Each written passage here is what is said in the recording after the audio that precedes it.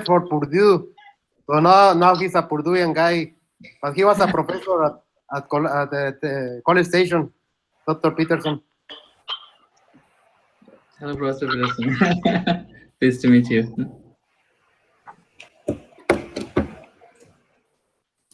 Hello, nice meeting you. This is Enrico. Hola, Enrico. Hola, ¿cómo estás? Muy contento, Enrico. Happy to see Muy you. contento. No, happy. How was it to be seen or to be? How was it, Dr. Peterson? Viewed. Happy to view you. Is that Better to be seen than to be viewed. Yes, but you are seen at old. You look old, Abel. 60 is a terrible age. I know, with glasses and almost in there, Enrico. Yeah, thank you for putting my picture from 2006. I look much younger. We were in Crete. Yeah, I remember. I look somewhat different now. You look fittish in that picture. Isaac Lazzarini, Dr. Lara already is there in the lineup. Can you tell him the instructions, please, Lazzarini to Dr. Lara? Hello, Dr. Lara. Can you hear us? Can you please test your mic, please? Your microphone.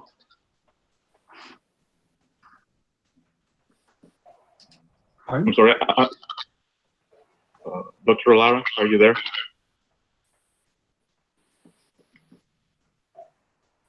He may be on mute. I saw him in the list. Yeah, Dr. Lara has his mic off. So we are in 60 now. Yeah, I'm just getting notifications. Okay, now, can you hear me now?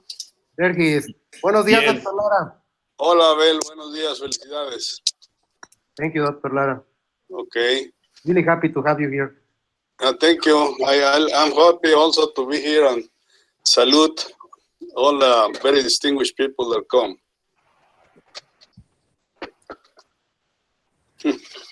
Yes, so we have 64 people now. I think we have most of the presenters already in the call. Sorry, I'm just getting a lot of notifications of multiple people trying to join in. So I have this unknown marker, so I don't really know who they are. If you can please tell other invitees if they can identify themselves before joining, that would be great. Lazzarini, one thing that I just talk about is that, I'm really happy. We have two presidents of universities present. Dr. Lara was the president of the University of Guanajuato, and Dr. Bob Peterson, the president of Georgia Tech. That's really amazing. I'm really honored to have two presidents of universities in our lineup. Gracias. Thank you, guys. Definitely. No, thank you, everyone. I mean, I think we have a very outstanding list of invitees, and thank you very much for taking the time, especially on a Saturday. I know everyone wants to take this free time or just take it easy, and thanks a lot. It's 11:05 right now. So what do you think, Professor Abel? Should we just get started with the program? Because I think we're going to run into time issues because of this. It's a good problem to have that we have a lot of invitees, and I'm pretty sure there's going to be extra people trying to share some words at the end of the event. So if that's okay, let's just get started. Right? Okay, so thank you everyone for joining us today. We're very happy to have you. I'm sorry, I'm just getting spam with a lot of notifications. I think time is going to be an issue, so if you allow me, we should just go straight to the party, which is going to be the presenters sharing their experiences and words regarding this event of Professor Abel Hernandez 60th anniversary. I don't think I need to project my screen. I think everyone has the program and know what is the timing or slots that we are going to be managing. Those are, well, estimates because we're going to have some sort of improvisation. Some people couldn't make it. And that's why I think we should just get started with the presenters right now, so we allow some time for things that were not accounted for. So without further ado, let's get started. So Dr. Lara, could you please share your presentation or screen if you have one? If not, you can just speak and we'll see your camera. Okay, thank you, Daniel. I just will say some words about our good friend, and so if it's okay, I can start. First, my sincere congratulations and best wishes to Dr. Abel Hernandez-Guerrero for his 60th anniversary. I never imagined we were celebrating the 60th anniversary very soon. Also, I want to thank all distinguished faculty and engineers that are contributing to this very special seminar. Thank you very much to all that are contributing to this seminar in honor to Abel. As I remember, young Abel was enrolled in my course of design of machine elements. That's true. It was in the beginning of the 80s. Of course, he did well in my course, and as always, he was a very brilliant student. Since then, he shows initiative and leadership among the students. He distinguished himself by not only academic activities, but also by doing some other activities that enrich the environment in the school. As Dean of Engineering at that time, one of my worries was to strengthen the group of energy. The group of design by that time was very active on research and projects along with industry and so on. But the group of energy was very traditional, and we have few professors with advanced degrees. So I decided to send some of our best students overseas for advanced degree, master and PhD. And I remember that I had the opportunity to meet Dr. James Whiteley in the city of Guanajuato once. We had dinner one day, and he offered me two assistantships for some of the best students. So I really was very happy with that opportunity. I took that opportunity, and I recommend what I consider the two best students, Abel Hernandez and Salvador Aceves. And both of them went to Oregon State University. They obtained BS and PhD. They were very successful on that graduate studies. And both of them came back to our school. And as you know, they both contribute a lot. Of course, Abel remains all the time with us and did an excellent work. I will not mention things about his scientific and academic contribution because other colleagues that are going to do that today. I only want to mention, as I remember, some of the other contributions regarding the education of students. I think the contribution of Abel for exposing students to international experience has been very transcendental for our university and for our school. Many of the students did an advanced degree, PhD, in many other universities due to the advice and contacts that Abel developed along the years. Also, I think that one of the very important contributions that did Abel in the enrichment of the academic atmosphere of our school is to introduce certain academic ceremonies to acknowledge the contribution and merits of distinguished people. I think that's very important, and we are not very proclaimed to do that, and I think Abel is doing an excellent job distinguishing good students, good faculty, and that, of course, is contributing to the enthusiasm of our department and also the whole College of Engineering at Salamanca. I think that he has a lot to do. He's beginning. I think that he did a lot and he has a lot to do. And I think that I want to really recognize this excellent labor, excellent contribution of Abel, and also I want to thank Abel for all that extra effort. And enhorabuena, Abel. Feliz 60 aniversario. Has hecho mucho y nos falta mucho por hacer. Gracias. Thank you, Dr. Lara. Okay. Thank you, Dr. Lara, for those very kind words. I forgot to mention we are trying to do this in a chronological order. As Dr. Lara mentioned, he was the first mentor of Dr. Hernandez there in Mexico. And then he went to Oregon State University to work with Dr. James Welty, which is the next presenter. So, Professor Welty, you have the room. Thank you.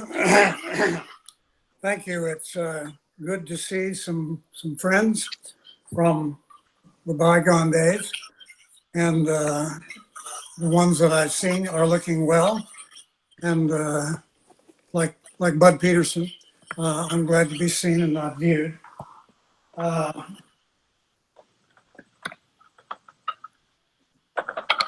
I was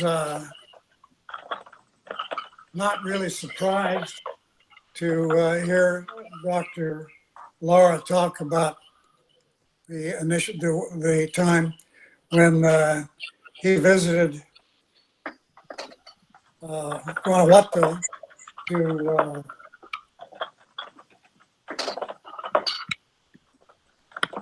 well, anyway, when we had a chance to get together, and he told me about his two students, and they eventually came to Oregon State, did well, and of course, Abel is a testament to that.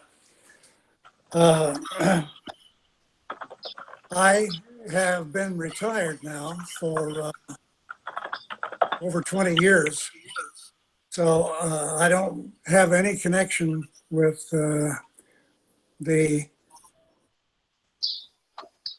technical side of things anymore. So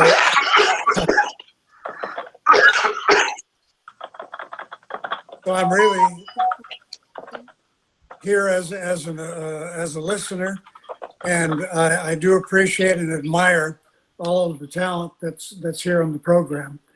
It's been a pleasure for me to be a part of the heat transfer community for those many years, and I am gratified again that so many of my friends and people I admire very much are sharing the podium with us today. So with that, I'll just say thank you for including me in your program, and I'm honored to be among some people that I respect and admire very much. I look forward to hearing the rest of the presenters.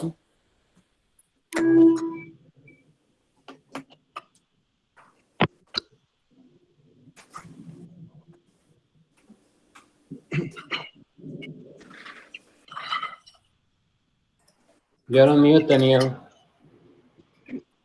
Oh, sorry about that, because I'm using multiple computers. Thank you, Dr. Welty. We really appreciate your very kind words. I don't know if Professor Abel has something to say at this point. We have a few 3-4 minutes before the next one, or should we just continue with the next presenter? Dr. Abel, your call. Well, I just remind you that Dr. George Sasaronis asked to be in the call. George is there. Maybe it's a good time to introduce Dr. George Sasaronis. Dr. George, are you there? Can you hear us?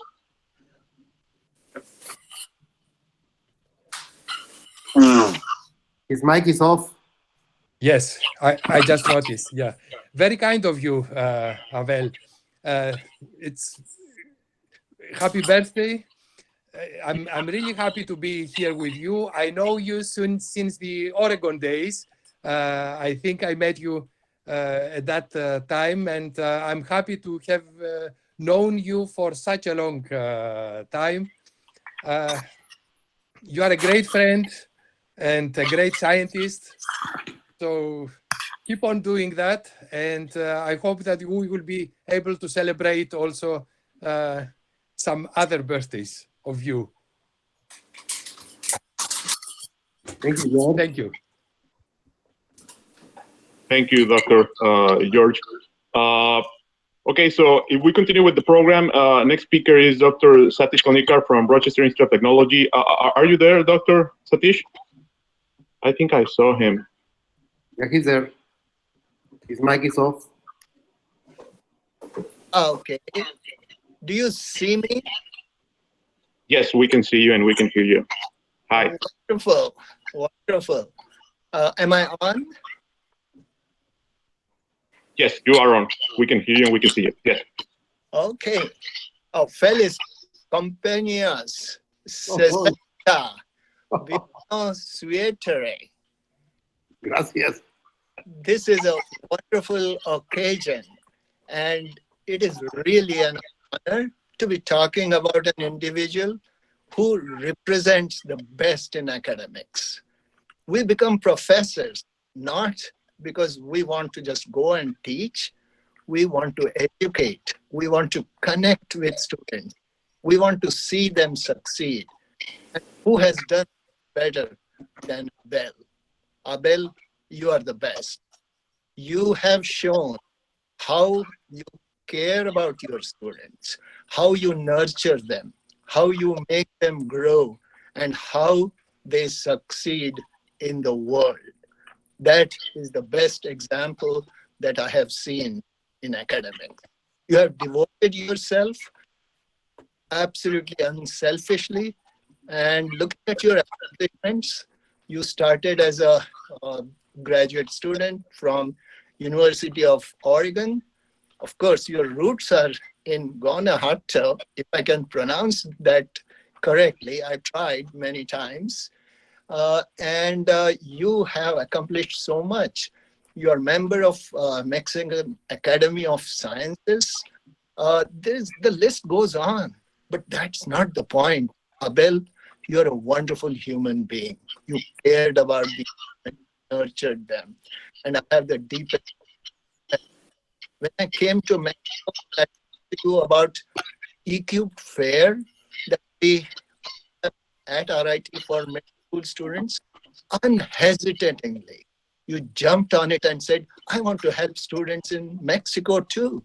And you started EQ Fair, and you did a much better job than what we have. You have thousands of students coming. You are the best. Now, I have had good fortune to be working with some of your students, and if there are any something, that is really an amazing group you have cultured. Carlos Rubio is the first student who came, and he is now a professor there. Daniel Lorenzini, he is one of the best, and he's running the show.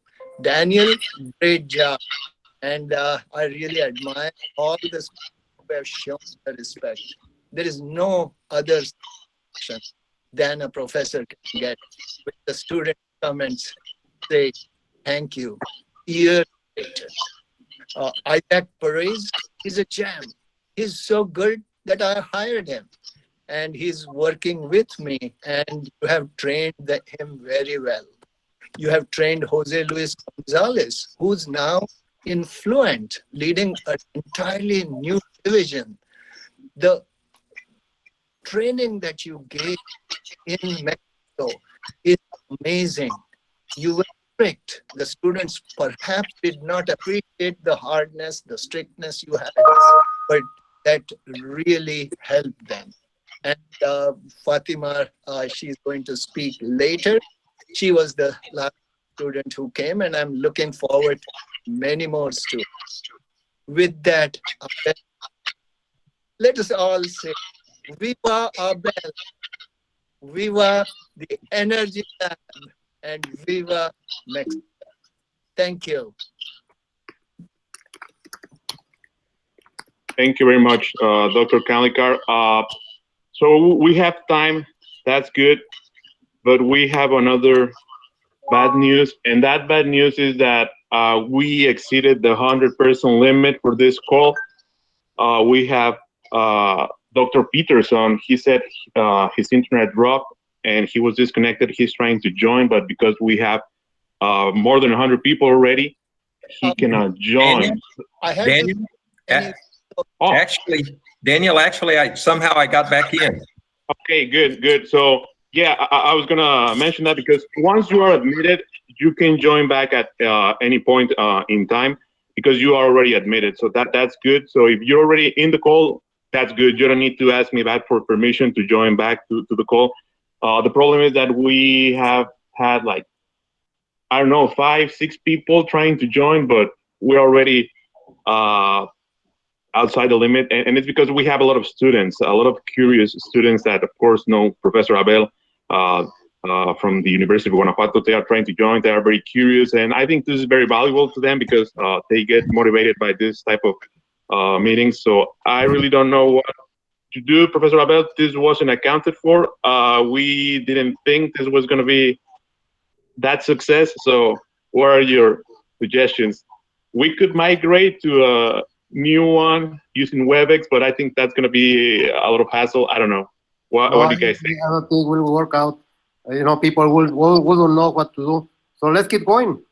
Yeah, let's do that. Let's keep going, and we are recording the meeting, right? So all of the students can join. Well, can see it at a later point, and let's just give priority to the presenters. All right. Okay. So next presenter in line would be Professor George Peterson from Georgia Tech. The room is yours. Well, thank you, Daniel, and congratulations, Abel. Congratulations on your 60th birthday, and congratulations to this great event that your students are putting on for you. I want to thank the students for doing this. It's very special, but I'm just wondering if that is just a picture of Abel, because he doesn't look like he's changed very much. I'm getting there. Happy birthday. Happy birthday. Thank Happy you, birthday to you. It's great to see so many old friends. I hadn't really anticipated that. I saw the program and saw so many people that I know. And Harry Hogan, I didn't know your first name was George. But good to be part of this and to see so many old friends and to be able to congratulate Abel. I'm not going to talk about Abel's many accomplishments, publications, his research, his tremendous involvement in ASME, and his great work with the students, because all of you are familiar with most of that, or you can see it online. What I want to do is just tell you a little bit about how I came to meet Abel, and how our relationship has kind of grown over so many years. I think it was in 1995 or so. I was the department head at Texas A&M in mechanical engineering, and Abel was the department head at the University of Guanajuato in Salamanca. And I got a call from our Office of International Studies, and they said, we've got a fellow here that is visiting Texas A&M, and he's the department head at the University of Guanajuato in mechanical engineering, and you're the department head at Texas A&M. Would you like to, could he come by and meet with you? So Abel came over to my office, and and we chatted a little bit. And those of you that know me know my wife Val, who speaks Spanish. She loves to speak Spanish. And Abel and I talked, and he had come to College Station. His wife at the time, Rita, was working on a PhD, and he was going to drop her off and then go back to Guanajuato, and they were going to be separated and try to have a long distance relationship while she finished her PhD. And so since she was going to be there, I called Val and asked if she wanted to go out to dinner. So Abel and Rita and I and Val went out to dinner that night and got to know each other a little bit. And then Abel drove back to Mexico to work. And over the course of the next year or two, it didn't seem to make much sense for this very long distance kind of relationship. And he was able to get a position, actually was hired at Texas A&M as a visiting professor in the Department of Mechanical Engineering. And that's when we really got to know each other. I was the department head for part of that time, and then in the dean's office. And Abel worked in mechanical engineering and just did a great job. Developed what I think is maybe one of the best partnerships with Mexico that I can think of, that I'm aware of, between Texas A&M and the University of Guanajuato. Tremendous number of students that have gone back and forth, and he's really been the driving influence for that. I know he's done some similar arrangements with other institutions, other universities here in the U.S., but, and Abel, you can correct me if I'm wrong, but I think the one at Texas A&M is perhaps the strongest. And that relationship actually grew. Our friendship grew. We got to know each other very well, and then he gave me one of the really great honors of my life and asked me, Val and I, if we would be godparents for his son, Adam, who now decided not to go to Georgia Tech, which is where I'm at, or to go to Texas A&M, but decided to go someplace up north there that I won't mention. I think you can probably see on his shirt. But I am Adam's padrino, so his godfather, and that's been just wonderful to see Adam grow up and mature and follow in Abel's footsteps. And let me just close with saying that Abel, I've had several students that came from Guanajuato. Rudy Barron, Vladimir, most recently finished his PhD here and is now in the faculty at Penn State. And these are some of the best students I've had in my career, best graduate students I've had. And a relationship with Abel, the work that he's done to try to facilitate the exchange of students between institutions in the United States and institutions in Mexico, and particularly at Guanajuato, has just been remarkable. And I think that there are many, many students and many, many faculty that have a deep, owe Abel a deep debt of gratitude for his efforts to try to help facilitate that exchange and provide opportunities for those of us in the United States to get to know more about students in Mexico and participate in that exchange program, and for students in Mexico to participate in an opportunity to come and study in the United States. So again, I'll close. Congratulations, Abel. It's been a great run. A happy 60th birthday. I hope to be back on with you for your 120th birthday. Better not. Better not. And Adam, good luck. Thank you, Padrino. You too. So everybody knows my son Adam is there. Open your camera. So because some people don't know you, Adam, open your camera. That's my son Adam. And that's what Bob Peterson was referring as his godson. And now he went to Detroit to get vaccinated. That's why he's sporting the Michigan t-shirt. Daniel, there could be some time that you can allow some people, like in the ball fights, that they can just join the arena, Lazzarini. Yes, definitely. We have a lot of people, and again, for those of you that just joined, we have a limit of 100 people because this wasn't accounted for. We thought we would have, when we were talking about this with Professor Abel, I told him, look, I can host the meeting with the account that I have with my company, but we have a limit of 100 people because I'm not in academia anymore. And he said, well, I think we will have 50, 60 people tops. And well, we exceeded that 100 limit in the first few minutes of the meeting. Good thing is that it's being recorded, and we'll just forward the link once we're done. As Professor Abel mentioned, we have several people, and we are on time regarding the schedule. So if you want, we can just continue with the.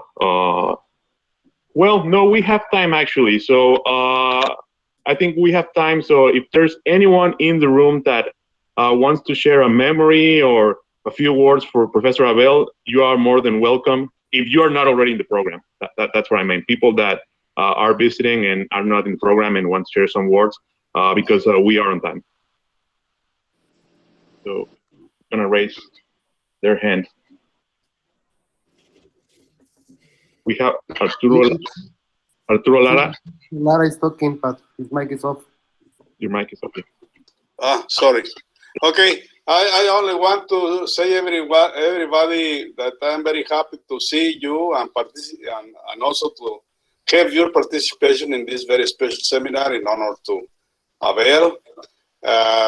Unfortunately, Saturday is a very busy day for me, so I have to leave, but I leave very, very happy after seeing each one of you. Have a very good day. Congratulations again, Abel. Gracias, Dr. Lara.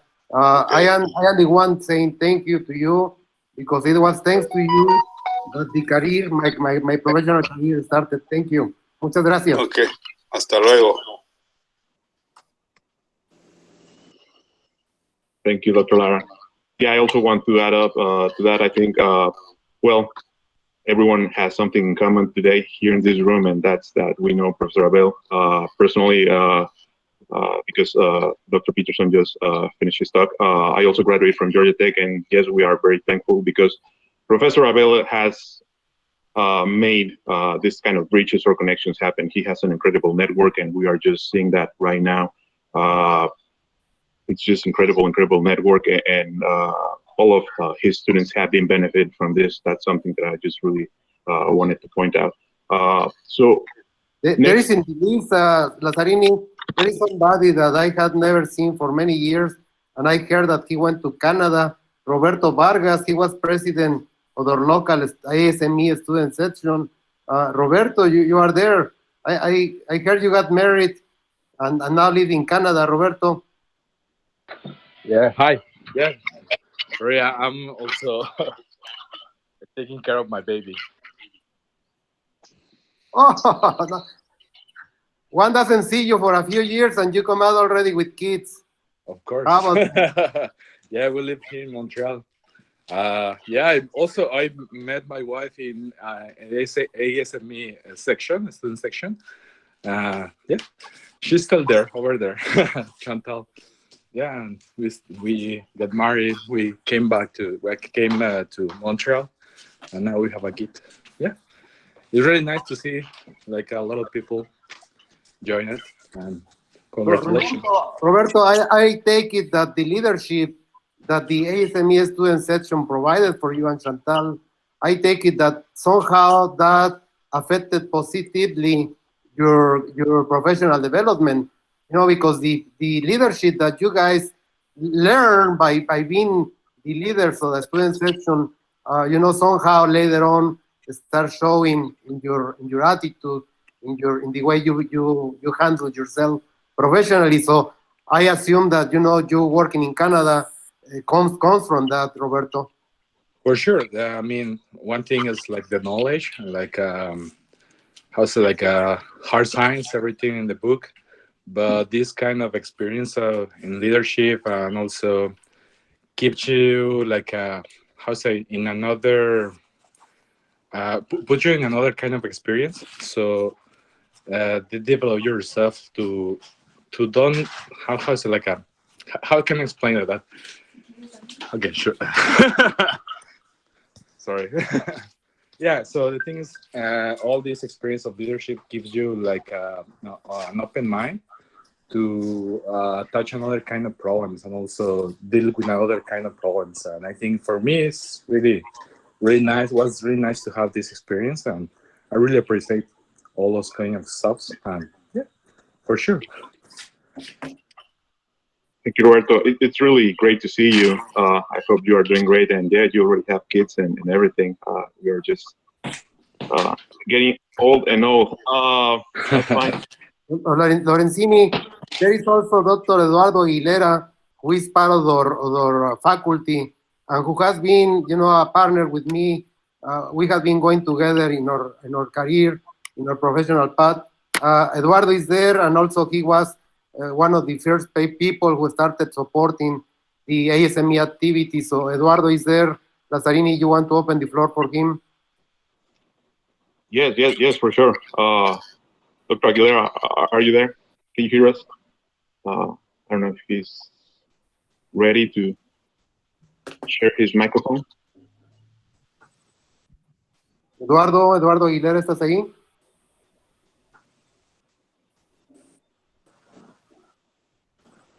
Tienes cerrado el micrófono, Eduardo. Yeah, so yeah, we're going to just start calling out people. So be ready. That's another way. So we are going to be measuring that you are engaged with the meeting. I think he's not engaged or he's having problems with his microphone. We also have Dr. Alatorre from University of Guanajuato. I see him there and I know him. We work in this fuel cell project. I don't know if Dr. Alatorre, can you share some words?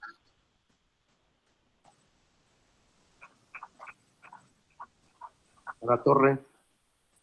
It's also standby. Okay, so who raises their hand? Because we have a few minutes before the next speaker who's requesting time. So, I mean, this is a pretty relaxed event. We're just sharing experience and honoring Dr. Yes.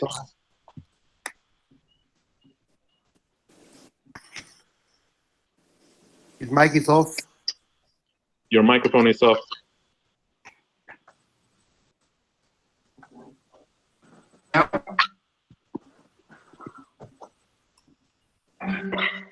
Hi. Can you hear me now? Yes, we can hear you now.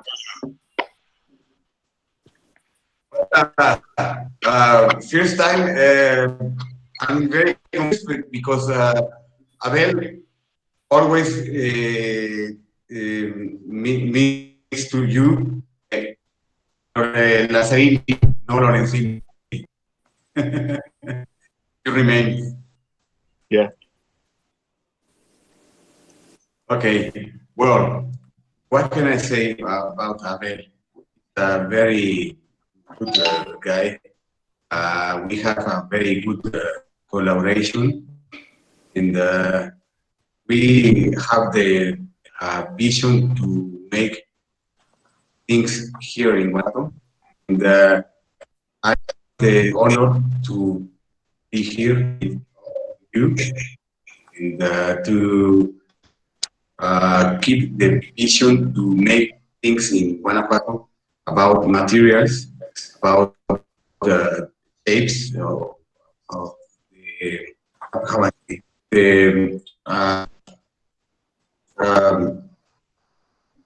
material for fuel cells. But I have a very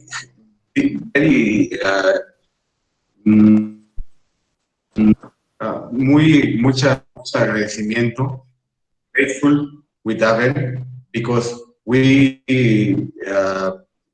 estuvimos con amigos y alumnos con muchos éxitos about our ideas.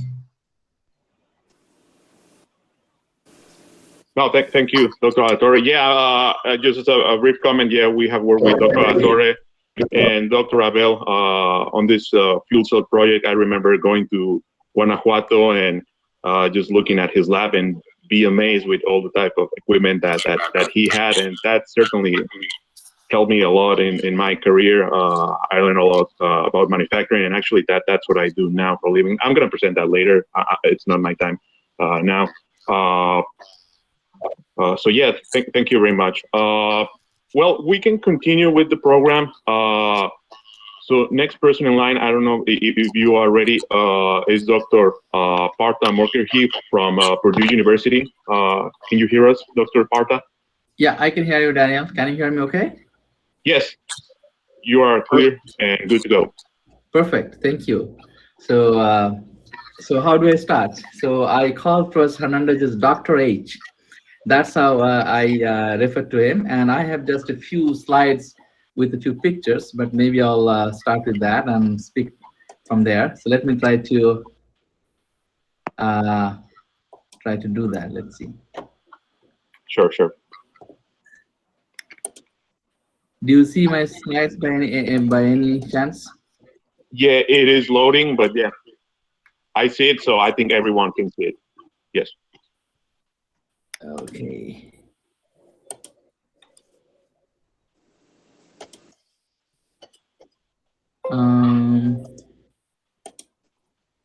Okay, now probably you can see one screen, right, Daniel? Yes. Okay, perfect. So let me speak to it. I'll have just, I'm Partha Mukherjee from Purdue Mechanical Engineering. As I mentioned, I fondly call Professor Hernandez as Dr. H. And this is how I met him. So I just finished my PhD from Penn State, and I was at Los Alamos National Lab at the time. And I, of course, met him at ASME Fuel Cell at that time conference. And it was just an instant kind of, interaction. And he was, I would say that I think he knows how to bring people together, make students and junior researchers comfortable and bring them into the mix. And that's how I started. And since then, we, of course, kept in touch. But then it was 2012 when I started at Mechanical Engineering, Texas A&M. And that's where we reconnected back in a really, I think, I would say that in a really, I think, very meaningful way. So, so I would just share a few things from my, I think I would say that interactions that we started reestablished again at Texas A&M. So again, Dr. Hernandez was at that time visiting Texas A&M to, I would say, that reinvigorate the relationship between Guanajuato and Texas A&M Mechanical Engineering with delegates and from there. And at that time, of course, I was there and I said, hey, Dr. H. Well, yes, hey, Partha, he knows, he remembers. So we had a great time discussing and meeting, and suddenly, immediately, we started talking, okay, let's write something together. And there was a possibility of writing something called Texas A&M and CONACYT, a joint research partnership, and a little sit down that we could work on. So immediately we discussed over a coffee, went for, I think we were able to get for lunch during his meeting that time. And then we, of course, wrote a joint project together. And well, guess what? We all both had the fuel cell background and fuel cell expertise and everything. So it was all perfect for us to get started. But we gave a little spin to say that, okay, let's now talk about lithium air sort of batteries or fuel cells, in that sense, batteries. And he wrote something, and it was very good that we were able to get something going. We got funded, and we started our research relationship there that way. So that's just the beginning. But Dr. H was, relentless. I mean, he, well, so let's say what we can do more. And he sent, okay, let me send you some great, bright students and scholars from my group who could do a visiting stay there for a year, 1 year, and probably 6 months to 1 year, and do part of the thesis, master's thesis, and something.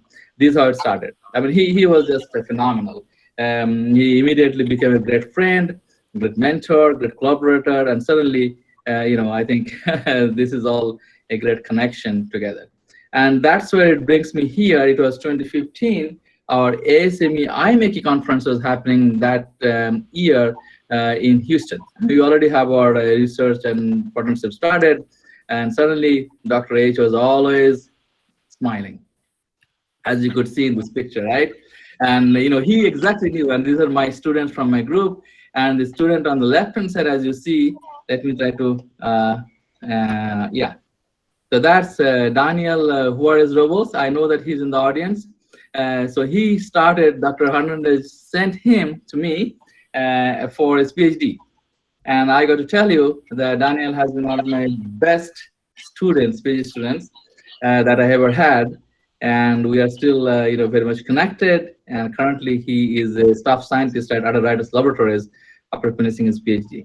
So it's phenomenal. I mean, what could I say? I think, Dr. Hernandez knows how to build a partnership, how to make it last longer, and how to essentially mentor students, junior researchers, junior faculty members, colleagues all together. So that's Dr. H. And as you can see, he has this infectious smile.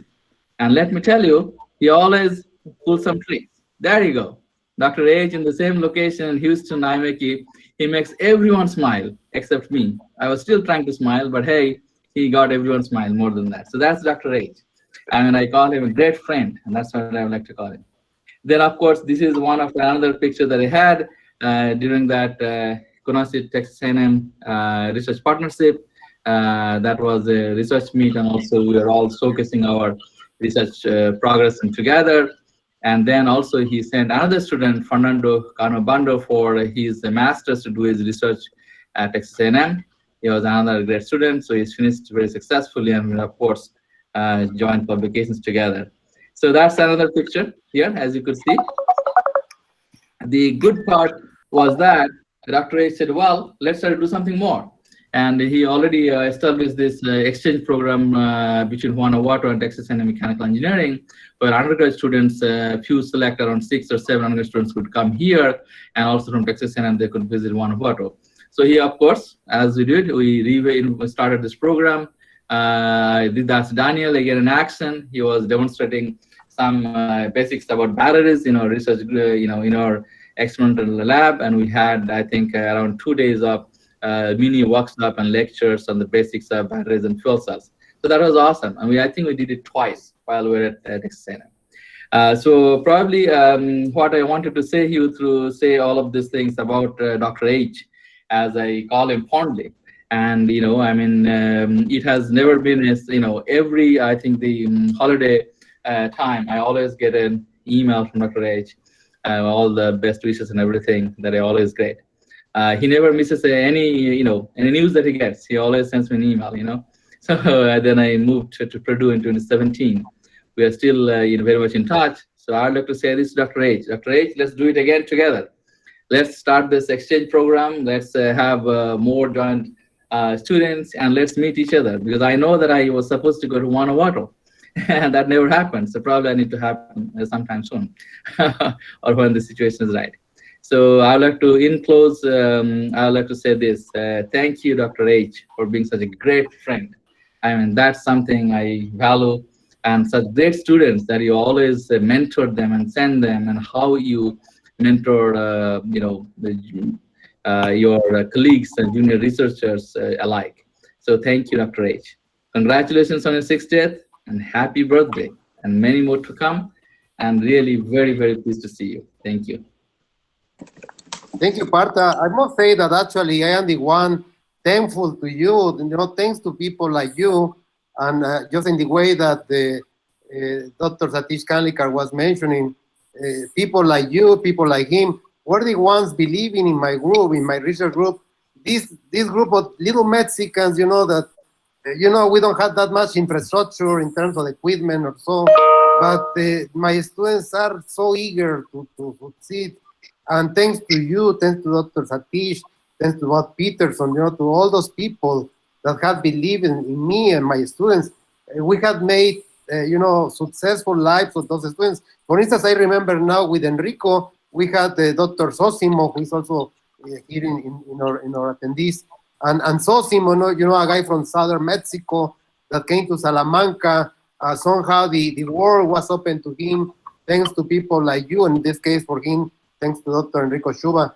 But, I am the one that, I am thankful to you guys, because, somehow we little Mexicans, that we don't have all that much power as the powerhouses in the US.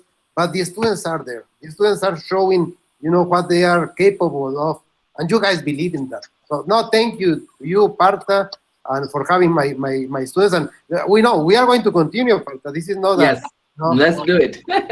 Dr. H, thank you so much. Thank you so much. So good to see you, and you know, happy birthday, congratulations, and many more of the smiles I would like to see again and again. Thank you. I have Daniel, who is here on the audience as well. Daniel, would you, I think, Daniel Lorenzini, are we on time? Maybe he could say say something. Daniel is in the program. Daniel is in the program. He will talk a bit later. Yeah, I am in the program, and we are just going to be improvising. I'll just remind to everyone that we are taking this easy. I mean, it's going great so far. But yeah, everyone has their chance to speak. And yes, we have a few minutes. We have like 5-6 minutes. Okay. But we are on time. We are ahead of schedule. I'm just getting requests from other people to join. So I think we have Daniel Juarez, one of my best students that Dr. H sent us. Daniel, how are you? Yeah. Okay, go ahead. Hello, Dr. Mukari. Hello, Dr. Abel. How are you? You look more like Boltzmann, Daniel Juarez. You are looking and looking more and more like Boltzmann. I look like a homeless. Yes, exactly. Hey, like Dr. H, Boltzmann. awesome. Absolutely, he's looking more and more like Boltzmann. True. Entropy guy. Entropy guy, statistical. Lattice Boltzmann. Yeah, I got it. Great. Go ahead, Daniel. Sorry. Yeah, I was very lucky to work with Dr. Hernandez, and especially for my doctorates, for my grad studies.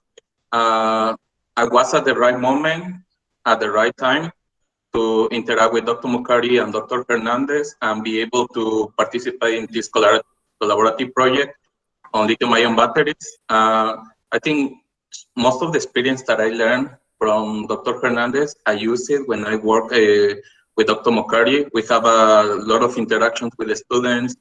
We did a lot of research in different topics. And we have a great experience, not only at Texas A&M, but also at Purdue University, which was a big change for us, not only for Dr. Mukari, but also for us.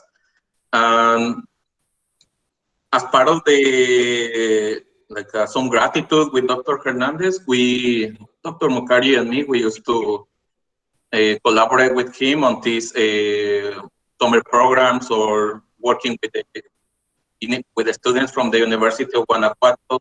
Some of them just came for 1 week. Some of them stayed there for 3 or 4 months. And I think there were some good results from Fernando Cano and other students. And I'm really happy to be part of this this connection between you and Dr. Hernandez. Oh, great, Daniel. Yeah, I know Daniel. Well, Daniel Juarez, also from Doctor's Abel group, and yeah, he was one of the guys that were ahead. I mean, he's I don't know how many years you're older than me, maybe 4 or 5. Just one or two. Okay, I'll believe you. He was also very helpful to me. He also helped me with the materials in my training, and yes, I mean, we are grateful to this wonderful network that we have created because of Dr. Abel. So yeah, why don't we continue with the next speaker, because I think. Thank you, Daniel. Thank you, Dr. H. Daniel Boltzmann. So next speaker is Dr. Juan Carlos Baltazar from Texas A&M University. Dr. Juan Carlos, are you there? Yep. Can you hear me? Yes, Hola, we can hear Juan you. Carlos. Hola. Hola. Wow, you have great hair. I have hair, okay? Don't put it in other ways. So you have to be mellow with this old guy already, okay? So yeah, well, it's a great pleasure to see you all, okay? It's a really great pleasure. I mean, for me, being here with you and talking about Abel, I call him Abel, of course, because we are kind of same age in general, and we have really parallel patterns in the career. We have been friends for I don't want to say the years, but yeah, just why not, right? You are basically already celebrating your age, right? So that's okay. So we can be talking about it. 35 years getting together, more or less here, all of the situations. And I was remembering that we have this long time relationship with started and give it really a lot of opportunities for many students, but also for me. And it's really grateful to see him very healthy and with all this kind of affection for all of his students, which is he always very proud. And it's not today, it has not been recently, it has been since the very beginning, okay? So I was just watching and say, oh my goodness, this is the time when I wanted to be like him for having pictures. He loves pictures, right? So I'm not a guy that I have pictures, but I have so many memories that some I can tell here and some I cannot tell here. But the point is, it's really a pleasure to hear. I'm gonna share a couple of slides anyway, if I may. Let me see. Yeah, sure. You're welcome to share them. Just click present now. Yeah. Right. See. Share with enter, and I say yes, but it's not coming. Yeah, it should give you a second option that says which screen to share. I don't know if you see that. You need to click on the specific screen you want to share. Sorry about it. I'm supposed to be. I say my entire screen. It gave me here, but doesn't give me the chance to share it. I don't know why. I'm so sorry. I don't want it to take your time for those. Harry Hogan, so you know Juan Carlos Baltazar works there with you at Texas A&M. I don't know you see too much, Juan Carlos, Harry Hogan. No, we are really close each other, but we don't really cross paths much. He has been interacting. Yeah, let me see. Let's see. Okay. Yeah, it's coming. It's coming. I'm there now. Yes. Right. So we can see your screen, which is the meeting screen. So if you can just change that to your slides. Okay. All right. Can you see now this screen? Couple of slides that I have here. Can you see the screen? Actually, no. We are seeing, but the meeting screen. I don't know if you have multiple screens. Do you? No. I took it out, so I wanted to exactly avoid this because I know that something happened that way. Okay, let me go back to the share screen again. I stopped sharing this, and I want to stop this way. I'm so sorry. This. Yeah, no. Who else do we see? Dr. Abel. Well, Dr. Juan Carlos shares his screen. Well, if anyone wants to share anything at any point, and we have this technical difficulties or whatever, they are very welcome to just share a few words. Well, Juan Carlos gets the screen going. I also saw in the list Botello, Israel Botello, you know, long time not see Israel Botello. He was also one of the presidents of the ASME student section. There he is. Well, Juan Carlos is ready. Yeah, you can see that. So you're watching my screen, great. Yes. I'm just really, as I was telling you, very happy to be with you here. And I was saying, well, my story with Abel started in Guanajuato, in our University of Guanajuato, a long time back. I think it was around pretty much in '84. I don't know if some of you already born or not of his students, but that was the time. That was the time when we met, and mostly because his eagerness on knowledge and his trying to get all of the topics always that he was interested at the time. I was start working with solar energy, and he heard about it. One guy is going to present a little seminar in one little institute of the research institute and the University of Guanajuato.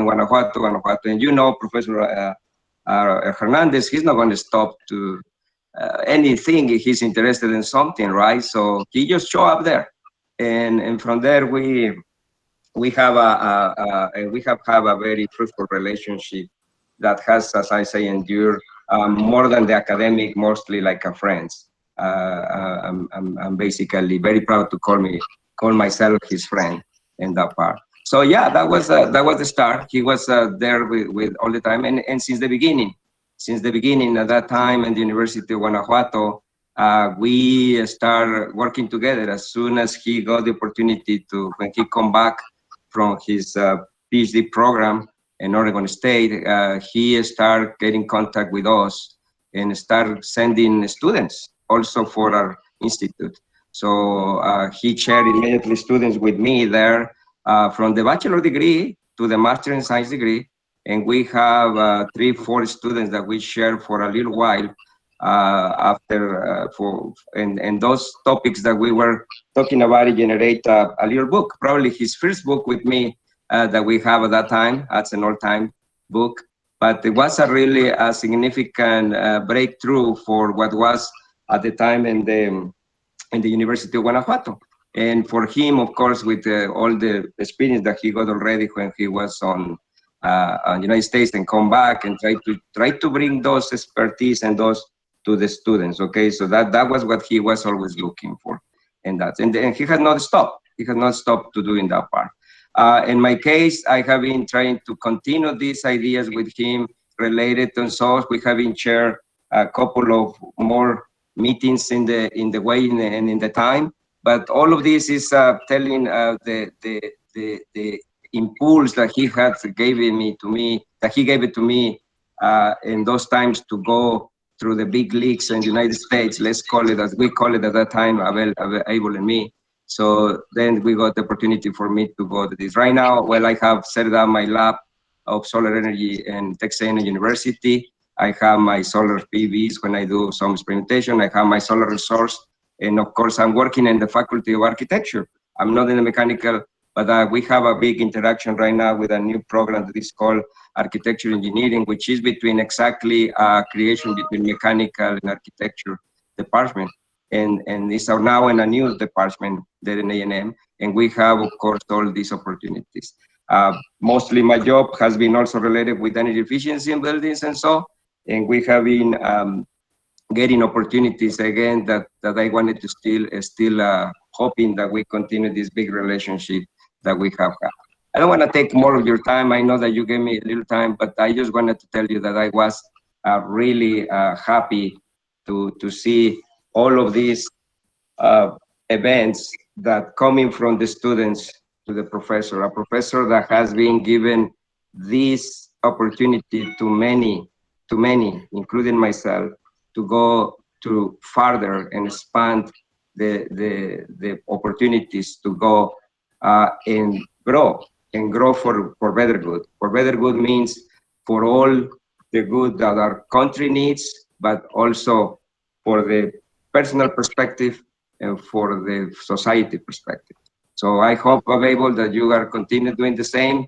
I hope to be around you for the next 60 years too. So hopefully we can. You didn't go through your slides, Juan Carlos.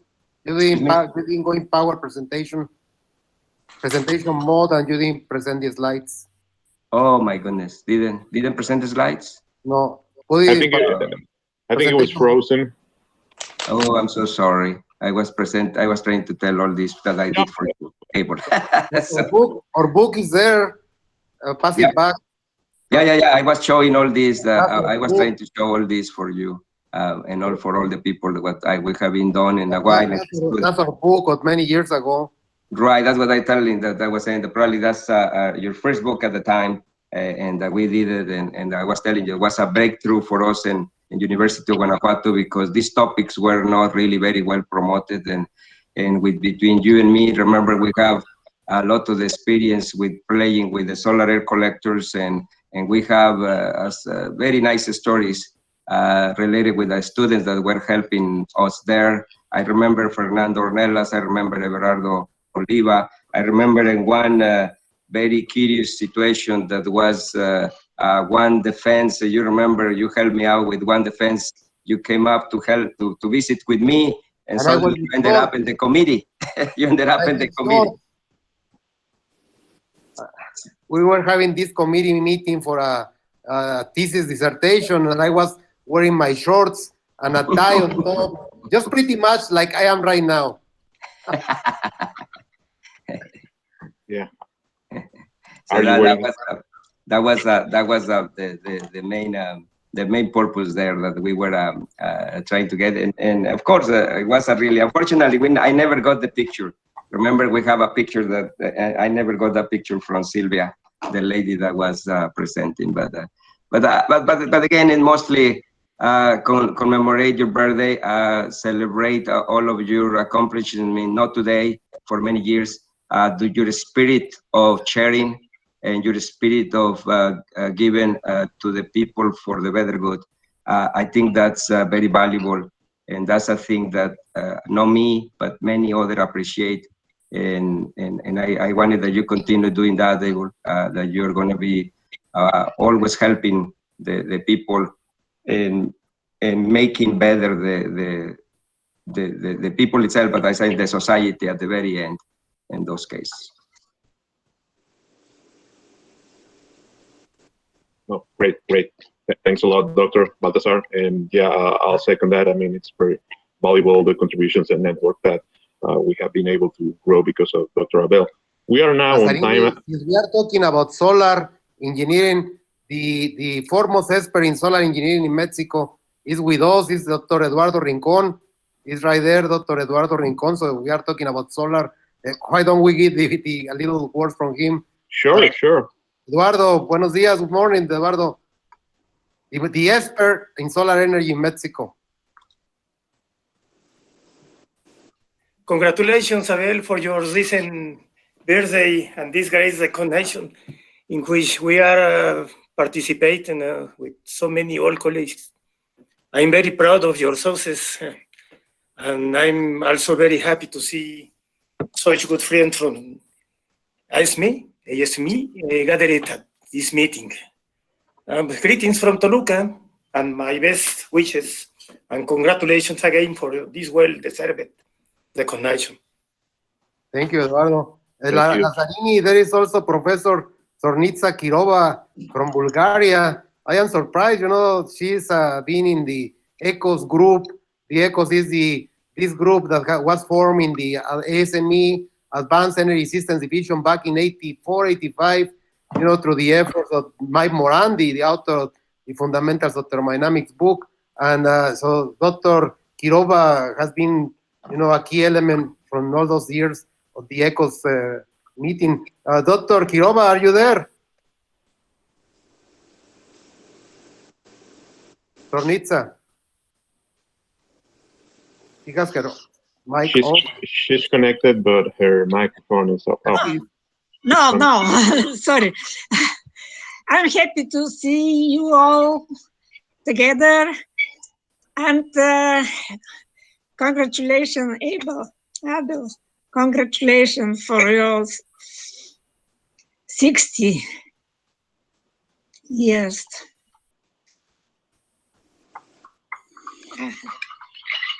Thank you very much. Yeah, thank you, Dr. Kirova. All right, yes, so, well, as I mentioned, we are now on time. Why don't we go to the next scheduled speaker, which is Dr. Alberto Rivas from SIC Corporation. Alberto, are you there? Yes, I am. Hi. Hi. Hi es como me diría Abel siempre. Well, congratulations. I'm going to share just a little of my story with Abel. It's more from the student perspective now. So I graduated in 2004 from FIME, and I honestly don't remember when I joined Abel's group. I think it should be around year 2000 or 2001. I was trying to remember exactly when it was, and I don't remember. However, what I remember is how it happened, and it happened because I had two very good friends when I was there, Gustavo, which I think I saw online, and Sergio, which is Abel's nephew. And I was waiting for Sergio every week because we wanted to go to Guanajuato City and party. We wanted to go salsa dancing and hopefully pick up some girls. And and the thing is that they used to have these meetings with Abel's research group, and Sergio was part of that. And I was just waiting for Sergio patiently outside the classroom every week, because this meeting was in our way to go to Guanajuato. Until one day, Abel told Sergio, why don't you tell your friend that he can wait inside? And I was like, great, no, I have to wait inside. I mean, I just want to go to Guanajuato. So when I went inside, I didn't even know what the meetings were about. When I went inside, I noticed that they were talking about all the research that all the students were doing in there. So they basically give status updates of the research and sharing all their experiences and challenges and whatnot. And from that point on, there is a blank in my brain of what happened. He slowly lured me in until one day, but it was after 1 or 2 years. He asked me, he pulled me aside after one of the meetings, and he said, hey, there is a conference, a very well-recognized conference, ECHOS. We can submit an abstract, and you can work on that research, but you have to be serious about this. So you have to tell me right now, are you in or are you out? And I didn't hesitate. I don't know if I was intimidated. I don't know. At that moment, I said, I'm in. And that's really how I started seriously working with Abel. I was part of the meetings for a long time, but I wasn't really doing anything until he pulled me aside. So we did very nice research in mixed convection in enclosures.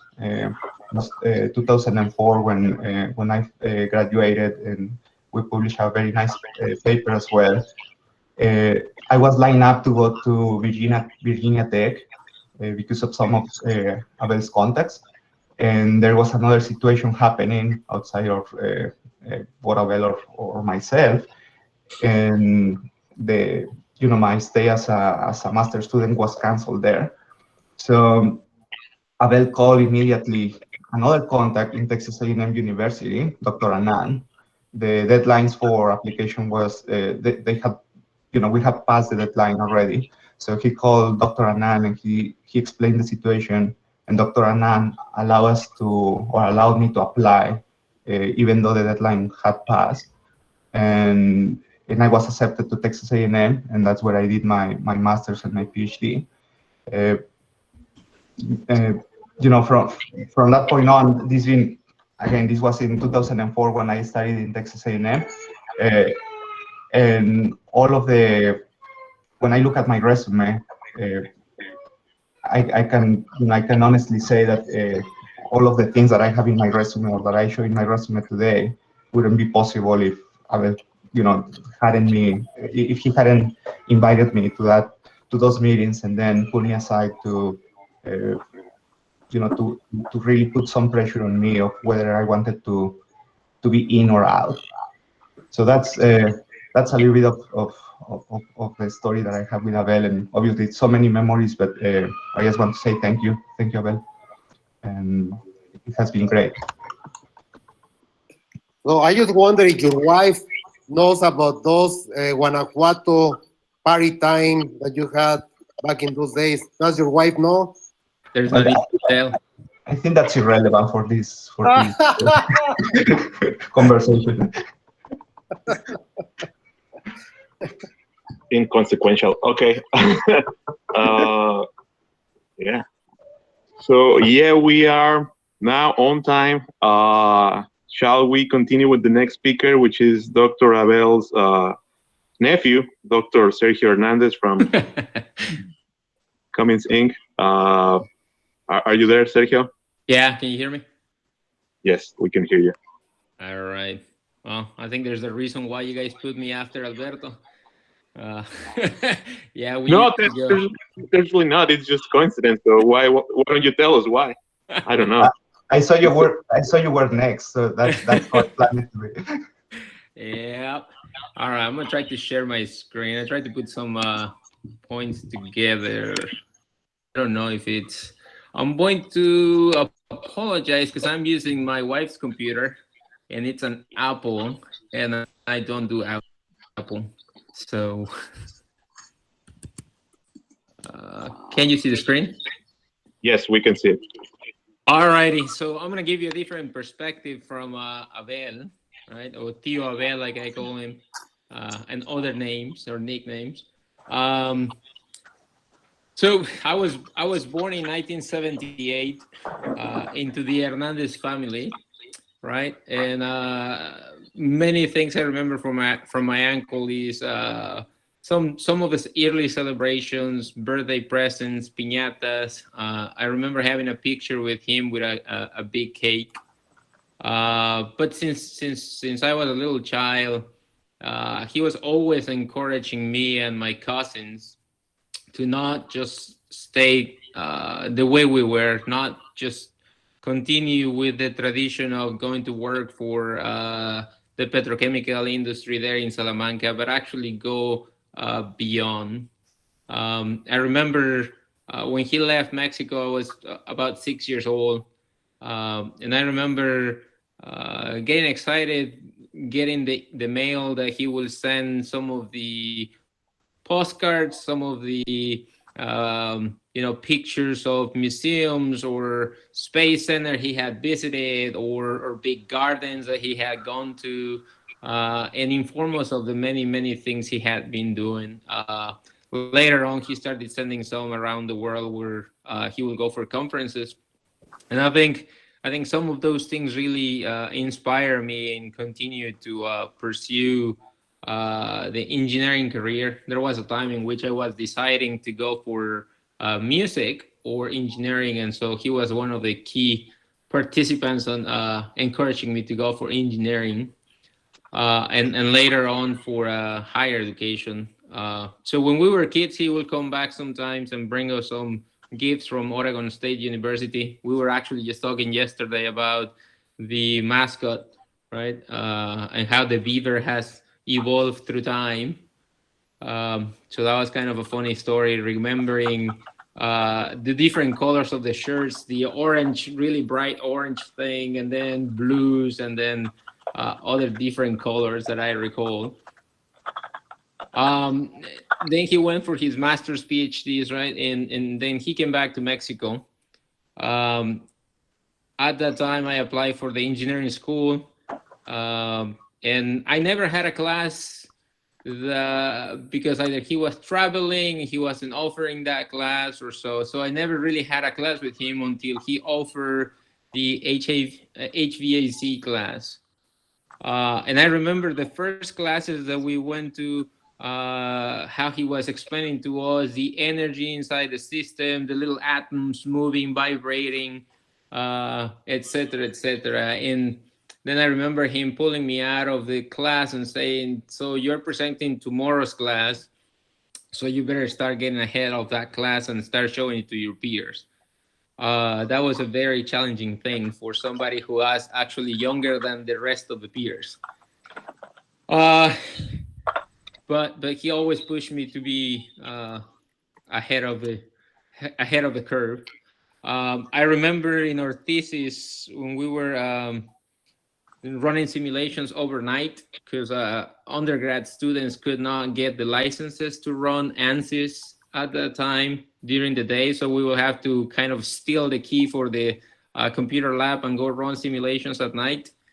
So we will see him around 4 o'clock in the morning coming to the office, sometimes waking us up and wanted to talk about their results right then. I remember talking about master's degrees, PhDs, and continuing education, right?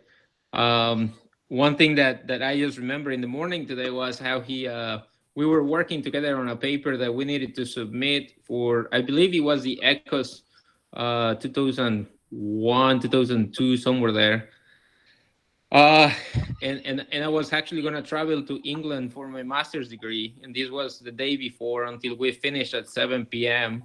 And actually could go back home and see my parents and say bye. So that's a lot of commitment from him on getting stuff done. I remember times in the ASME student section or the cultural exchanges with Texas A&M, and then going to conferences in Texas or other places. One thing that I will always remember is the basketball at 7 o'clock in the morning, every Saturday and Sunday. He will come knocking at my door to wake us up and be like, hey, let's go, you gotta exercise. And after that, we'll go get orange juice and milkshakes and stuff like that at the Central Market. So some of the things that I do remember is the Beatles music all the time, or the seasonal music for Christmas, or the mariachi music for September, the driving lessons on the road. One of the things that I remember now, because I have little kids, is if the ball is rolling down the driveway, that means there's a kid behind it, and that has definitely saved a few kids when I'm driving.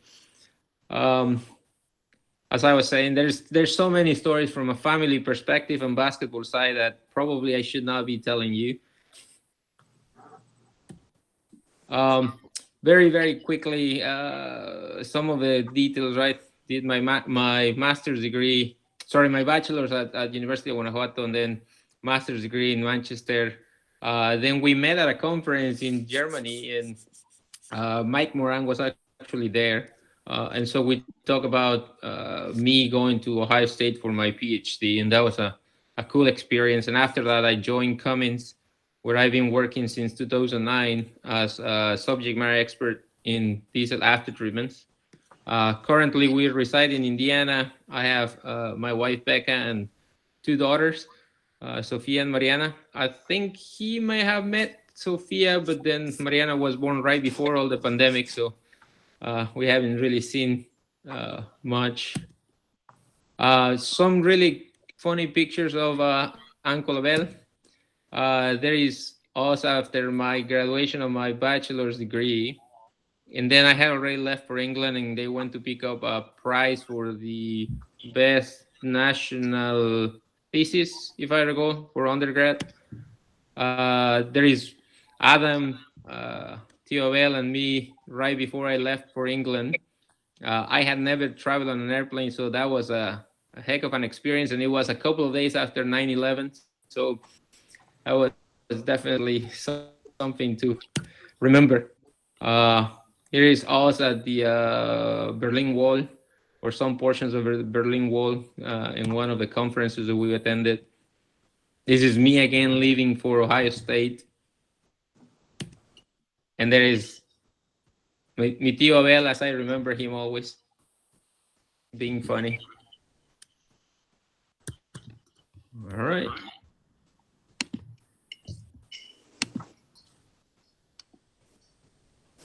Thank you very much for everything. Feliz cumpleaños. You have been a rock in my foundation. Thank you very much.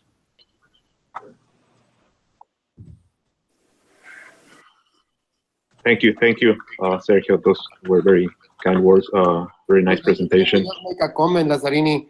Since Yes, we know sure. we have important people here like Dr. John Lienger, Dr. Welty, and so we always probably, your sons would love to have somebody in the family following your footsteps. In the case of Dr. Lienger, his son John Lienger, the fifth, he's a professor at MIT. So wow, great. But in my case, in my family, we come from a poor family that actually my generation, I was the first one breaking the pattern. So I went to further studies. And then the only one follow me behind me in my family was my nephew Sergio. So I guess, yes, probably one was the example, the role model to follow. But as I always say, the students are the ones that cross the bridge. They are the ones doing the work. So Sergio, he's now in Cummins. So he did the work. So I'm glad that, I was like the role model, but he was the one crossing the bridge. I don't know, Dr. Welty, I don't know, your sons, they were not engineers, right, Dr. Welty? You didn't have sons that follow engineering, did they?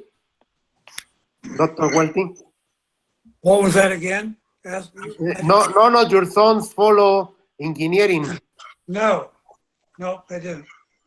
So that's why I mentioned that it was great that my nephew followed engineering. And I was giving the example of John Lienger, he can always, show off that John Lienhard Defeat is an MIT professor. I really envy that, Dr. Lienhard.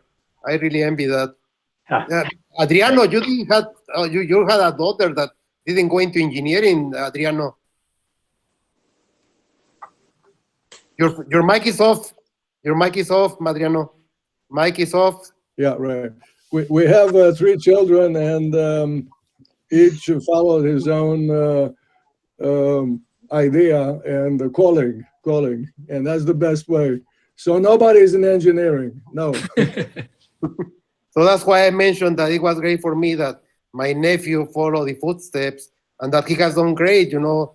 He got the best thesis in Mexico when he graduated in the undergraduate. Then he went to Manchester for the master's.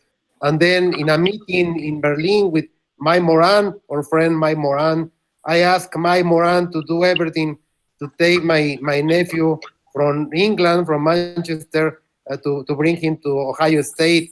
And it worked out. My nephew finished the PhD there at Ohio, and now he works in Cummins. So I guess that's a very good example of how we would like to infer in our family, to pass the lead to the family. So no, thank you. I only want thank you, my nephew. Thank you, Sergio. No, thanks. As I call him, Misilito. Yes, and I just have to add a thing for people who have been in the U.S. and about archie rivalries between universities. Ohio State doesn't like Michigan, so Adam, please burn that shirt. No way. OSU means Oregon State University, right, Johnny? Yeah, OSU is Oregon State University. That's why we are the Ohio State University against that University of Michigan. Thank you, Lazzarini. Thank you. Thank you, Sergio. Yeah, definitely. Yeah, here in Atlanta, it's Go Jackets. So yeah, everyone has their team. Okay, so next speaker, according to the schedule, is Dr. Escobar from the Salt Systems Incorporated in Boston, Massachusetts. He sent a pre-recorded video, but because since we are on time, I'm gonna reschedule that for a later slot. So why don't we follow the schedule? And according to this, at 11:30 a.m., we would have Dr. Harry Hogan from Texas A&M University. Dr. Harry, are you there, Dr. Hogan? Gigan. Can you hear me? Sure. Can you hear me? Yes, we can. Yes. Hi, Harry. The first thing you say is am I muted or am I unmuted? That's where we go. So it's a great pleasure to be here. And to go back to a comment that Bud Peterson made, I'm actually logged in through my wife's Google account. That seems to be a thing now. I'm not the only one. Glad to hear that. And her name is Georgia. So when you see George up there, that's really me. And Bud liked that because his first name is George. So anyway, it's a pleasure to be here. Happy birthday, Abel. Congratulations. Thank you. That Texas accent, you bring here the Texas accent. Hey, I try, try to represent, right? And we go back a long ways. It's an honor for me to be a part of this group, to have been invited to be a part of this group. I'm gonna share a few words, and then I want to try to do the screen share, and we'll see if that works or not.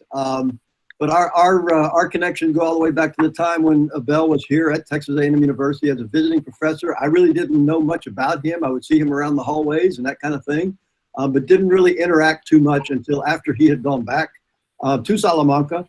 And I rotated in to be the faculty advisor for our ASME student section. So our interactions have been centered around the ASME student section activities, as well as this exchange program that a few other people have already mentioned. And this is a great example. My interactions and ability to observe and work with Abel firsthand. It's a great example of what others have already said, and that is, the passion that Abel has for excellence, the passion he has for his students. We all, as those of us who are faculty, we all kind of adopt that approach of taking our students on as if they're our own children, right? And we're like proud parents when they do well, and we want them to do well. And we take that responsibility seriously. And I think Abel is a shining example of that. And really represents that to the highest level and in the best ways. I've always appreciated Abel's friendship, the professional partnership, but it always goes beyond that in terms of just being a friend and being willing to help whenever things come up. We've partnered together on some ASME activities, writing letters for one another and those sorts of things. That's always a very generous thing to do. People's time is precious. But again, the thing that we've interacted the most on is this exchange program. So let me see if I can share the screen now. And I was able to find an old presentation. Sure. Let me see. I'll try to find a window and see if it will let me. That looks like it. Let's see if this works. I put all of this in a PDF file. Great. Yeah, we can see it. Can you see it says that ASME Mexico Exchange Program? Right, correct, yes. Okay, that's classic photo. Every time we do the program, we would, and this started in the late 90s, so we're up into 20-something years of this.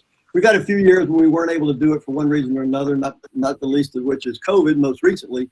But a classic thing there is to take a photograph on the steps of the main building campus there in the city of Guanajuato. Here's an old one from way back. Can you find Abel in the photo? Yes, there he is on the kind of front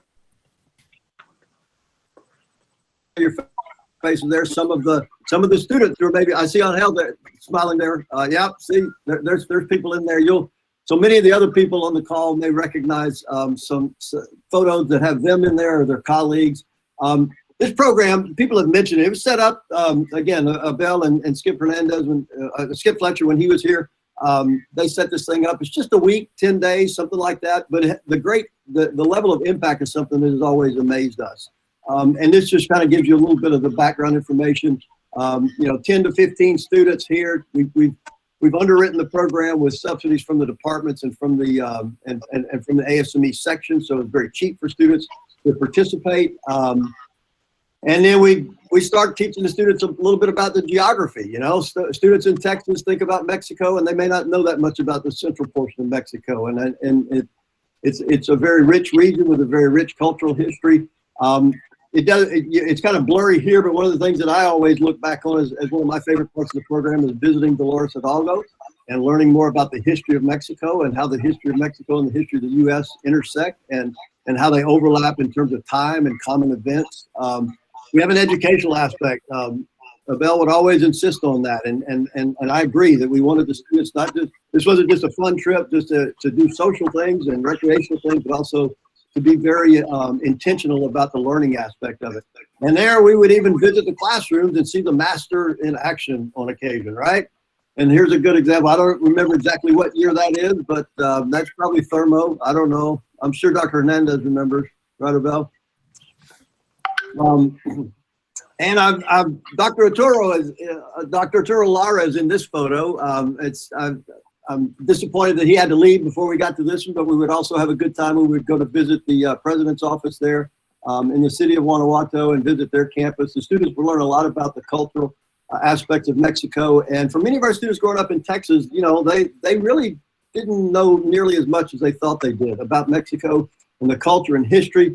You see some nice photographs here. One of the key elements of the program is that it's the housing is homestay. The students would stay in the homes of other students. Faculty would stay in the homes of other faculty. And I personally got to experience that firsthand on multiple occasions to be able to stay in Abel's home and appreciate more fully and more personally his great hospitality. He and his wife Rita and son Adam. Good to see Adam on here again. I remember when Adam would be in College Station and running around our academic program offices in our mechanical engineering department when he was just a little bit smaller, a little bit younger, a little bit shorter, but always full of energy, just like his dad. So fond memories there, fond memories of staying in Abel's home. I don't have any photographs of the famous pool parties that would happen at Abel's home as part of this exchange program. I'm sure somebody out there has some pool party photos, but I don't. We would learn a lot about, again, the history of Mexico. And we would eat some good food there. I was certainly enjoying myself with that bite and hamming it up for the cameras and learning a lot more about true, authentic Mexican food. People in Texas know a little bit about Tex-Mex, but it's also enriching to learn more about the authentic Mexican food and very tasty. We would also visit lots of factories and such. I'm clicking through these kind of quick because I really don't want to extend the time too much, but this is an important aspect of the program. I know students from our group, we would always enjoy getting to see the industries, getting to see the factories and the plants and the design centers that we would be able to visit. And these are just some random photos from a few of those in Querétaro and places like that. Nice bright suits here for one of our visits. And another, just some photos from a water treatment plant that we would often visit right outside of the city of Guanajuato, I think it was, or León, and of course the beautiful city of Guanajuato. So with those, now how do I stop sharing? Stop presenting. Hey, even I can read those two words. Stop presenting. Did it work? Am I stopping? That's right. That's right, Okay, Dr. Hogan. I appreciate your indulgence in allowing me to click through those slides, and I know there are people on the call here that recognize a lot of the places and the people in those slides. It certainly brings back great and most fond memories for me. And just to close my comments, I guess it really to reinforce and echo what others have said. The example that Abel has set and provided for his love for his students, his commitment to excellence for those students, his generosity, and particularly with his time and his efforts and his connections to help his across the world, to help his students be successful is something that has been most impressive.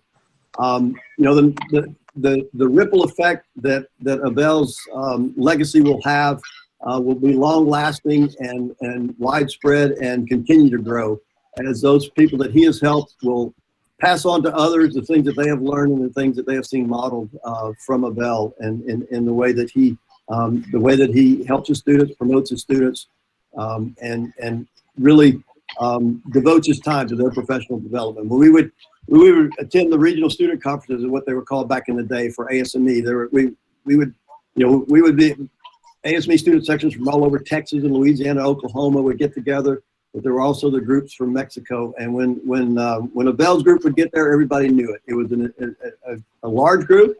It was a successful group. They would compete in the competitions, the oral competitions and the design competitions, and usually they would take the cake because they were so well prepared. So again, another example of the high quality educational work that Abel has done and that he's passed on to and through his students. So with that, I'll hush, but again, just to say it's an honor to be here.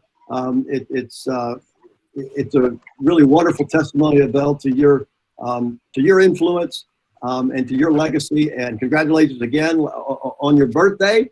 And like Bud said, we'll all plan on being back for the 120. Look forward to that. Let me tell a different side of the story, Harry. Yes, of course. I started the program. I remember the day I started the exchange program. We were at a Chili's restaurant there in College Station. Texas Avenue. So Still we were there. at Chili's restaurant with the ASME gang, the students. And I will always, I have been thinking how in the world it came to me to stand up and say to the audience, I invite you all to Mexico for free. That's exactly how I started the program, Harry. I invite you all to Mexico for free. So everybody quiet down, like, what? For free? To Mexico? How? What's the catch? I remember that was the first question. What's the catch? So that's the way I started, and it was fun, and many hundreds of the students had benefit. Yes, I agree. I agree on that. I know that, we have been there, but let me tell the audience the other side of the story. When I left Texas A&M, coming back to Guanajuato, the program would have shattered down to the ground, would have failed completely. It had not been by a Harry Hogan that took the challenge of continuing the program on the Texas A&M side. So I got to tell you, Harry, this exchange program is not just me. It is also you, Harry. And what I like is that so many hundreds of the students from both sides, American and University of Guanajuato students, have benefited. I'm pretty sure that many of them, the program is already 24-year-old this year. We got to stop it this year for the coronavirus, but it will be the 24th year this year. Remember that my son's age is the age of the exchange program. all those students, probably by now, you know, the first students, Harry, they have been already in industry for more than 20 years. All those first students, and I'm happy, you know, that they have benefited from it, but it was also thanks to you, Harry. It was thanks to you as well. Gracias, Harry. Oh, you're most welcome. It was easy to get engaged on that, seeing the benefit that it provided and the example that you set. You know, one of our students who went through the early days, Christy Brown, I'm sure you remember her. Christy Brown, yes. I've just recently reconnected with her, and she's up at the vice president executive level with Chevron now. And her career, just, you know, so everybody's aware of these small, very small starts. She always had an interest in international programs. And that interest was really promoted and initiated and germinated through this Mexico exchange program.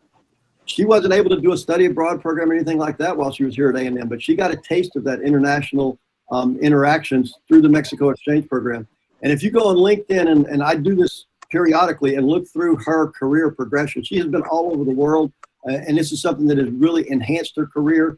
She's, you know, Korea, Louisiana. See, I'm from there, so I can say that's Brazil, Saudi Arabia, Kazakhstan. I mean, she's been all over the world as part of her career. Thailand, most recently. Now she's back in Houston, but she reflects on that as well as a big component of her ultimate professional success. And like I said, she's up at the. Let me tell you also another thing that happened yesterday. Harry, I didn't know if you'd heard that. Yes, of course.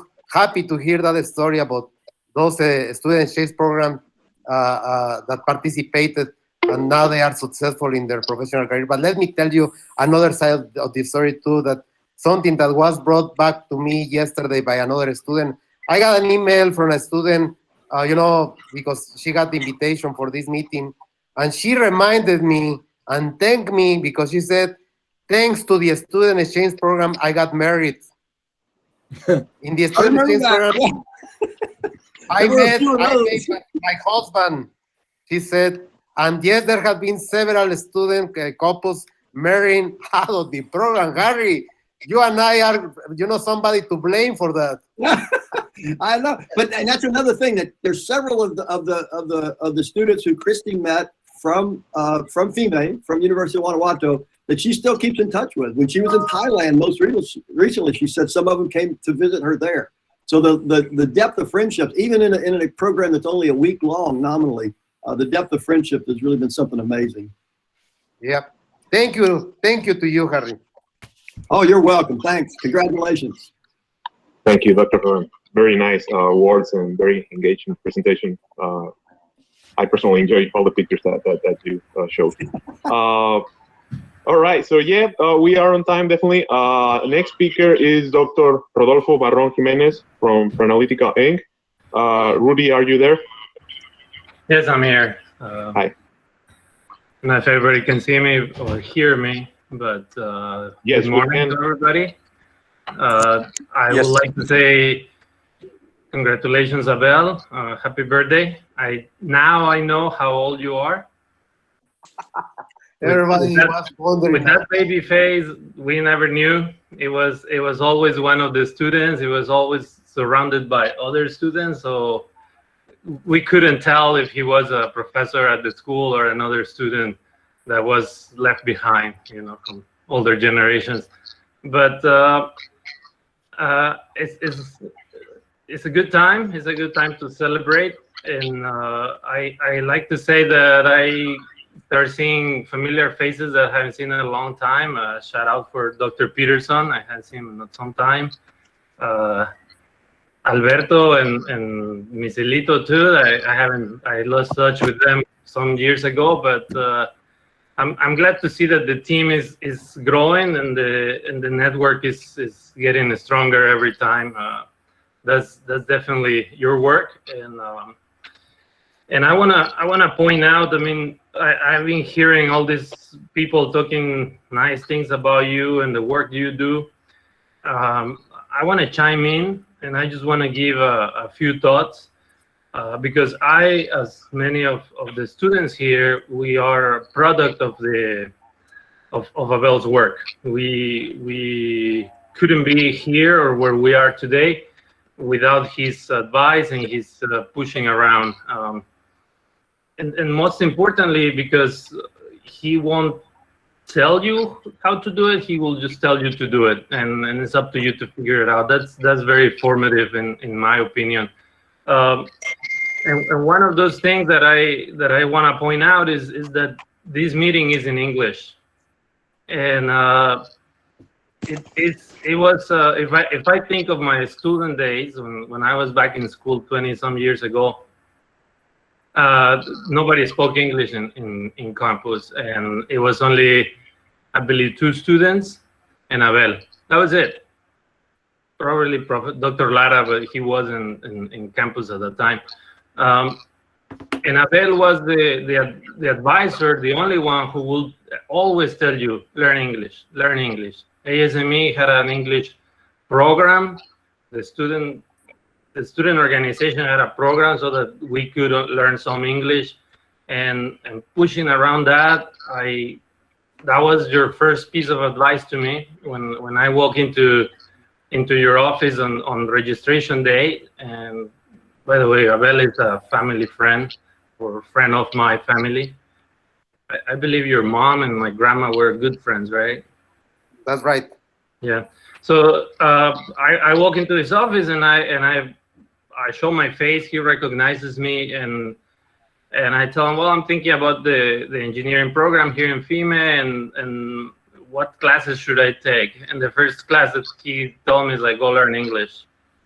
And the second thing is go on and register to the ASME student section. Those 2 pieces of advice actually shaped the rest of my life. And it's a big thank you for not just your vision, but the willingness to share it and to pass it along. You know? I can see that Adam is going to Michigan, and I don't have a problem with Michigan, so I guess I'm happy with him. No, he's I'm just only there. here to No, get the Rudy. vaccine. Adam is just there for the vaccine shot. Oh, Peterson said that he was going to Michigan. No, he thought that he was going to Michigan. I'd rather have him, Oregon State, Duke. You better not. All right, well, like I said, I don't have a problem with Michigan, but it's cold out there, so I know. I'm wearing shorts right now. I'm wearing Adam is saying shorts something. right now. I mean, it's not cold. It is normally. Just for 2 weeks, okay? We are like 15 degrees Celsius here right now, and I'm wearing shorts. Yeah, you were there on the only 2 weeks of the year that this happened. Anyways, I like to mention that just like Harry Hogan said, I went to Texas A&M because of the program. I worked under Professor Peterson. He mentioned me earlier today. It was great to be part of the team and start doing my research there. One of the things that I learned from Abel when I was in FIME was experiments and looking at data and doing thought experiments and then doing actual experiments. Very little was done in campus at that time in terms of actual experiments, and Abel was the only one always pushing for something like that to happen. So when I came to Texas A&M under Dr. Peterson and later on for my PhD program, that was one of the things that I wanted. It was to do experiments and to take data and to look at data and figure out the world that way. So today, if you allow me, I would like to, I prepare a technical presentation. Some of the work we're doing right now in Preanalytica. Today, I work with lasers and laser systems. So it's kind of far from what Abel taught us in energy and heat transfer, but that's where my path took me. So I had this technical presentation prepared, but if you allow me, I'll just show you a video of how gas moves, which I think it was really interesting, and it was something that I never seen before. So if You're okay with that? All Sure, right. sure. Bring it So on. let me- Because Dr. Benjamin Hiron from China, is he there? He sent a pre-recorded video, which we can move to a later point. I don't think he's here because No, it's but late. Lazzarini, Rudy is going to show a video. Yeah, of right. analytica. Right. So yeah, please share it, Rudy. All right. So let's share it here.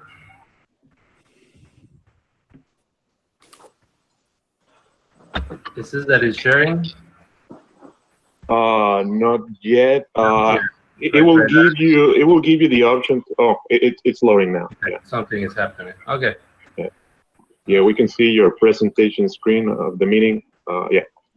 All right. Good. Sure. So this is just a description of the experiment we did. So what you see here is a pipe. It's a 1 inch in diameter pipe, and through this pipe we are flowing air. Air flows through this pipe at about 11 meters per second. So it's really fast. You can't imagine a burst of air flowing through your face at that speed. So what we did is we have this laser system we developed. Is a system that tunes the laser wavelength, but it does it without moving anything. So for all mechanical engineers, this system does not move. So it's all opto-acoustic tuning of the wavelength, and this causes the tuning to be very, very fast. We can tune the laser in microseconds.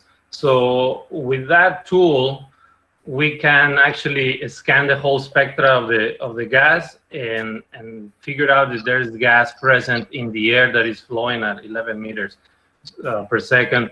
So here we have two valves. We close this valve, we open the second one, we fill this space in between with a refrigerant, and it's just a gas that we pick.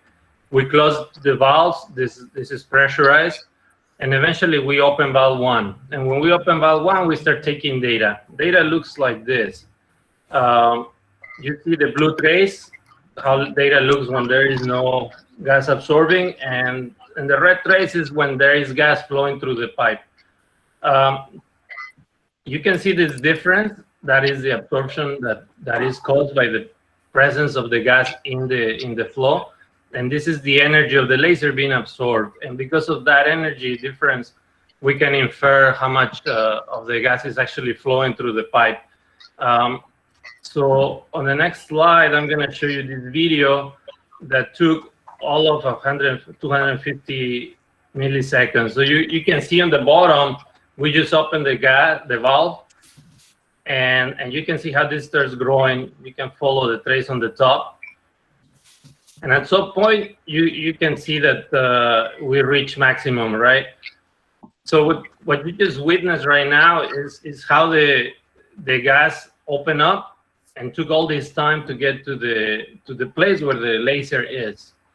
And as you see the signal increasing, you start seeing the plume of gas coming through the laser beam. And as it keeps moving, you can see that now it's going away, and this little demonstration here is showing you how fast the gas is moving, right? So what we just see in this video is less than 140 milliseconds, and the whole plume of gas just moved through. To me, this is impressive. One, because of the speed, and second, because of the fidelity in which we can detect the gas. Imagine, for instance, a conveyor belt moving medicine or pills at a very fast speed, and you have a laser testing every single pill, right? So that could be an application. Another application could be in defense. There are many other applications. So that's what I've had. I hope you guys enjoyed the video. I wanted to present it because I wanted to show that because of what Abel taught me, because of like, go and do it, don't tell me how, go and tackle the problem, figure it out. and giving me some tools to do it, like confidence and English and all of that. Because of all that, I am now capable to share, not to share, but to contribute to the science or to the knowledge of the world. So that is I know Abel has a son, but in a sense, in the sense of being technical and being part of the program that Abel started, these are the fruits of your work, and not only yours, but ours become yours too, because without your pushing, we wouldn't have move on. Thank you, Rudy. Very nice words and really nice video. Really appreciate it. Yeah, right now it's we are 11:55. Next speaker was Dr. Hiron. As I mentioned, he's in China. He's in a pre-recorded video, but because of time, I'll just move it to a later slot. Right now we are in the break until 12:10 Central Time. I mean, the room is still open for any person that wants to join. I saw a very nice note that is very original by Dr. Saleta from University of Guanajuato. I don't know if he's there and he can hear me. I don't know if you want to read that out loud, because I think that was really clever. Oh, there he is. Hey, I'm here. Hello. Hi, Dr. Oh, okay, thank you very much. I want to say that I write in the chat right now, congratulations, Dr. Abel, on his 16th birthday for all his brilliant effort and success in the professional life, for being a person with high human exergy in all multidimensional gradients on his life, for being a person in transit state, non-Newtonian and turbulent teacher, for being a person with high Reynolds and Prandtl, for his speed and diffusion of the knowledge and human moment, and his low diffusivity in his life. Felicidades, Dr. Abel, y muchas gracias por todo tu apoyo. Y saludos a todos los colegas. Congratulations. Thank you, Dr. Saleta. Very nice words. I really like that. Very original. Well, I can hear Lazzarini about Saleta. You know, he was one of the first students in that first group that believed in forming an ASME student section. Since we are all mechanical engineers here, we understand the effect of the ASME in our professional life. You know, people like Dr. John Lienger, you know, he's like the best historian of the ASME. He's one of the key persons in the ASME that has been there in the history of the ASME, and also in some of the development of statistical thermo. You know, his book is very famous. But Dr. Saleta, you know, shows exactly the kind of a student that believe in ASME, started making all those activities with his group of the students. And then, you know, 25 years down the line, we had a professor also that, you know, since he went through that, he now is able to also push the same as, probably I was a pusher. Yes, I was a pusher. And now people like him are helping me to push the students to be their best. So, no, actually, I am the one saying always thank you. Thank you to the students, because they believe, they carry through, and now they are the pushers. So, you know, that's probably the best. But I'm not the pusher anymore. The students now are the pushers. Thank you. Congratulations. Great. So yeah, just a heads up, we're still in the break. We still have 10 minutes. So yeah, anyone is welcome to share anything. I think most of us will just still be connected. But for those of you that want to go to the restroom or whatever, I'm going to actually do that. I want to tell something about Dr. Welty. Okay, yeah. And it's something that I repeat in my classes. I always tell this story in my classes about being punctual, about being on time. And I tell them a story that happened in a convention class with Dr. Welty. what happened is that the day before that class, there was the first day that we saw snow. It was snowing outside our dorm. And, first time that you see snow, you want to go out and start building a snowman. People like us that we had never seen the snow, and we had seen pictures of people doing that and throwing snowballs and all that. Of course, we wanted to go out and do that. That was before a class with Dr. Welty. It was at 8:30, the day after that class. And then probably he doesn't remember this story. So the night before, there was this snowing, and we went out. It was 10:30 at night. We went out to start building the snowman. I learned that I didn't want to build a snowman anymore because it was so hard to build it. It was 2:30 in the morning, and we were finishing at last the snowman. So tired, so wet. We put the carrot, for the snowman, and then we went into the dorm to take a shower and go to bed. But we had an 8:30 in the morning class with Dr. Welty, right? So what happened is that we were so tired of building the snowman that the 8:30 time came and we were not in his class because we overslept. And I remember my best friend and I started throwing pillows at each other. Let's go, let's go. We had the class with Dr. Welty. And then we were running down the stairs from the dorm. We were in the 5th floor. So we were running like crazy. We didn't take the elevator. We were running like crazy to get our bikes. And then we tried to start biking. Well, first of all, at the moment we stepped outside the dorm, down to the floor because we didn't know what it was. The day after snowing, the floor was completely like glass, because of the ice that had formed in the night. So there we went back. We fell and, got up and got to the bikes and started running towards class. And we were in class about 8:45, so 15 minutes late. Dr. Welty was outside the classroom, right? And this is a story I'm telling. So the students that have taken a class with me, they learn how I learned to be on time. Dr. Welty was outside the classroom. And then there we were in Rogers Hall running through the corridor towards class. And then my friend and I, like people that always come late, trying to be funny. There is nothing funny about being late. And then Dr. Welty was outside, standing outside the classroom. My friend and I walk in the classroom running like crazy and And Dr. Welty turned towards the inside of the classroom and he said, "The Mexicans had arrived. Now we can start." You probably don't remember that, Dr. Welty, but that taught me that I should be always on time. I'm pretty sure you don't remember that, Dr. Welty. I do. And you were always on time after that, for sure. Yes. And I had tried to teach my students that, Mexican time is always late. And I had to tell them, no, we had to break that pattern.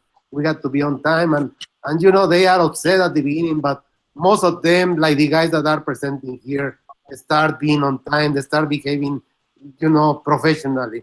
But that happened in a convention class in a master's level back in, must have been 85, I think, somewhere there, Dr. Welty. So thank you. That was another lesson you taught me. Okay. Since now we are in the break time, anybody can make a comment?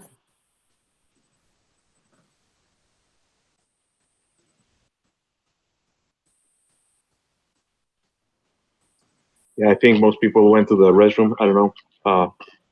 Yeah, actually, I'm going to the restroom real quick. Please excuse me for 5 minutes, 3 minutes.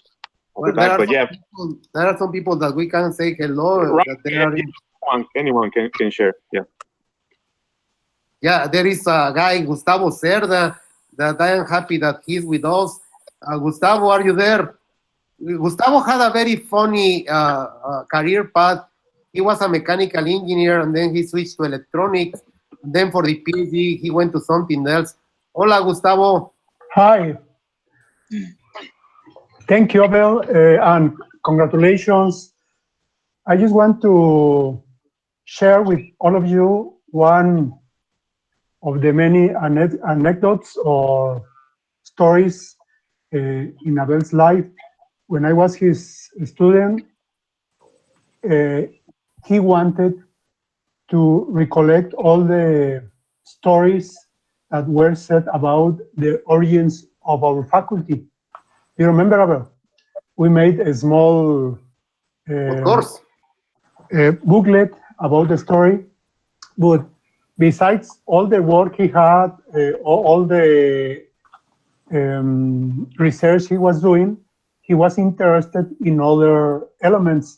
In one of them was that recollection of stories on the origins of the faculty, and he sent me to interview several of the engineers who started this faculty in the 60s, around the 60s, as I remember. Some of them were already old people, retired, and I went even to Mexico City to interview some of them and trying to collect as much information as possible. But, well, my point is that besides the academic or research areas Abel was covering, he was interested in other aspects around our school. And, well, besides that, he was my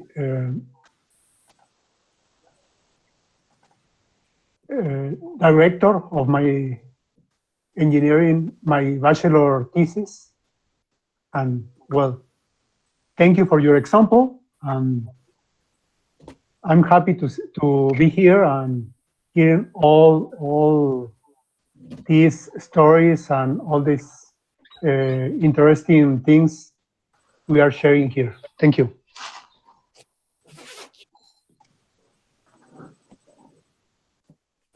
Thank you, Gustavo. There is also somebody I saw in the list that I am happy to see him, because we didn't know who was going to join or Symposium. I see Horacio Ramos. As far as I understand, Horacio Ramos is in Germany. Horacio, are you there? Can you all hear me? Yes, we can hear you. Me? Hey, thanks, Abel. Well, first of all, I'm honored to be part of this group. Thank you very much to yourself and to all the group members that were kind enough to add me to the list. I am probably one of the few of Abel's students that did not end up with a PhD, but what belonging to the group of Abel got me was he basically got me with what I would call science street smarts. Because once I got immersed in science and I got immersed in what we would say call in Spanish, the beyond, the más allá, outside of the town of Salamanca, I just got hooked. And having belonged to the group exposed me to different situations that otherwise I wouldn't have been able to. From, my two grandparents are basically farmers in Salamanca, and I would have not had the chance to, visit the States and end up where I am right now. Maybe tell you a little bit about me. I end up graduating as a mechanical engineer, bachelor's degree, and then I did a master's in business in Oregon, not in Oregon State, but in a very small college, liberal arts college in Southern Oregon. And I ended up also working on a master's at Texas A&M, a business learning master's in petroleum engineering. Currently, I'm leading a team which is trying to revolutionize the science of well abandonments in shale. And what we do is basically we have our little startup, and we call it DNA on a Wire. And a lot of the ideas are actually coming from the outside of the industry because I'm still curious. I still got the curiosity that belonging to the group of Abel gave me, and I'm capitalizing on that to myself and to my team to look beyond what we have in the oil industry. So this is just one of the few things that I've learned belonging to the group of Abel. And in front of everybody, I'd like to publicly thank him for having me, put me under his wing and showing me the world. I think that's it. Thanks, Abel. Happy birthday. Thank you, Dr. Ramos. Very nice words. Yeah, so now we are at 12:10, so we are on time. Our next speaker that is opening the second half of this session is Dr. Adrian Villan from Duke University. Professor Villan, can you hear us? Yes, thank you, Daniel, for including me in this celebration. And first of all, congratulations, Abel, on your 60th birthday. And we all look forward to many more of these occasions. I have to thank you and the organizers for this amazing opportunity of being together, especially during this pandemic. This is a rarity. I'm delighted to see Professor Welty, Professor Lienhardt, and also professors of my generation, George Tsatsaronis, Enrico Schuba, Satish Kandlikar, and many more of us in the group. This is very special. The fact that so many have joined speaks volumes of Abel Hernandez. He is not only a colleague with a stellar career in thermal sciences, he is an attractor for students and for colleagues and for, let's say, interesting people. And I noticed that his interests are extremely broad. For example, bringing students, lots of them, to the ASME. This is very important to do. Unfortunately, not many of our younger colleagues see that light. So I am very impressed with his dedication to helping students who actually need help, who need guidance, and who need personal example. And the point that I want to make as I think of Abel is that the colleagues he attracts, the ones who actually become his friends, have the great fortune of being kept by him. He simply keeps them. I don't know how he does it, but the keeping happens naturally. I listened to many of you, the speakers. You remember when you met him for the first time. Frankly, I have no idea when I met him. All I know is that he grew on me over the years. He simply grew on me. And I've been wondering about that since I was invited a few days ago. And at the end of my few minutes here, I will tell you my theory as to why he grew on me. I've learned, so on the way to that theory, I've learned things about him that I did not know, but things that really make sense. For example, one of his younger colleagues said that the first advice he got from Abel was that he should learn English. Tremendous. That's absolutely huge in the lives of those who come from mother languages that happen not to be English. Well, a colleague of mine, actually a dean here at Duke, almost got fired for giving that advice to a foreign student. Apparently, she had insulted his nationalist sensitivities with that kind of an advice. That was the best advice any foreign student should get. And by the way, because of these sensitivities, now we call them international students, not foreign students. In other words, everybody who comes from somewhere is an international, like Maradona and Messi, you see? Well, anyway, the point is that Abel is behaving naturally. There's absolutely nothing forced in the way he interacts with people. And to my great pleasure, I discovered that he has interests that go well beyond heat transfer and thermodynamics. Abel is naturally interested in the big picture, and that means the history of the world, the history of science. He knows languages, not singular, but plural. He knows art. He knows, of course, basketball. And he is particularly good at talking about soccer. And these things are, in fact, much better than drinking, you see. And so it is a pleasure to count among close colleagues. My pleasure also stems from the fact that when he says something in Spanish,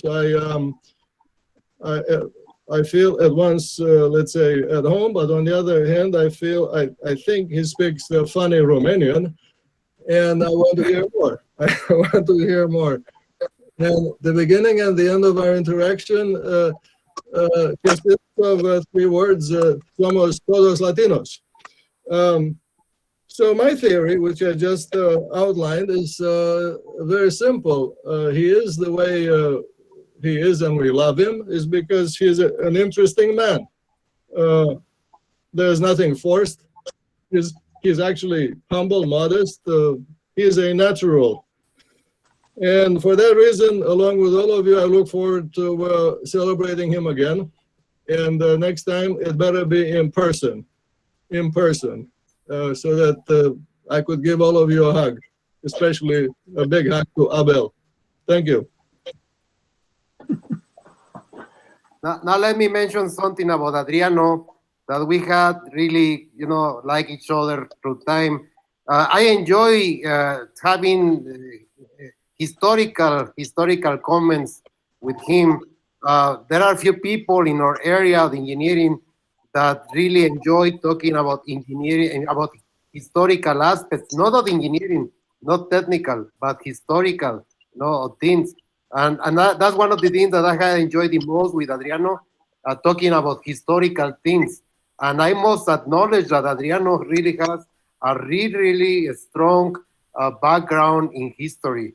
I enjoyed that very much with you, Adriano, talking about history. Thank you. There is another professor from Romania, now that Villan, Adriano is from Romania. Daniela Popescu is right there too, joining us from Romania. Good to have you, Daniela. Daniela, your microphone is off.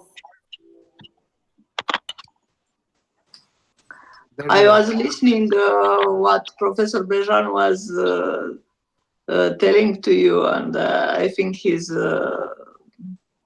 not only right, but he appreciates you in a similar way. I do also, and I find it funny because it has some. He was impressed by similar things as I was. Yeah, thank you. Actually, yeah, Dr. Villan was asking me for your email. If you can just email Dr. Villan to make that acquaintance, that was something that I just so if you could please do that. All right, so it's 12:20. We are definitely on time. So why don't we go with our next speaker in line? I don't know if he's there actually. Do we have Martin Alfaro? Are you there? Yeah, he's there. He has a funny name. Yes, that's me. Oh, okay, But, okay. My account it says El Mico. Yeah. That's why I couldn't see it. The Hi. monkey. Yes, it's a long story for this account. So thank you to give me the floor. So I want to present something. I to share my screen. I will present my screen to. My second screen is on the left, on the right side. There you go. Can you see? Okay, let me see. Probably I can put this in presentation mode with some icons there. So, anybody can see my screen now? Yes. Well, that's me. So I want first to thanks to Dr. Abel to all the effort for all the decisions you took to went to Oregon and to come back to Salamanca, Guanajuato, because thanks to you, I has been able to realize and visit another places, take the engineering as a career, know a lot of people, read very interesting books. Hopefully you can see in my video. It's the Wealthy book. So when I have in my hands this book first, it was like a strange literature with a strange language. And even that it was in English, it was very strange for me also. But at the end, what I learned from Dr. Abel was you never give up. You need to face all the difficulties, and you need to challenge yourself to go beyond the status quo, as Dr. Abel said. So, thanks to him, I understood a little bit of the combustion, of the heat transfer, thermodynamics, mechanics of fluids, numerical methods, mathematics that seems to be complicated.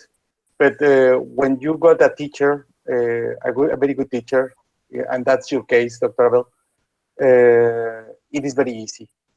So you can see in the picture, it's a carbon burning, but also there is a sticking in all the phenomena, physical phenomena, the engineering. So if you have been asking questions to some people will tell you, it doesn't matter. So, but in this case, the Dr. Abel is that, okay, let's think about, let's talk the idea, go around and make some philosophy questions. And that was the classroom of Dr. Abel. It was I remember that the class was not just to read a book or just to make exercise. The class was to, okay, let's think about this phenomenon. And you can read the book at your own, make the homework that is in English also. And that belongs me to complete my mechanical engineering first. And then, thanks to Dr. Abel for the first class of thermodynamics, I remember very well that class when most of the class was out after one day of your class. And I decided to remain to see what's happening. So thanks to that, I decided to go for the thermal science in my master degree. So in your hand, thanks to you. And also I am in the progress to get another master degree in a FIME here in Nuevo León, in Monterrey, with the FIME with only one E. It's like the FIME with two E's in Salamanca, and the FIME with one E in Monterrey. So I am I'm trying to get. but I think to get another grade in electrical engineering because it's very interesting for me regarding that I learned with you some CFD, ANSYS, Fluent, and also I took the opportunity to get some studies in the aviation company. So at the end, all my career has been built with the first step you've done when you come back to Salamanca. So I don't have the words to say thank you to you, Dr. Abel, to teach me not only the leadership you have, but also to take the hard questions.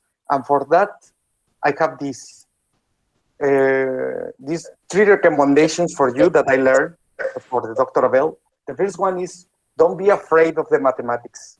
It is very easy if you found a very capable teacher as you have, Dr. Abel, as you are. Sorry. Don't be afraid to speak another language. All is about learning, and this will open for you another hidden doors. So thanks to you, I went to Chicago, I went to California, I went to San Diego, I went to France. I am trying to learn some French, a little bit. And don't be afraid to go beyond your current knowledge. Ask yourself the kind of questions to enlighten your engineering passion and commit to yourself. So that's all the words that I can say by now. So I will share my... I want to say something about Martin Felipe Alfaro Cano. For some reason, his name, I always had to say the full complete name, Martin Felipe Alfaro Cano. For some reason, that always rings in my mind. I'm really happy to see this new Martin Felipe Alfaro Cano, very professional. You guys could know the way that he used to handle himself as an undergraduate. He was not, the forward people that you can see now. His Spanish was terrible. I remember his Spanish was not really good in the sense that he will not use a really university language. And now I can see how he has developed. It's really amazing for me to see this new professional. He works for this French company in the city of Monterrey, Schneider. And yes. I'm really happy that you have had such a life. By seeing you successful, I am happy. Thank you, Felipe. Thank you. Thanks to you, Doctor. Thank you, Martin. All right, so next speaker is Daniel Juarez from Underwriters Inc. Daniel. No. This is Daniel Boltzmann. Daniel Boltzmann. Okay, yeah. We're gonna talk about entropy. All right. Okay. The floor is yours. Thank you very much. Can you see my screen? Yes, we can. Okay. So for me, it's an honor. Hello, everyone. My name is Daniel. I was one of the students from Dr. Hernandez Research Group. For me, it's an honor to be here in this call with all the emeritus professor. I remember when I met Professor Hernandez, was in 2004, 2005. I was enrolled in the undergrad thermodynamics course, and he was a different professor. He talked about the authors of the books like if they were his friends, and I thought, oh, this guy is crazy. But later I realized that he actually met those professors. He knew, and he met Professor Welty, he met Professor Mike Moran, and Professor Bejan. So I started realizing he was a different professor, and he was always saying different things to the rest of the professors. Later, I think 1 or 2 years later, I asked him to let me work with him to do my undergrad thesis, and that's how I enrolled in his research group. 2006. From there, he helped me to participate in different summer research programs at the state level, at the national level. At the state level, it was just within the university. At the national level, in the Mexican Society of Mechanical Engineers. There's a national conference, and later we started publishing some conference papers at the IMECI and ECOS and some of those international conferences. So it was a long journey for both of us. And as part of the preparation that I have and all the work that I did with the Dr. Hernandez, I was able to participate in different summer summer research programs with the University of Arizona when I was undergrad and when I was doing my master's. We have some collaborative project with the Professor Gwen Lee from the University of Arizona. And one of the things that Dr. Abel always told us was, okay, you need to be an ASME member. You need to be an ASME member. And thanks to that, I was able to participate in one of the cultural exchange program with the ecosystem. That was the first time that I went abroad. That was the first time that I could practice my English. That was the first time that I met Professor Kogan. And it's funny because some years later, I will get back to Texas A&M to do my grad studies. Later, some years later, I finally met my PhD thesis advisor, Professor Partha Mukhari. You can see the picture here. I don't know if you can see the cursor. Thanks to the network that Dr. Hernandez and Professor Mukhari had, I was able to basically jump in the network and start my PhD studies. I think he's happy in that picture because they were talking about telling some slave or some student, sorry, and I was the lucky one.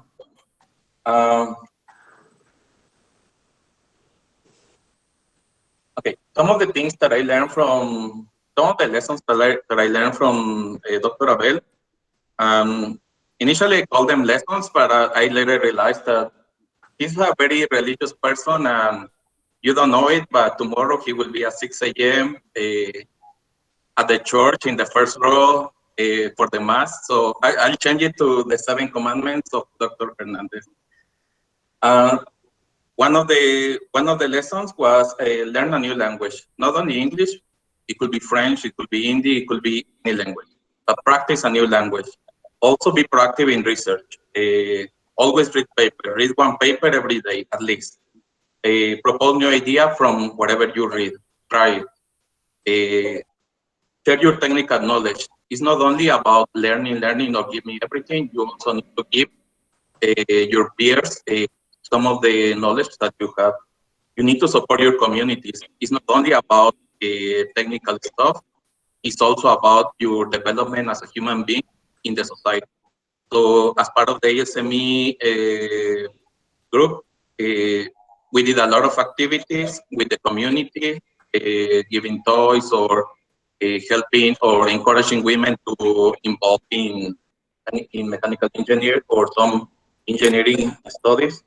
One thing that he always asks us is to be grateful. If the country gives you something, you need to give back. I think I failed in that point, but in some sense, I do it in my own way. I didn't get back to Mexico. I hope to do it in the future. But from my side, I try to keep supporting whoever is in Mexico, however I can. Also, he was very honest with us. He always said, be patient. Getting a PhD is not easy, and it will be tough. And there were some times that I was I was at a low point, and I sent him an email, hey, Doc, I'm feeling bad. What do you recommend? I knew that he already went through all these experiences. So instead of making a bad decision, I prefer to talk to him. And finally, the last thing that I learned from him is dream big, but also act big.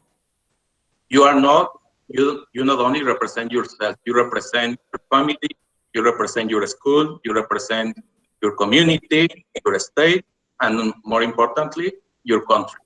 Every time I have to make a decision, I think, okay, will this affect the perception of the people, not only from me, but from other students? And based on that, I made my. Thank you very much for letting me join the call, for being with the professors, and for spending a lot of time with you. Oh, thank you, Daniel.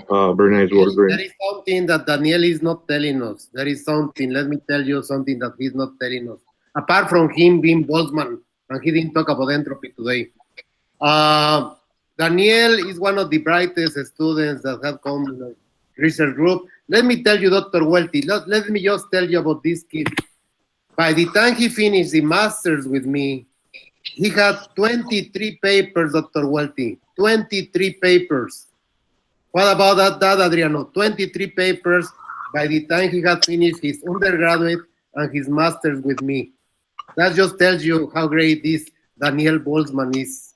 He's not telling us that part of the story. 23 papers. He's humble.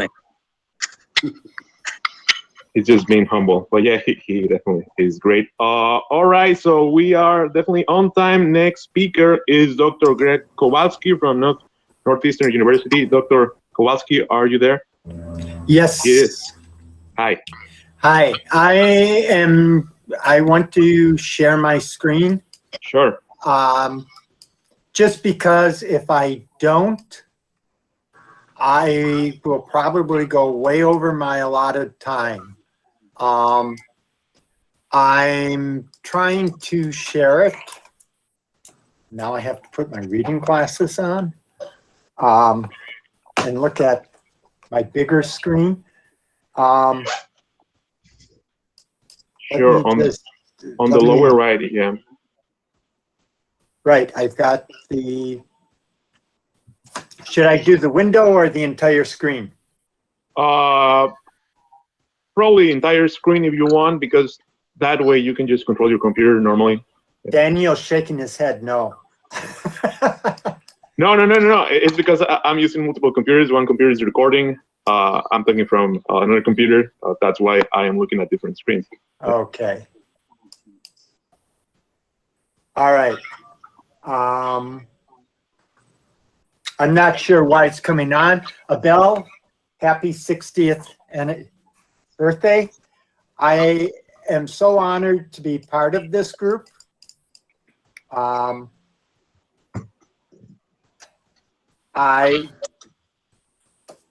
waiting for this to boot up.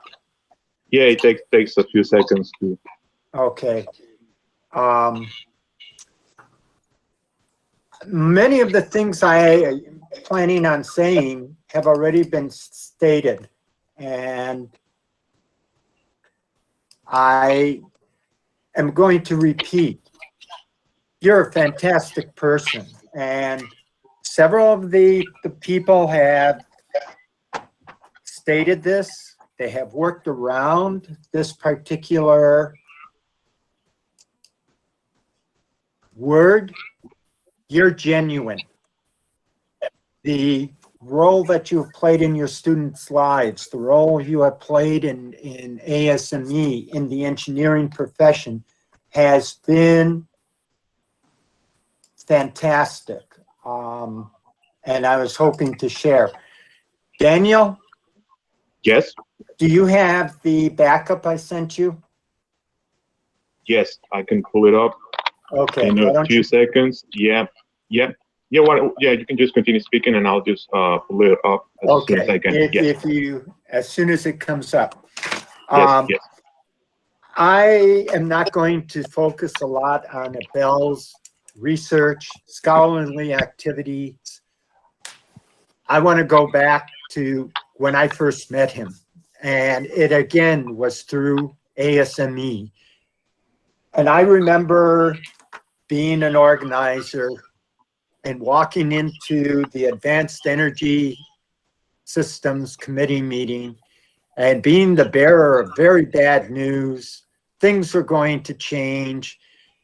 And I wanted to deliver a message. This is how we can all work together. And being bombarded with negativity. Okay, I'm Greg Kowalski. I'm from Northeastern. And why don't you go to the next slide, Daniel? Sure. There you go. Okay.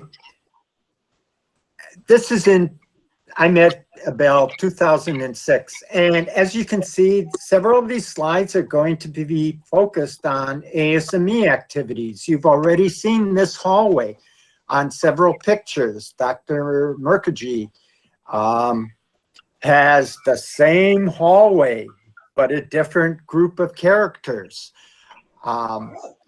Abel used ASME and helped promote his students, helped promote his university, as well as being a forum for his various research. To end the story about this hostile meeting I was in, there was this lone voice that said, could we please listen to him? He's trying to help us. And the person that said it had a smile. And this statement has been made about Abel. He's always smiling. And that's when I first met him. May I have the next slide? In 2008, Abel was in Boston, another ASME meeting. And this is just listing his many research accomplishments. And I didn't even begin to list his awards and his ASME contributions. But in 2008, he had one night to stay over in Boston. He wanted to go to the Museum of Fine Arts, if I recall, and he didn't have a hotel room. And he was looking for an inexpensive hotel room in the metropolitan Boston area. This is an oxymoron. So I said, why don't you just stay in my room? And we ordered up a cot. And from there, I got invited to offer a short course. May I have the next slide?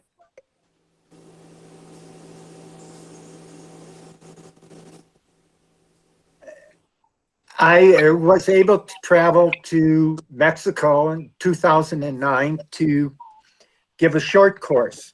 We have all been inundated with the pandemic this year. The day I landed in Mexico City was the day before Mexico shut down for the swine flu.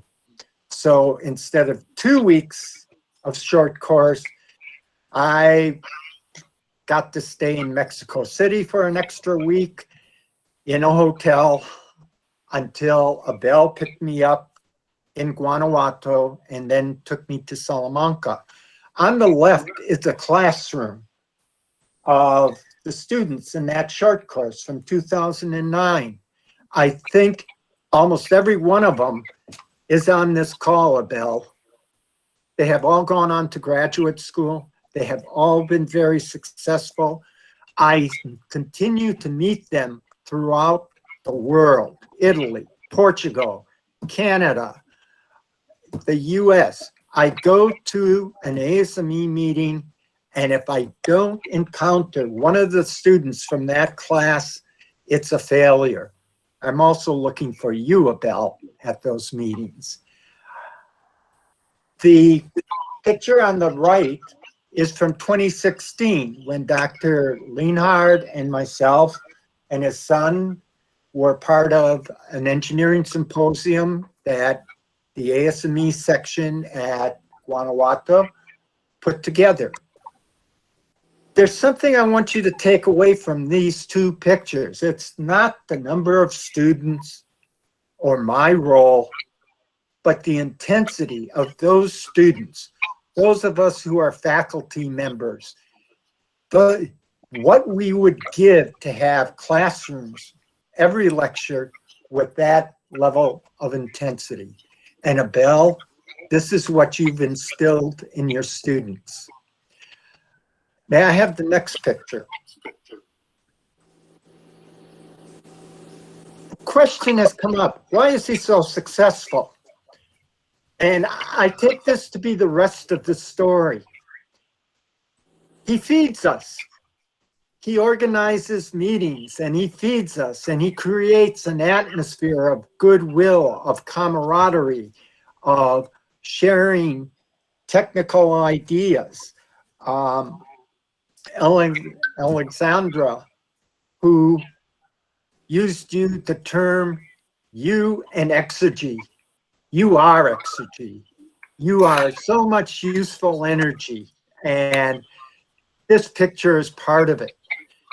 The picture on the right is from 2016. Dr. Lienhardt is in it. And when I saw this picture, I had to put it in. He makes us smile. And this has been a reoccurring theme throughout today. May I go to the next picture? Next slide. Yes, Dr. Hogan, here is part of the pool picture. When I stayed with Abel, my wife and I were his guests at his house. He, Adam, and I had a game of pool basketball. And I have to say, he beat Adam and I rather soundly. But that pool brings back many memories. What I'm not showing is your broken ankle x-ray from your weekly basketball game. And I realized that that weekly basketball game was much more than physical activity. It was an intellectual bonding. And you should be commended for this. May I have the next slide? Not only have you reached your students, you've reached my life. You've enriched my life. You've broadened my horizons, including the yearly Hippo song. And I think that message has come through by many of the other speakers who have preceded me. The University of Guanajuato, those steps, that's one of your students who was supposed to spend 6 months with me. He made such an impression with one of my colleagues. He was offered an extra 3 months of support. I have to tell you, and I think Pepe is on the phone call. I saw his name log in. My wife was very angry with me because she said, you know, he has a serious girlfriend back in Mexico. Why are you and Abel keeping him in Boston? But he represented how well prepared, both academically and socially, your students are. On the right is the 2016 Symposium with all of the visitors and the presenters. You've just enriched my life. And may I have the last slide? I want to wish you a happy birthday. I want to wish you many more celebrations to come. And I am hoping, and I'll take Bud Peterson's comment, that it will be another 60 years before we have to think of doing a third bronze statue of you in your front yard. So happy birthday. Thank you for enriching my world and the world at large. Thank you. Thank you, Greg. I didn't know you were going to put out the front of my house. I don't know, many people might think that I am crazy. Dr. Lienhardt and I have been talking about that because he's not happy with Newton's statue or somehow, you know, which is all right. Dr. John Lienhardt, it's all right because, you know, you and I through the year, we talk about lots of things. And I had made comments to people about your point of view about Newton, which I really respect, you know. I remember, Dr. Lienhardt, you mentioned to me once, if Newton was alive today, he wouldn't be my friend. You said that. But remember, Remember, Dr. John Lienhardt, that I put these statues in the entrance of my house in such a way that I could celebrate things that happen in my life, and also celebrate knowledge. That's that's why they represent. Dr. Welch, house, Dr. Welch. On the on the left, you had Newton, and on the right you had Einstein. And the reason that I put those statues is that the Einstein one was when I celebrated 20 years coming back from Oregon, Dr. Welty. After 20 years of coming back from Oregon, I put out that statue of the Einstein. And then the one on the left, Newton's, was when I got the highest level of professorship at the university. In Mexico, it's called Titular C, which is the highest level. So there was a difference in salary. And then I remember asking my son Adam, I told him, Adam, I'm going to have a difference in salary, and the money has been piling, and I can buy you a piece of land, so later in the future you can build a house, or if you want, we can build the statue of Newton. And the answer of Adam, my son, any other kid would have said probably, buy me a piece of land with that money, with that difference in salary. No, Adam told me, let's build the statue of Newton.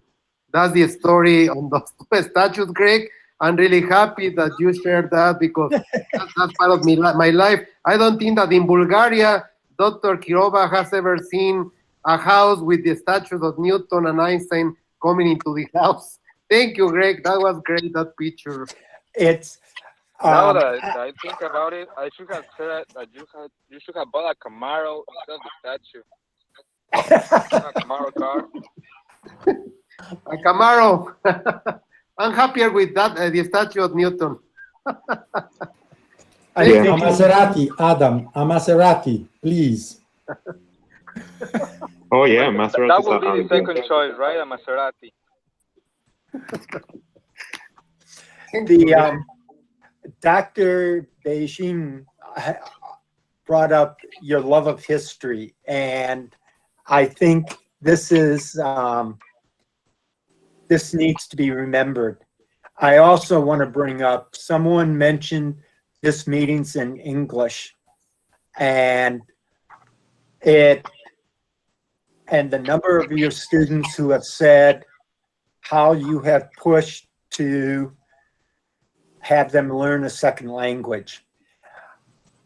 I can only imagine what would happen if I went to my administrators and said, we are going to teach in Spanish or Italian, one of our courses. And I can tell you that I would not make very, very much headway.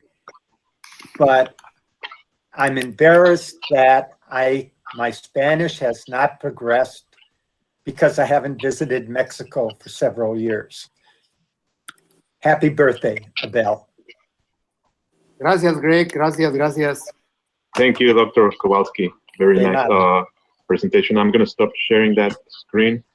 Okay, so I'll go back because we have some people trying to join. Okay. All right, so I wanted to make this point. So we are, according to schedule, actually, some of the presenters, as I mentioned, because they are in different parts of the world, we have some people in China, we have another person in Japan, and next we have two female graduates from Dr. Abel's group, and they sent a video, but because I think we might run into some lag issues when I project the video, I think we should just keep going with the people that are live. And at the end of the event, what I'm going to do, because this event is being recorded, I'm just going to stitch those videos that were pre-recorded, and I'm just going to send the link to everyone so they can revisit the this recorded meeting. So because we are on time, actually, well, we are behind schedule at the moment. Our next speaker would be Dr. John Lienhardt, of the people that are here live. Dr. Lienhardt, are you there? I am here. Can you hear me? Yes, we can hear you. Thank you. Ah, very good. Okay. Hola, Abel. Hola, This Dr. is Lee. really such a treat, such a treat.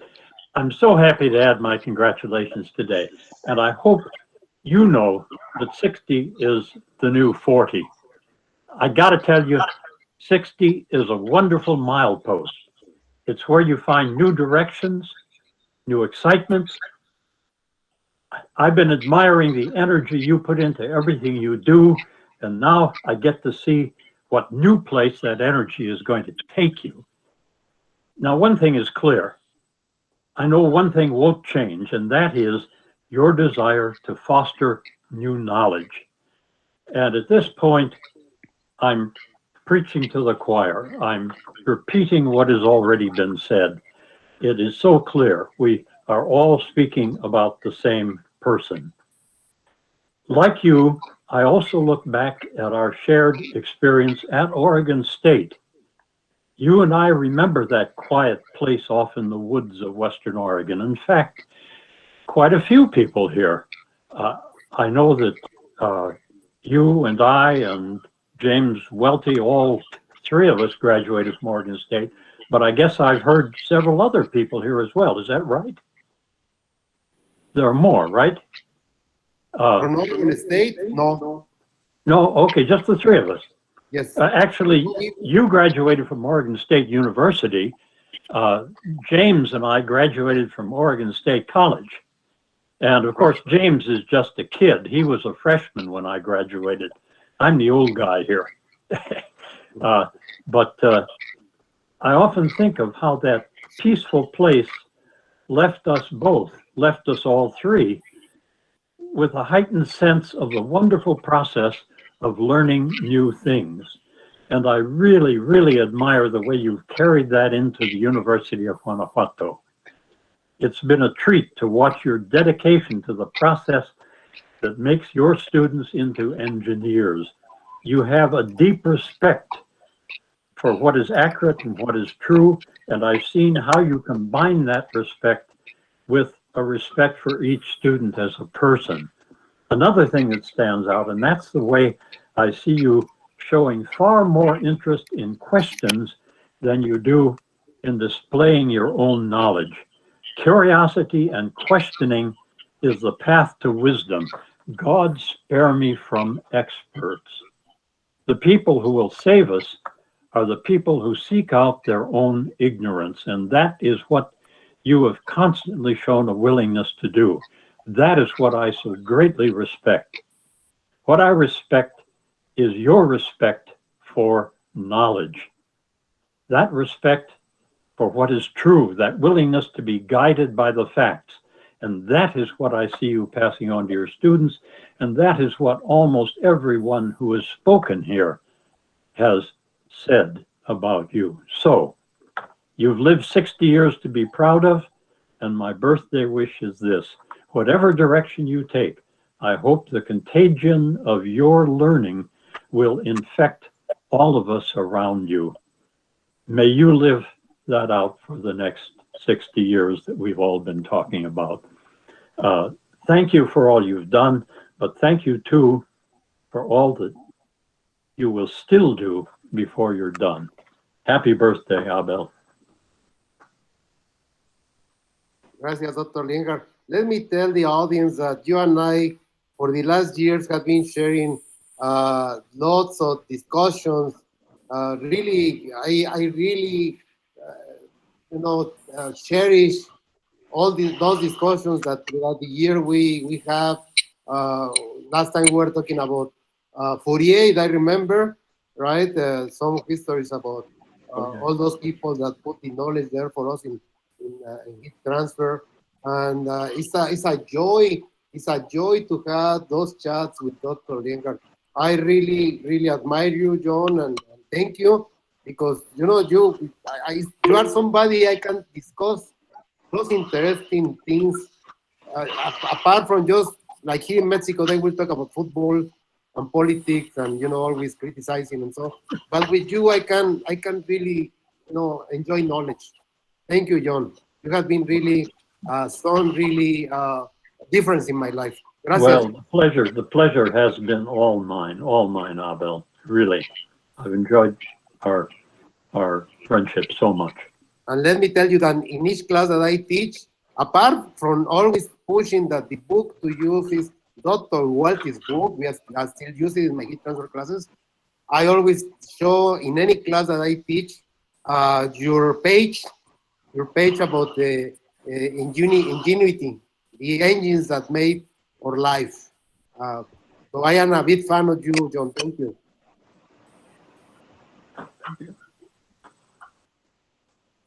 Thank you, Dr. Lina. All right, so our next speaker, based on the people that are here live at this event, is Dr. Elliot Byron Short from Raytheon.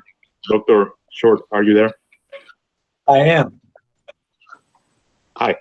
And I will attempt to share my screen. If that doesn't work, I'll get you to pull up the backup like you did.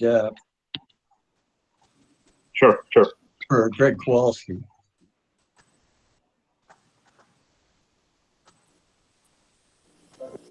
Okay, yeah, it's coming up. Yeah, good. We can see it. Bill, while that's coming up, congratulations, happy birthday. But also congratulations on the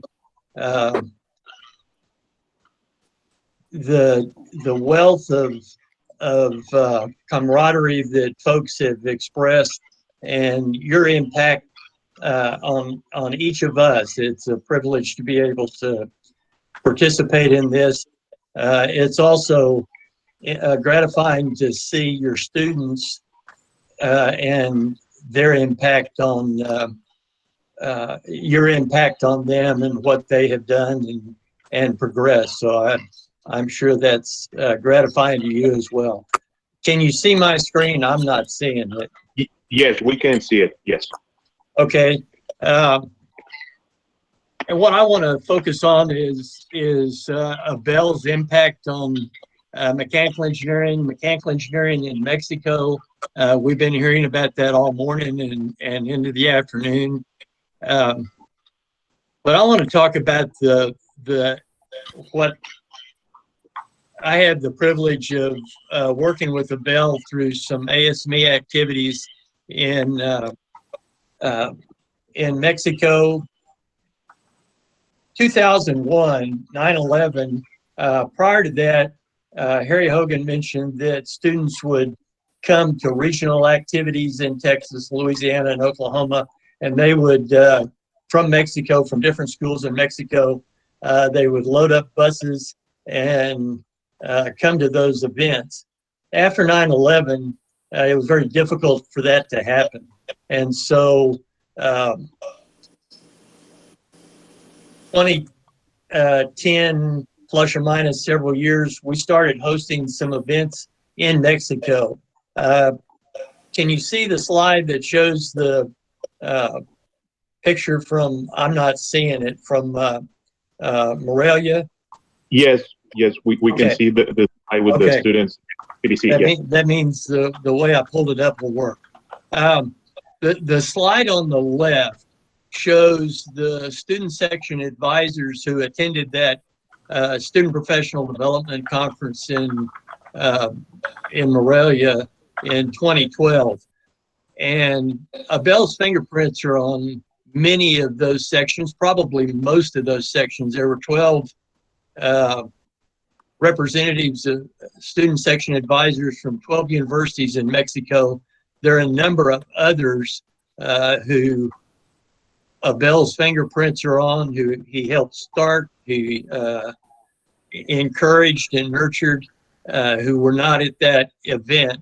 And the picture on the right is just an example of one of many times that when a student section would be recognized in ASME from Mexico, Abel would get the certificate and would take it and present it to that university, wherever it was in Mexico, and would travel all over the nation of Mexico presenting those certificates. And I think there's a couple of folks that are on the call that I think that's Eduardo that are on this call today. And here are just some others. One of Abel's visits to Pueblo to present the student section certificate. Again, this was one of the student sections. I believe this is the student section from Michoacan, actually in Morelia. And then there was another SPDC in Mexico City, and a large number of students that participated in that. And the enthusiasm that those students exhibit during the various competitions was fun to see.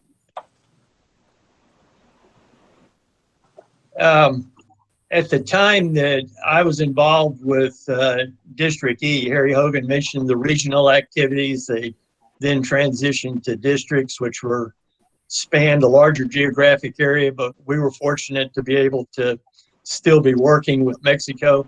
There were more than 90 student sections in the district, but a third of those were in Mexico.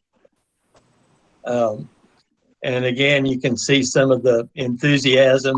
This event was an SLS, a student leadership symposium, and a human-powered vehicle competition that was hosted in Coatzacoalcos, down just about this part of Mexico, down on the south of Veracruz, and a large number of schools that attended that. And this is that event. There were 230 students that participated from 18 different schools, 10 of which participated in the human-powered vehicle competition, and the newspaper coverage of those of that event was fun to see after the fact. And then the event, the SPDC in Morelia, we actually had about 300 participants, a little over 300 participants participating in a number of different competitions. And all of that stems from the impact that Abel had on those student sections in Mexico, the enthusiasm that he extended to those schools, and that they were excited about participating in wherever it was. So I'll go ahead and stop sharing that. So Abel, it's just a privilege and an honor to participate today. The people have talked about your energy, and I have enjoyed getting to see that, and enjoyed you as a friend over the years. The wisdom that you impart to your students, well beyond the technical expertise, is very gratifying to see, and even more gratifying to hear the students themselves express that. So thank you very much. I appreciate the opportunity. I must have to say that I am the one thanking life for having friends like you, Elliot. We had great fun together, didn't we, Elliot? Oh yeah, those were, my wife and I enjoyed the trips to Mexico, and getting to see that part of Mexico, central Mexico, as well as Coatzacoalcos and Mexico City and Monterrey, I think were the, in addition to Morelia and Salamanca and Guanajuato, very enjoyable. I don't really see why ASME has been changing the way it has. Somehow people, like us that were there, are not enjoying the ride anymore. The staff of the ASME has not been really helping to get that spirit that we used to have 30, 20 years ago. But I still consider you my friend, Elliot. There is Brian. Well, it's a privilege, and I enjoy it. Lazzarini, there is Ryan Dietz, another crucial ASME leader. He's there online. You can probably give the word to him, Lazzarini. Yes, sure. Dr. Brian, are you there? Can you hear us?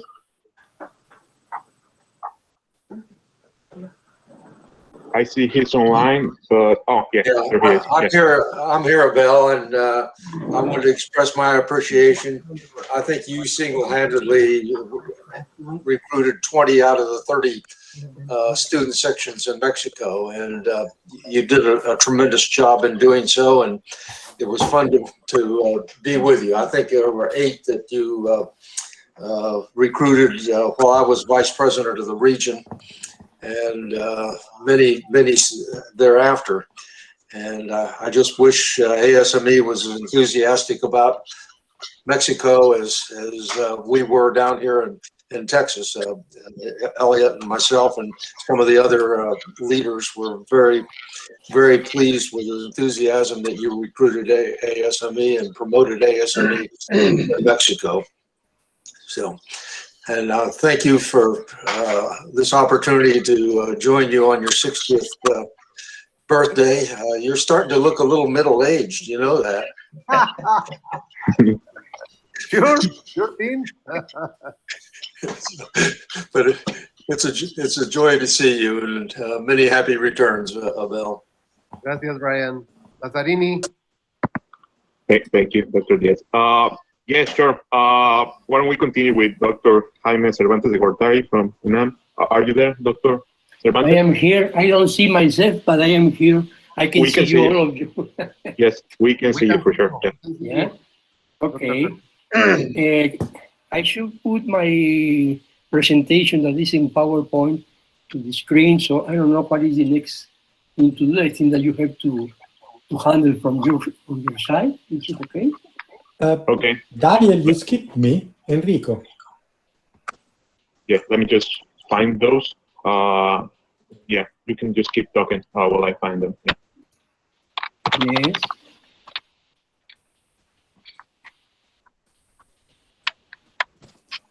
When I was invited to this excuse me for celebration meeting, I was very happy to participate. And the one thing that did keep me was to remember that 2 years ago we have a homage celebration to Abel in one of the SOMIM, that is the Mexican Society of Mechanical Engineers in Mazatlan, and I was in charge of prepare the presentation. So I asked Abel about some pictures that he might provide me to put in the screen, and I was amazed because he sent me something like 150 pictures. So it's impossible to do it in that way. So what I did was to cut and to arrange in a way that I like very much to do, is to put in a presentation sort of collage. And this time I decided to do about the same thing, just to be able to present all the Actually, yeah, Yes? I'm looking this up, and yeah, you didn't send me the slides. I don't have the file. I mean, you said you would, but I think at the end you said Is you it would just possible present. to do it? Or? No, Can I do I it? don't, yeah, you can try. On the lower right, it says present now. Let me check. Yeah, presentar.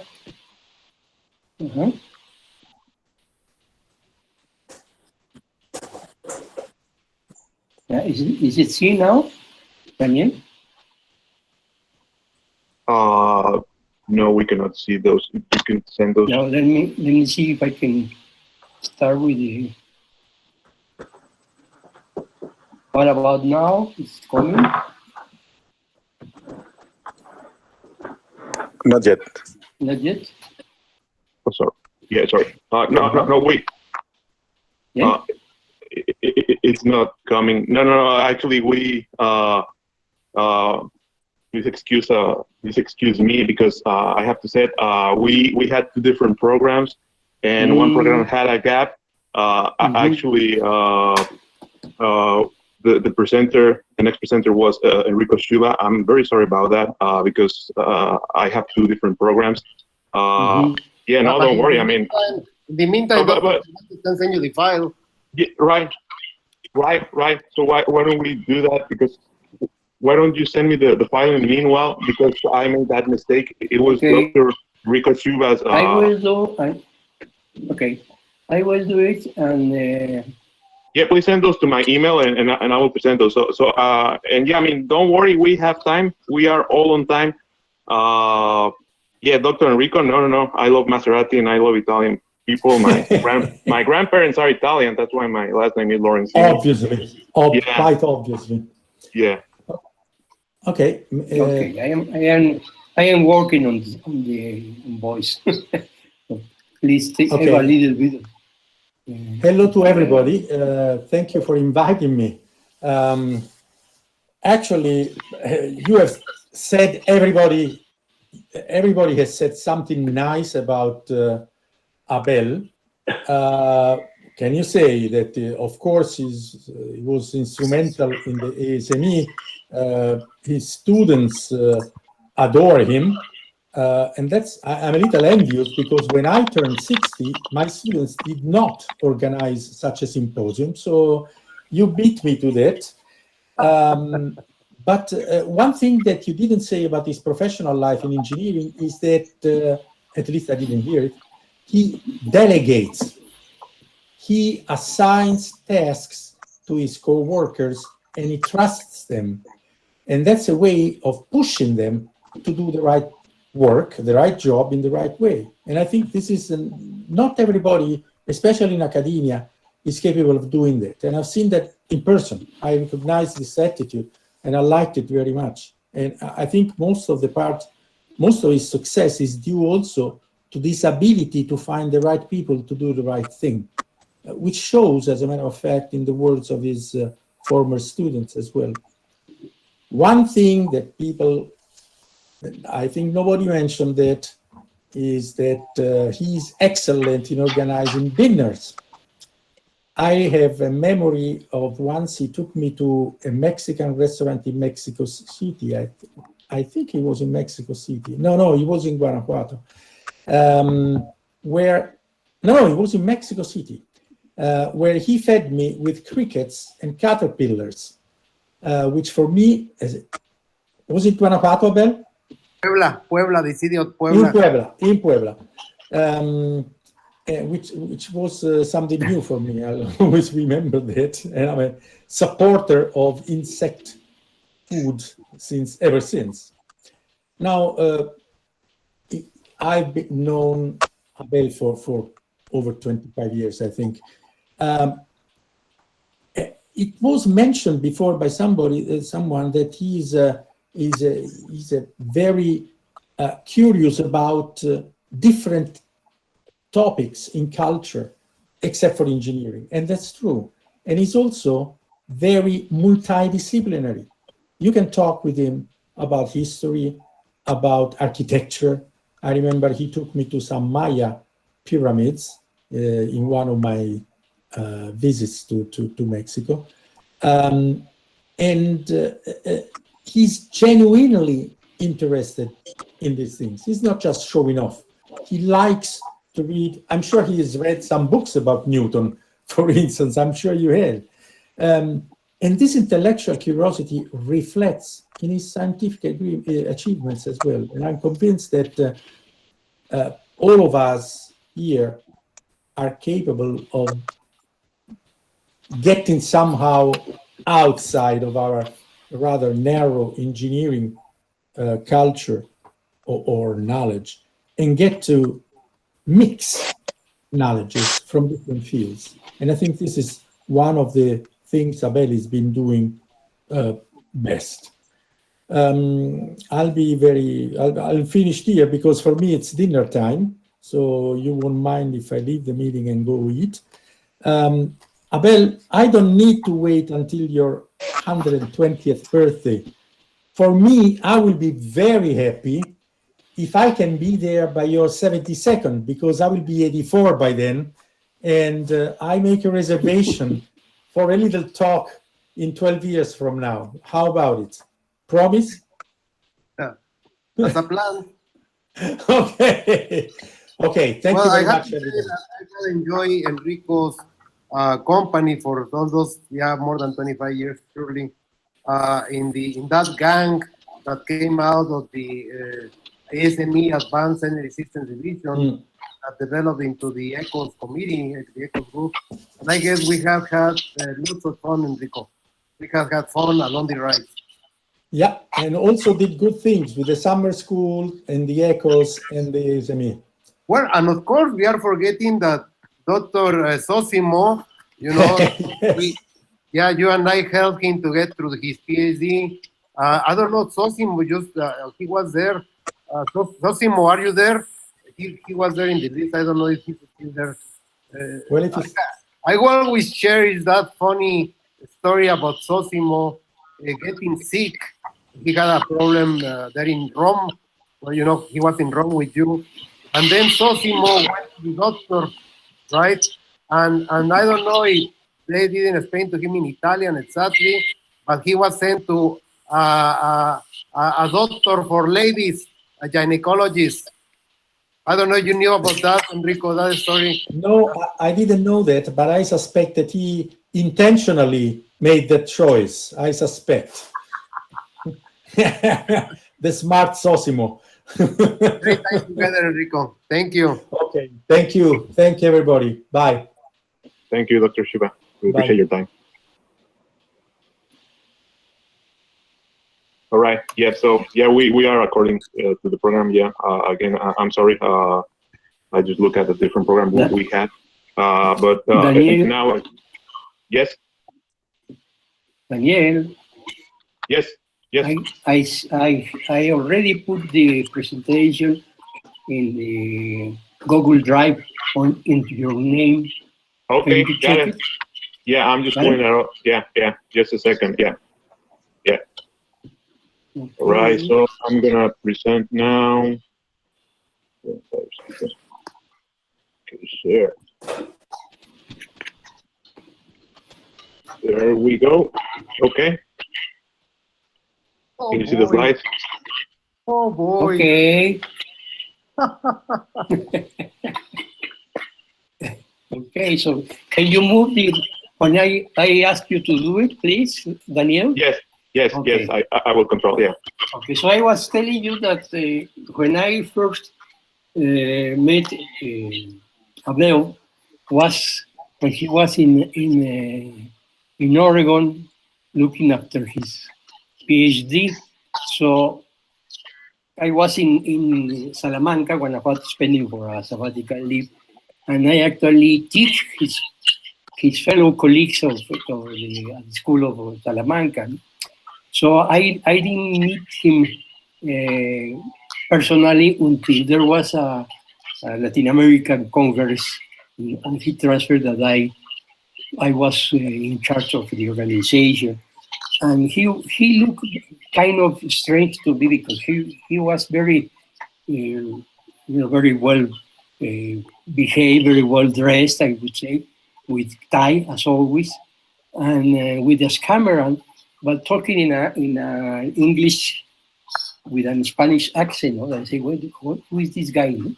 And I realized that he was actually Abel Hernandez, who was already new to me by letters and by some other means. So the times when go to those activities on ASME and on ASME and the Mexican universities and so. And the one interesting thing about Abel that I was discovering is that, as somebody told before, that he is always smiling. This is very characteristic of Abel, and he's very lightly in talking and very lightly in embracing people and doing things something that I remember to have discovered in some of the U.S. ASME meetings was that he was in the use of some expression that is something like poke each other's belly button, with the ASME senior officer, which I was kind of surprised, because he was so young and so light that this is not the proper way to treat this person.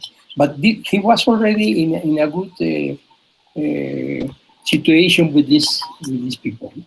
So as the time, please, Daniel, the next slide.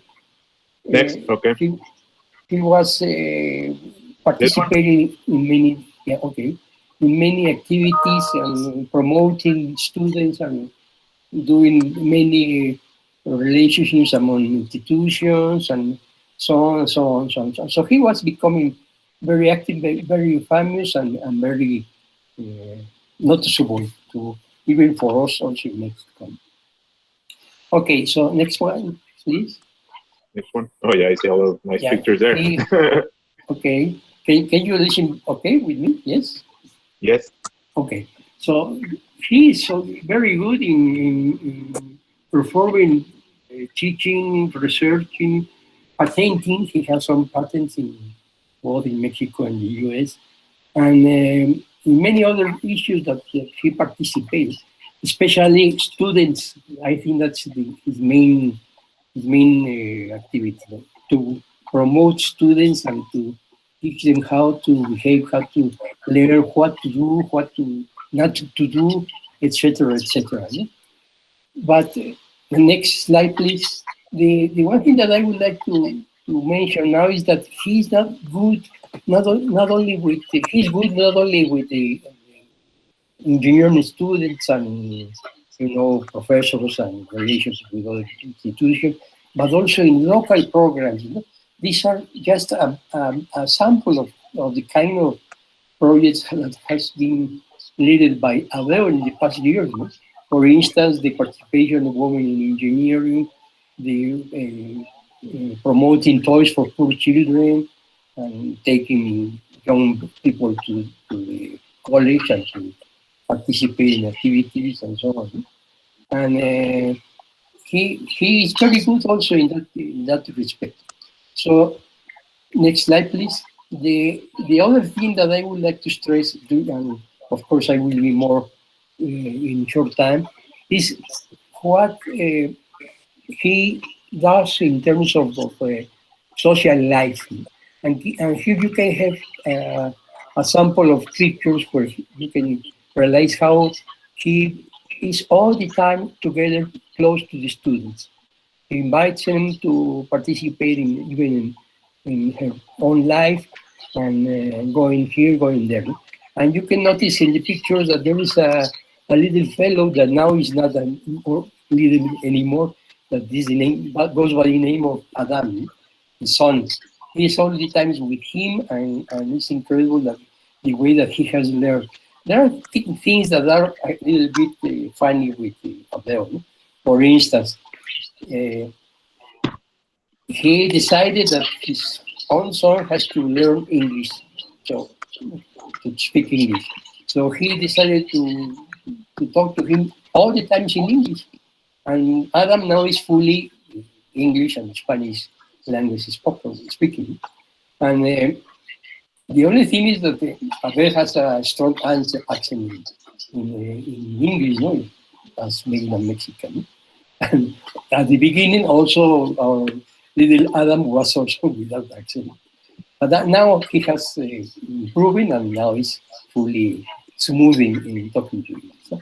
And the only thing that I would like to decide, please, next, to show you, next slide, please, is how he spent his family activities. He is very social fellow. He likes very much to be in Paris and spending time with his friends and relatives, brothers and sisters. Here is a picture right to the extreme down corner of the picture, where he's with her very close friends and including her wife and so on.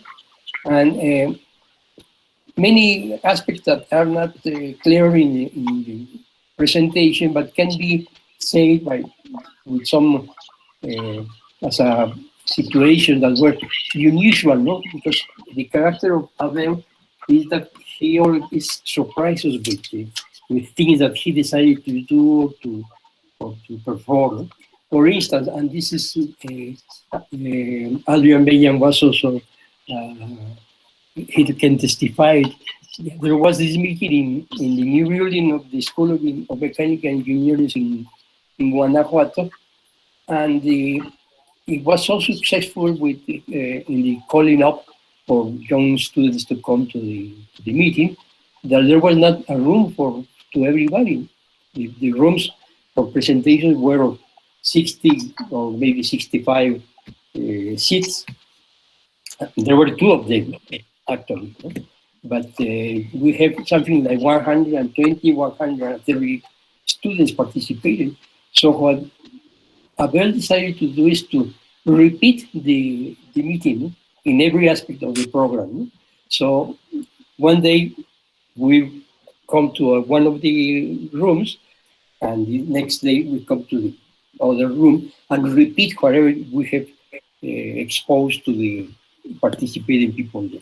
That's unusual, that's rare, and that also makes not only the good attention to make that everybody participate, but also it makes an intelligent solution of local problem at the moment.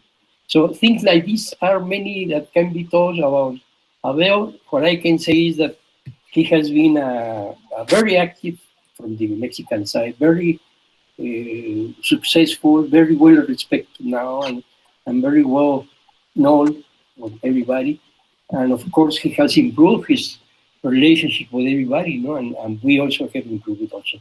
I would like to say that today we are very close friends, and that I am really happy to participate with him in many situations, and we can call almost every day or almost every week to say something that is a surprise or rather unusual.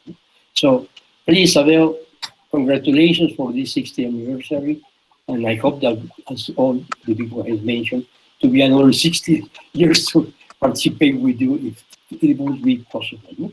Thank you for inviting me. There is something that Professor Cervantes is not saying.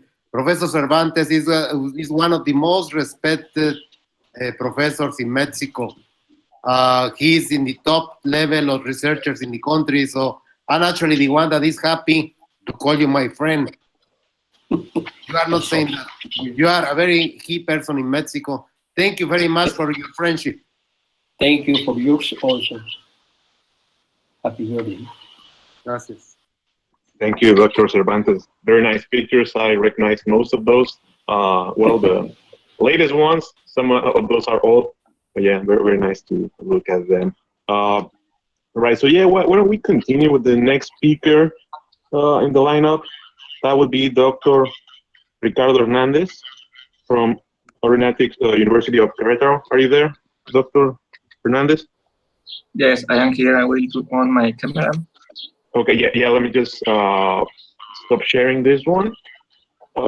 Just a second. You hear me? Yes, we can hear you, yes.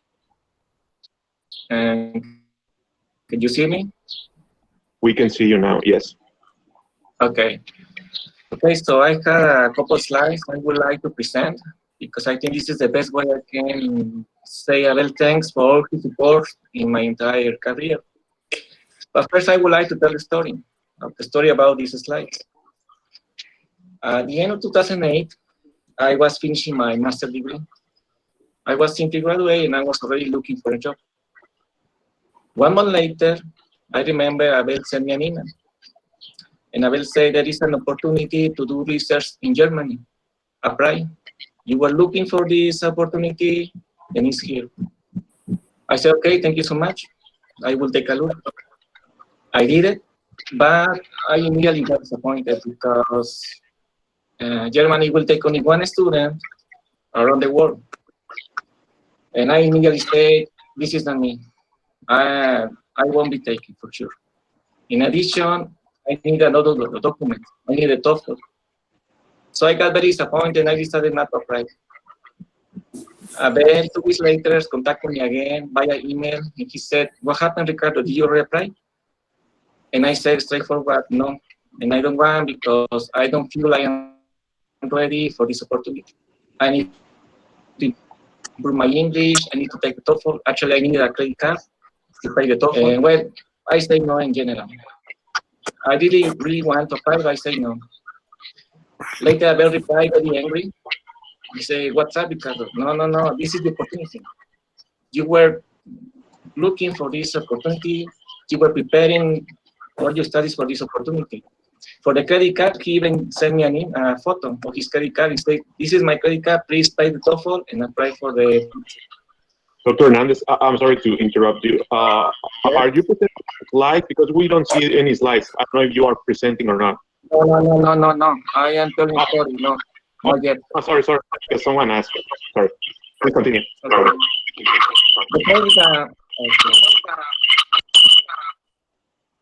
There's interference. Yeah, it's gone. Okay.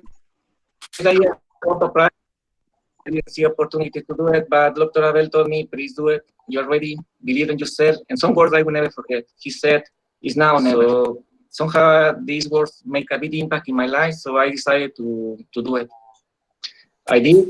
I present all documents. I sent to Germany everything. And in 2 weeks, amazingly, I was accepted to do research in Germany for 3 years. And I want to say that this research changed my life because, well, I learned a lot of culture. And then in Europe, I also met my wife. So now I married with her and we have 2 children. So this decision really changed my life. So now I would like to show the slide.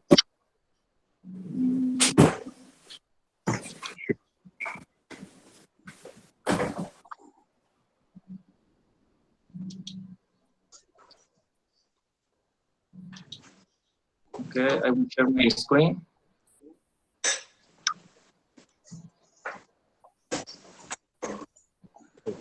I wonder if you now see my screen. Yeah, I can see it. We can see it. Yeah. Okay, this is part of the research that I developed I carry out in Germany at the German Aerospace Center. So basically, I apply the method BOS, or background oriented steering. And it consists of a background that contains little tiny dots, a volume with a density gradient. This volume or density gradient can be produced with a source of heat or compressible flow and a camera. So the principle is the deviation of the light rays because of this density gradient. As we can see, the light is deviated with an angle and it produces a displacement in the camera.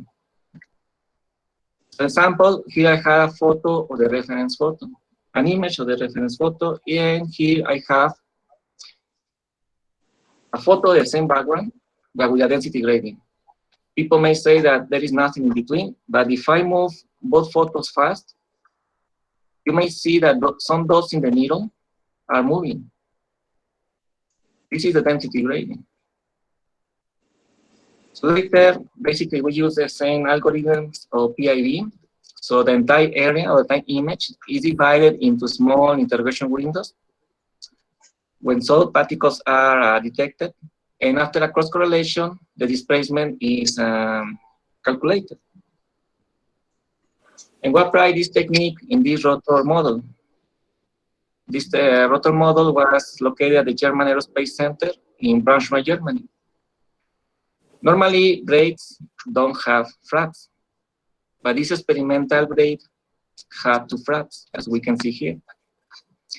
During the test, only this flap was activated. So what was the aim? The aim was to detect the tip vortex, the blade tip vortex, and the flat tip vortices of this rotor model. Here we have the background, the speckled pattern, which is a reflective one, used to reflect the light and have more light to the camera. Here we have part of the setup, a camera LED light used to illuminate the background. So here we have a camera which is aiming the rotor blade tip and the background at the same time. So here I have a flow visualization. It's a video when the flap is up.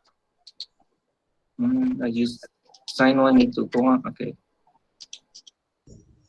We just play the video.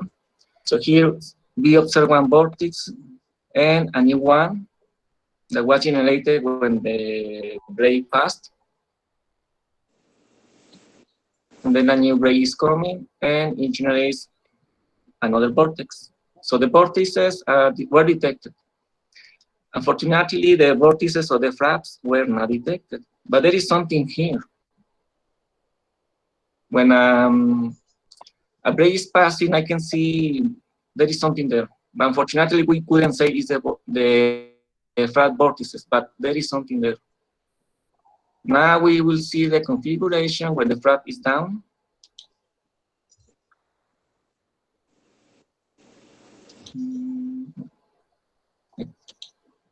Okay, it's not playing.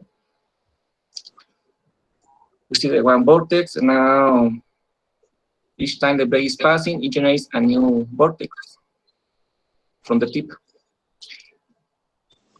Again, I said that when the blade is passing, there is something. I believe this is the flat vortices, but they are very weak to be detected. But there is something there.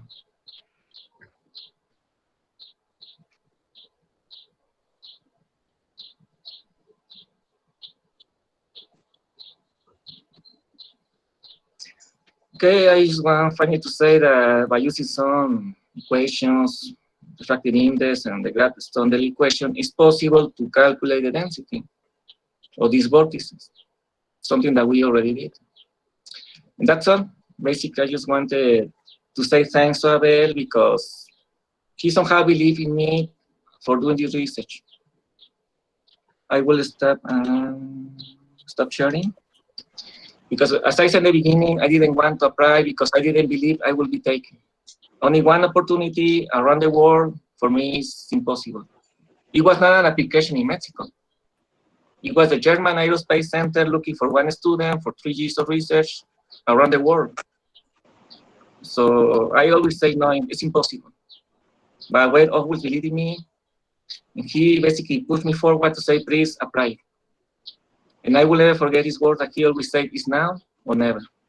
So thanks for your time, and that's all. No, thank you very much, Dr. Hernandez. Yeah, that's a very nice story for me. Lazarini, I just realized that I am responsible for Ricardo getting married. That's a big responsibility. Is that a good thing or a bad thing? I don't know. You tell me. Yes, because I couldn't imagine without this decision. I said, as I said in the beginning, I didn't want to apply. It's for me, it was a waste of money, a waste of time. I will always say, please go on. And because of that, I even found my wife in Ukraine. I got married in Ukraine, so now we got 2 children and we are living in Mexico. But yes, it was a huge decision. Good. Great story. Thank you. So yeah, our next speaker is Dr. Isaac Perez Raya. Are you there, Isaac? Yes, I am here. Can you hear me? Yes, we can hear you. Okay. So I will share my presentation. Okay.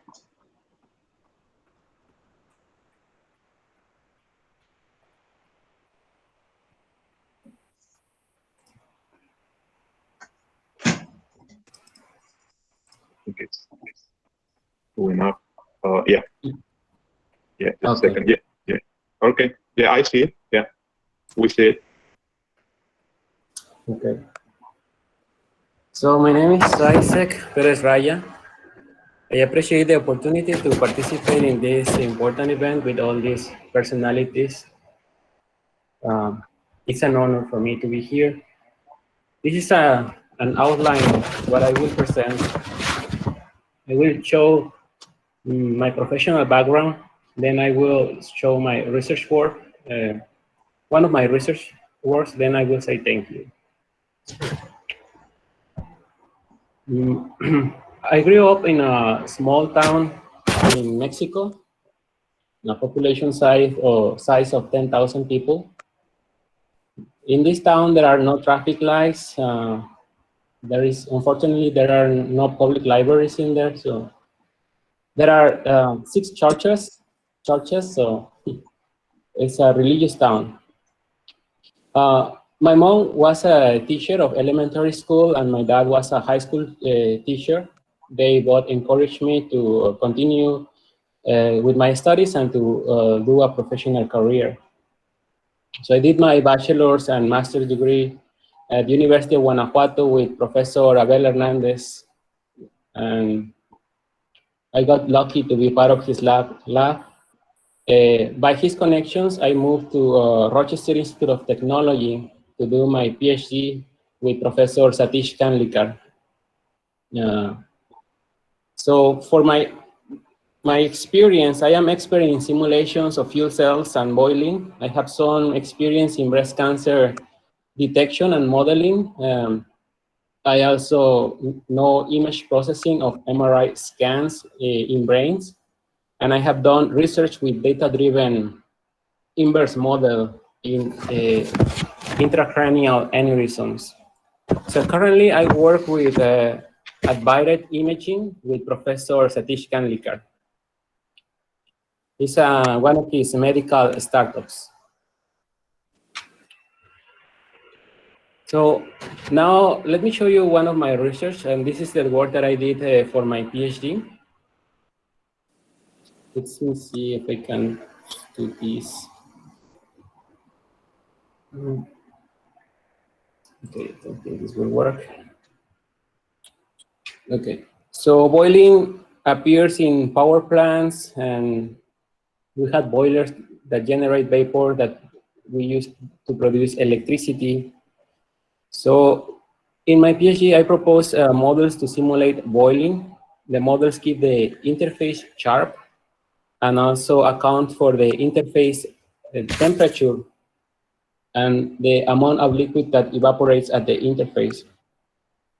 So they also account for the micro-layer evaporation that happens at the contact line between the interface and the heated surface. I customized the software and then the simulation package ANSYS Fluent to perform the simulation. So these are some of the results that I observed. I will run the simulation at the center. So you'll see that the bubble is growing. It has a sharp interface. The temperature around this is the temperature. It changes from 379 kelvins at the bottom to 373 at the top. Inside the bubble, we have saturated vapor. So outside the bubble, we have superheated liquid. So we were interested on seeing how the heat transfer behaves near the interface. So we were able to capture that with the simulation. So you see that when the we are not able to see the slides anymore. We don't see the presentation. So you don't see the simulation? No. No, Isaac, I think when you started the simulation, the presentation was good. Okay. Oh, you don't see the slides?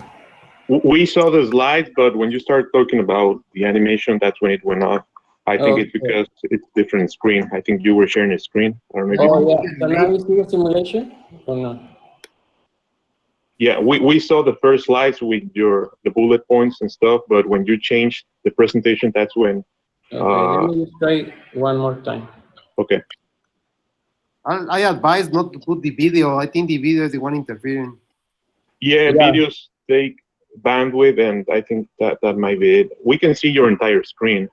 Yes. So now, do you see the presentation? Yeah, why don't you play the video without presentation mode? Maybe that's gonna play. Yeah. Okay, so do you see the video going or not? Yeah, it's going. Yeah, why don't you do that? Yeah, it's a bubble growing. Yeah, we see the bubble growing. So now you see the bubble is growing and it's moving the liquid around.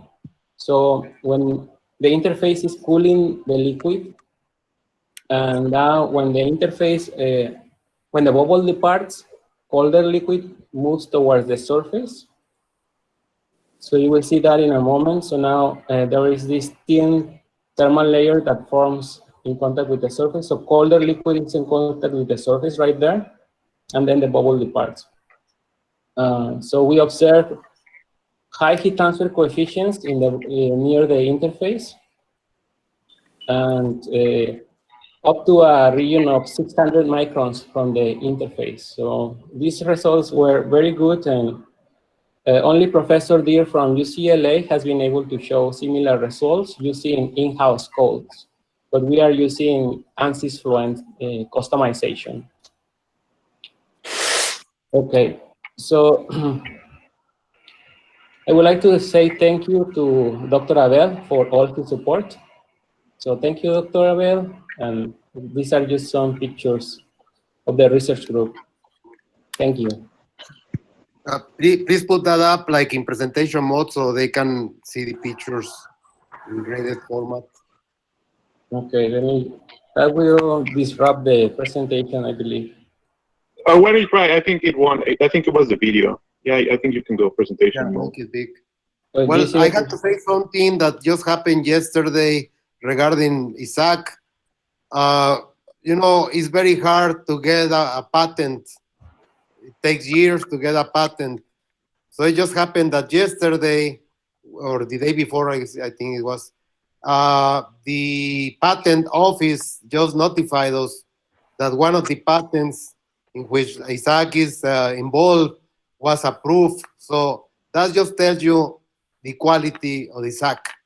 So we are talking here about a kid that just came from a very small town that had more churches than schools, probably, as he tried to put it. But then he succeeded, and now he's successful in his career. I am the one that has to say thank you to you, Isaac. I know that you had followed me. I know that. I know that one day you told me that somehow, you know, I was covering the size of your dad. And I was really happy that you mentioned that once to me, because all of you kids, to me, kids are like my sons, just like Adam. Thank you, Isaac. Thank you, Dr. Abel. Thank you, Isaac. Those were very nice words and slides for sure. Cool. So do we have Fernando Cano on the call? Cano? Yeah, he was, but yes. He's... Oh, you are there? No, he's joining us from Japan. He's in Japan. He's in Japan, so we thought he fell asleep. Yeah, so good. What time is it in Japan? Almost 4 a.m. 4 a.m. 10 minutes for 4 a.m. Thank you for being with us. Yeah, I asked him to drink a Red Bull so he would just keep up. Cano, do you have a presentation or words? Because we have a few minutes if you want. If you're still... Yes, I have some pictures. Yeah, why don't you share those? We have like 5 minutes. 7 minutes, yeah. It's okay, it will be short.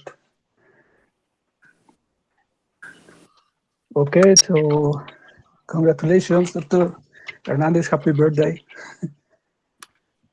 I would like to share this picture. This is after my defense. We don't see it. Are you? Is it loading on the share screen? It's not loading.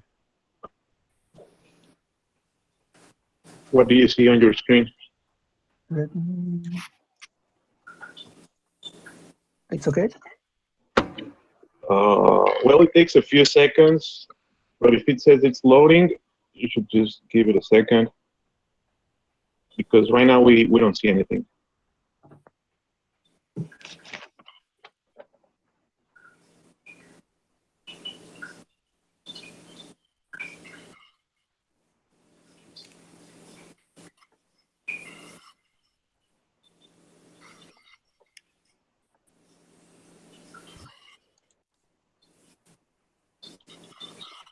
I think he's having some difficulties. I saw Sergio Escobar. Are you there? I thought you were not going to join, but maybe I'm mistaken. Escobar, are you there? I am here. Can you hear me? Can you see me now? Oh yeah. Hi. Yes. Hi everybody. Hi Abel. Happy birthday. Happy belated birthday.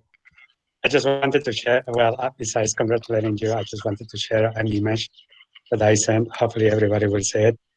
It is from the time that we went to a congress in San Luis Potosí. You may remember a couple of students, of your students there, and Professor Jerome Hemi. So I thought that would bring There just some was a girl memories there. that wanted to marry me. At that conference, there was a girl that started stalking me. I remember. Yeah, I remember that too. I don't remember the name, but I remember those. She was pretty though. Those details. Yes, it was. She was. So just wanted to share that I memory never with you. told you, but she kept stalking me. When I came back to Texas A&M, I went back to work. At that time, I was working at Texas A&M. The girl continued stalking me. She took an airplane to the United States because she wanted to marry me. She called me from the airport of Houston and asked me to go and pick her up. She was stalking me, really. Oh, So I wow. remember this. I remember this conference. Okay, that's additional information. I didn't know about that. I'm glad that I brought that memory to you. I guess you will. That's a good memory for you. So happy birthday, Abel, and thank you for everything that you did to all of us. You really were a good influence in our lives. So thank you for everything. Happy birthday. Thank you, Sergio. He was one of the students from the 90s. We're talking about more than 20 years ago. That's correct. 1990, between 1995 and 1997. Nice seeing you, Sergio. Good to see you too. Have a good time. Bye. Great. So, Cano, are you still there with us? You sure you're not falling asleep? Oh, there he is. Okay. We can see it now.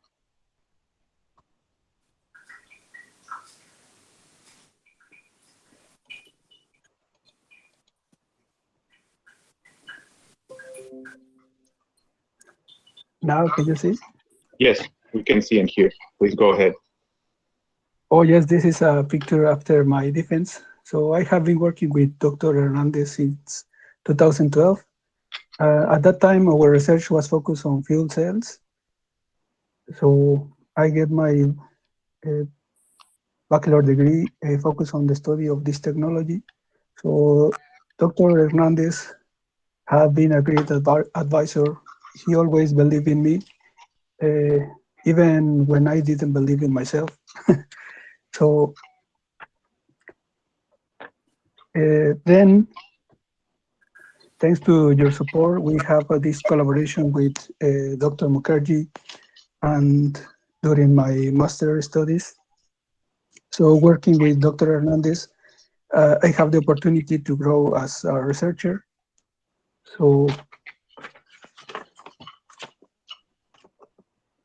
Dr. Hernandez always encourage and support me in my scientist interests, and it awakes in me an interest in research science. As an undergrad student, I just want to get my bachelor degree and then get a job and work for a company. But now I'm expecting to get my doctor degree by next month from Hiroshima University. So that was a big change in my mind. So from the younger Fernando to now. So I would like to thank you for the opportunity to join to your research group. All this time I had met a lot of nice people, great scientists, professors, and I have made a lot of friends like Daniel and Isaac and the others members from my generation in the group. So thank you, Dr. Hernandez. Well, so guys, Fernando Cano, who is, as he says, in Japan right now, 4 a.m. in the morning. He's part of this double PhD program that we have, working a part-time there with a professor, working a part-time here with me. And he's one of the other authors of that patent that I was just talking about. And actually, he was the leader of that patent that was just approved by the patents office. So that's how good Fernando is. I really see a tremendous potential for him in the future. Thank you for being there, and thank you for joining us from Japan at this hour in the morning. Gracias, Fernando. Yes, thanks to you. Thank you, Canito. Very nice words. And yes, thank you for writing this over. Yeah. All right. So according to schedule, it's now my time to present. Let me just share my screen. I have some pictures that I wanted to show. Their screen. Just give me a second.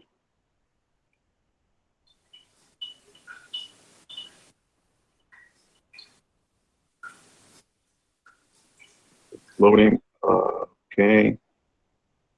I guess anyone can see this, right? Well, I just want to quote Dr. Abel. He mentioned a few minutes ago, some of you might think I am crazy. And yes, I still think that Dr. Abel is crazy, in a good way though. I first met him in 2007. That's 14 years ago. For me, that's a lot. The first time that I met him, it's because I got into that University of Guanajuato, and he was my advisor for taking courses. He helped me with the planning and stuff. And the first time that I met him, he saw my grades during the first courses. It was A+, it was good grades. And he told me, I think you have good potential to be a doctor. Why don't you just keep working, keep getting A+ on all of your courses.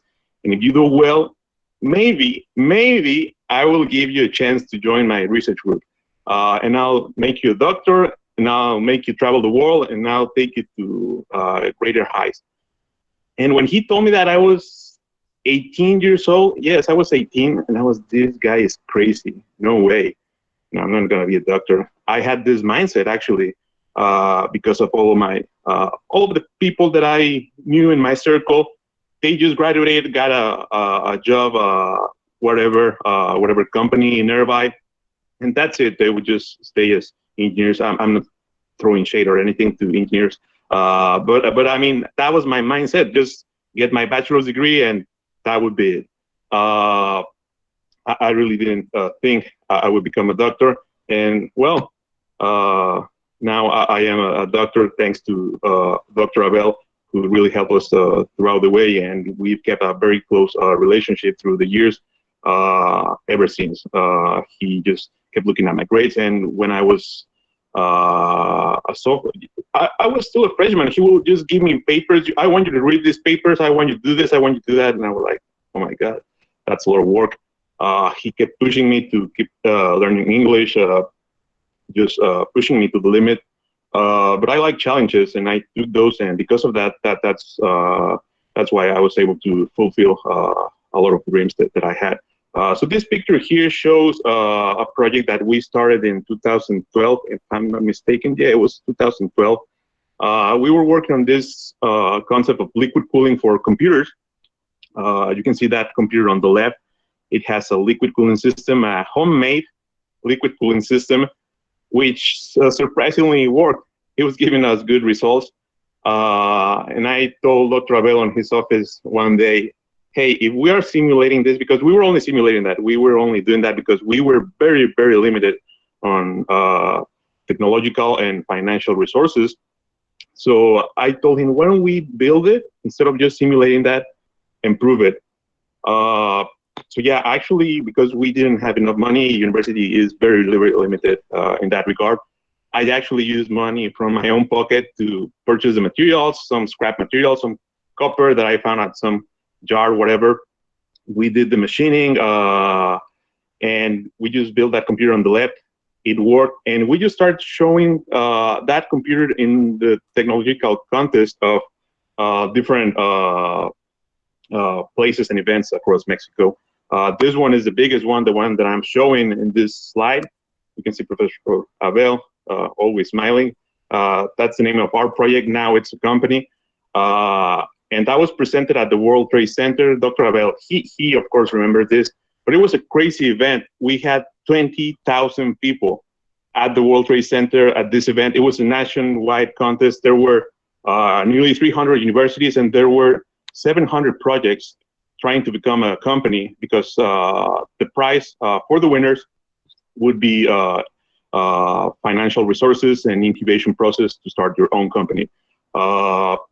And the catch here is that there were undercover judges just coming to the booth, and we had to treat everyone as if they were judges showcasing the technology. It was crazy. We were just talking for 8-9 hours straight. Dr. Abel was there. He was always standing, and he was always giving a smile to everyone that came to the booth and was curious about the technology. Because back in the day, back in 2013, having a liquid-cooled computer was kind of crazy. Like, oh, are you mixing water with electronics? That's not a good idea, blah, blah, blah.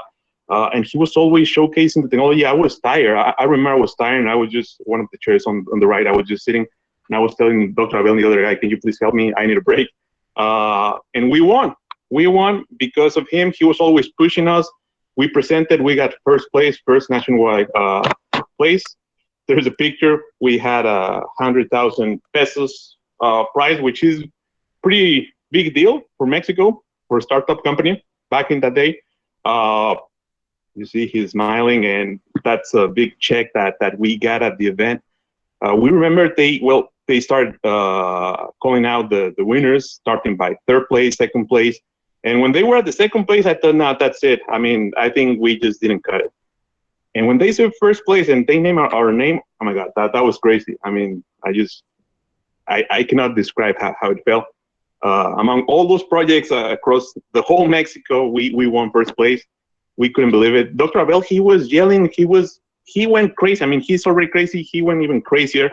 And that check that is there, I remember quite well. He grabbed the check, which is big, and he was waving that check to everyone at the event. There were like, well, thousands of people, hundreds at the final event. He was just waving that. He was like, we won, and people were just going crazy. I couldn't believe it. It was just crazy, and that was because of him. If he didn't push me to the limit, he was like, you should apply this, you should go for it. He was always, he always told us, shoot for the stars. I mean, there's no limit. The sky is the limit, and I truly believe that we have achieved very, very successful things because of him and his mindset that now I share. In 2014, I was accepted at the Georgia Tech's PhD program in mechanical engineering. That's me just posting there. It was really a big achievement. It wasn't easy. And Dr. Abel, he was always pushing me. Where's your TOEFL score? Where's your GRE? Do this, do that. I mean, he just kept us super busy. And he even told us, you don't have time to have a girlfriend. You need to work on this. And some people actually cannot keep up that pace. We've seen it. And I mean, I really took the challenge. I like challenges overall. And that's why I was able to get accepted here. And now I successfully completed that program 4 years ago. 4 years ago. In 2015, actually, I was at Georgia Tech already. And just to give you a measure how pushy he is, I was already in the PhD program, and he was like, no, you should apply, submit your thesis at this national contest of this best thesis in renewable energies. I said, okay, let's do it. It was a lot of work, and I did it, and we won. So that was crazy. I was here at Georgia Tech, and I just flew to Mexico to the event. I was very, very happy to see Dr. Abel Hernandez. He's there, the right, as you can see, and we were super happy. In 2018, I mean, I think this is the highest achievement of my life. I don't know if I will ever top it. I'll try. But because of all of these projects and works and everything and companies that we started, I just kept going and going and evolving. In 2018, I got the gold medal award by the President of Mexico, which is on the right. I mean, a lot of you know him. For those of you who do not know him, that's him. He is handsome, not as handsome as me, but close. It was the best day of my life. I just couldn't believe it. It was crazy when they told me it was a super secret event. We went to the president's house there in Mexico. I was here in Atlanta. I was finishing my PhD degree. They just told us 1 week before, they told us, do not tell anyone or you'll lose your privileges. We went there. I invited my brothers, my parents, and it was just amazing. And the award, we got it because we created two companies. The companies that I presented, Cooling Tree System, that wasn't just a project. We kept evolving since 2013. 8 years after, we are a company. Well, actually, that's an old picture. That's 2018. Right now, we have 20 employees in Mexico. For me, that's a good number because we went from 1 to 20 employees in less than 2 years.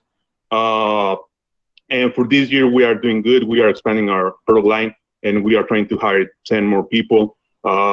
That's the vision that I share with Professor Abel, how to contribute to society. And this is the way I do it. This is what I do best, designing products, putting them into the market, and hiring people. I mean, we're talking about right now 20 families that are fully sustained by this company. We give them very, very competitive salaries, and they just love it. I mean, all of these people are very happy at our company, and we don't abuse of them as in comparison with other big companies that just treat them as slaves. That's my vision. I really want to empower all of these people. I could give you a story for every single one of these employees, which I don't see as employees. I see as collaborators, friends.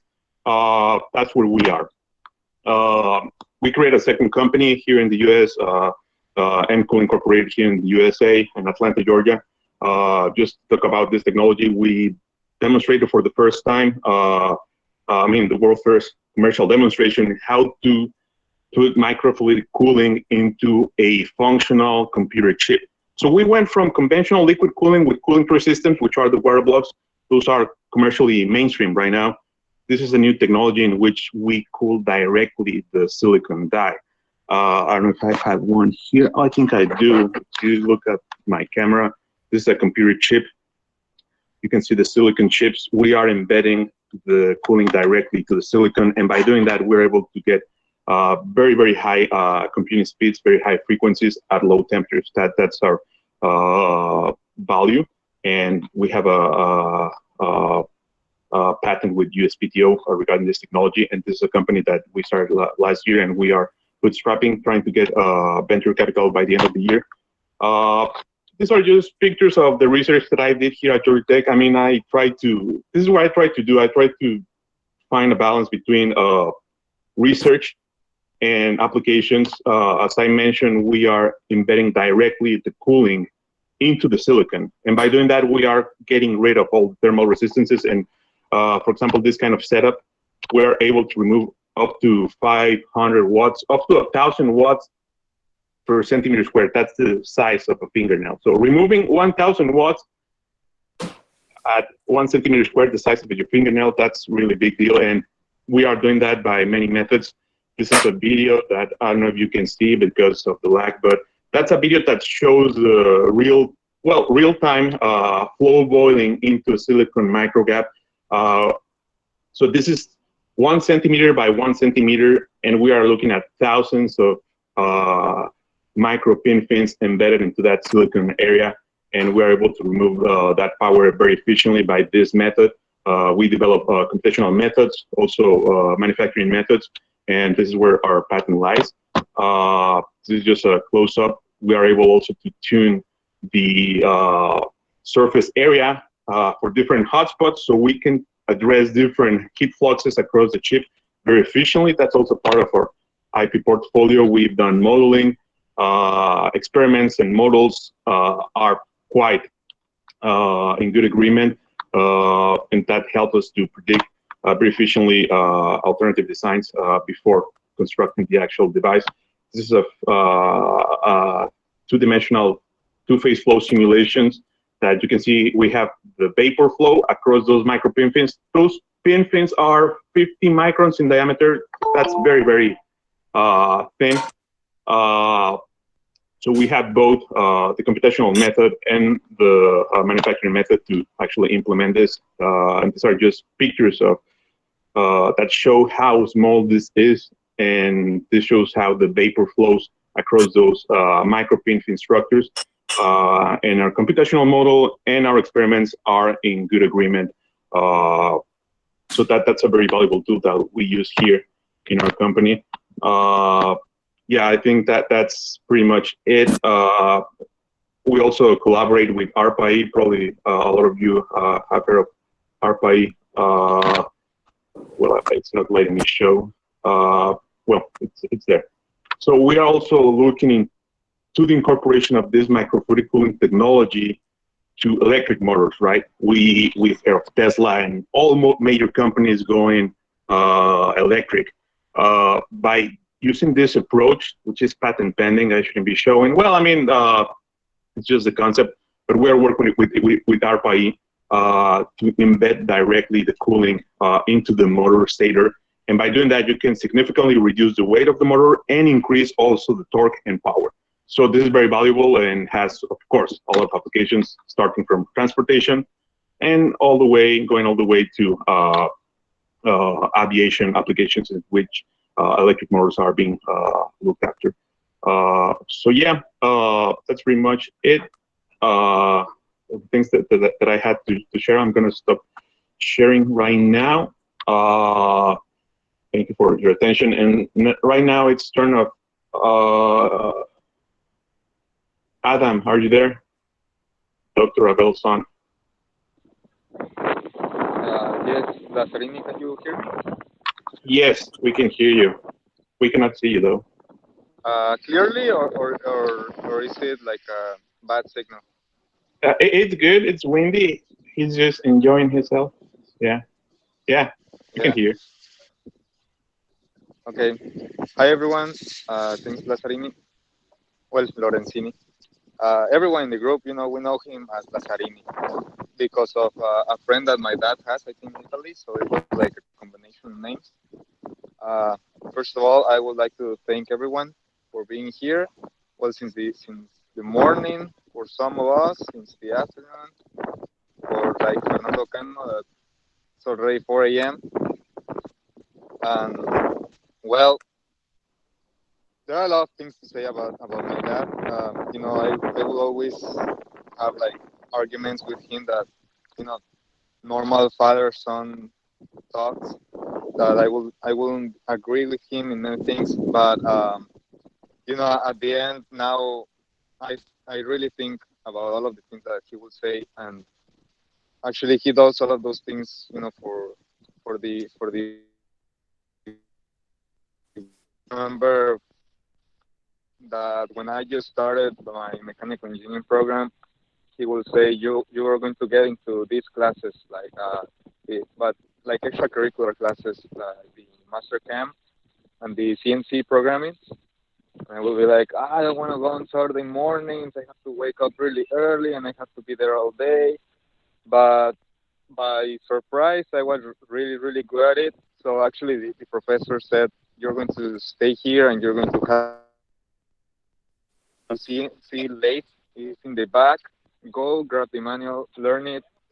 And I was already teaching CNC late when I just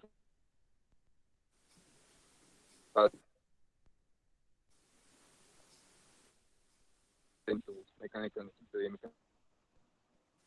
You've got enough. Go learn ANSYS. Go learn Fluent. Go learn SolidWorks.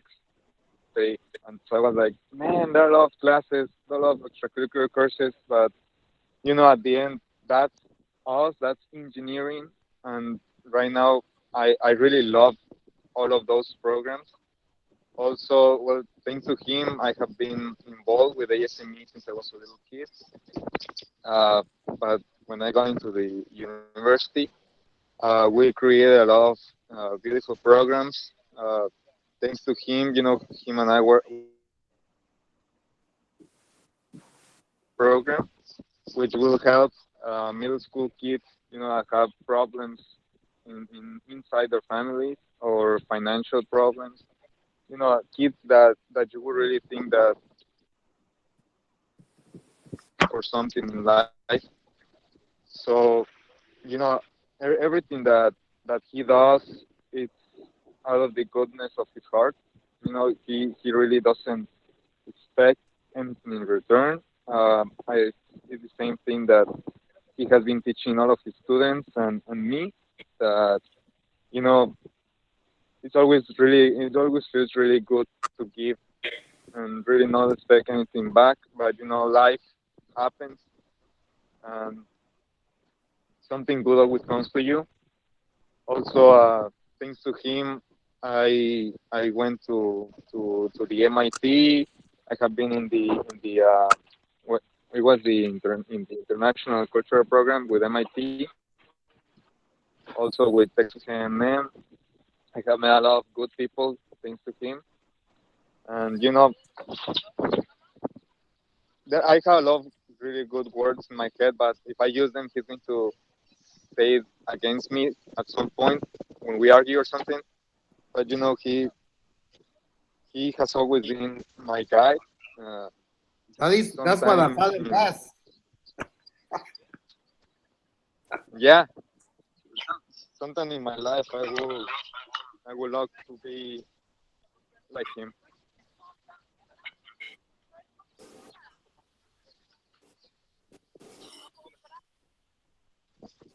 I love you, Dad. I love you, son. Yeah, thank you, Adam. That was very, very good, and yeah, emotional for sure for every of us that know you.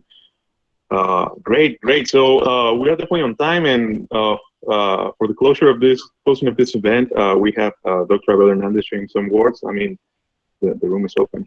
Let me try to do it quick because you guys have been with us for such a long time. Let me put a quick presentation. I'm going to go picture time. Let's see. Let me see if I can do it. If not, I should go with one page of words that I had already prepared. So let me see. Present. It takes a few seconds, so yeah. Okay. No, I guess it doesn't allow me. Let's see. Hold on. Is it coming on? Yeah, it is. Yeah. Can you see this? Yep. I'm gonna put it quick for you all guys. This actually is a presentation of about 2 years ago that there was a ceremony that I was surprisingly announced that I was getting in the national meeting of mechanical engineering. I was getting to be recognized by the society. So here it is. Can you see the presentation? Yeah, it's now in presentation mode. Yeah. This is something that I am proud of. That is the logo of the research group. We are all related. We had the energy equation, we had the Navier-Stokes equation, and we had the conservation of mass.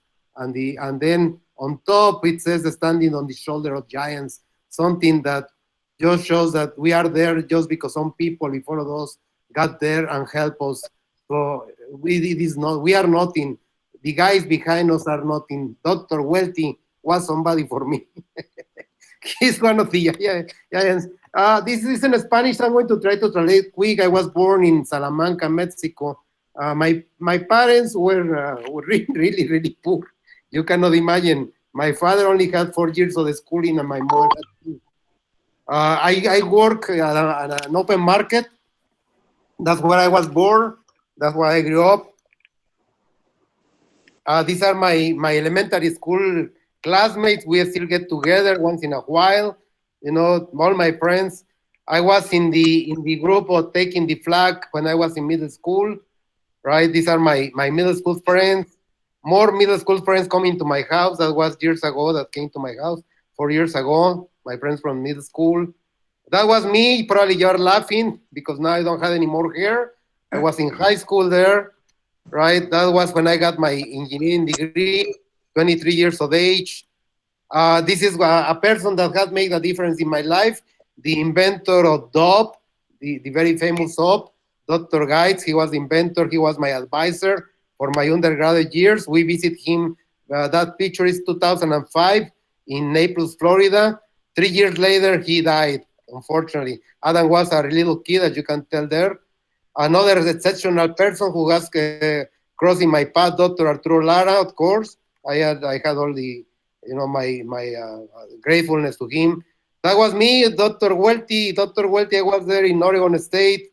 You might remember that that statue there in the campus. I do.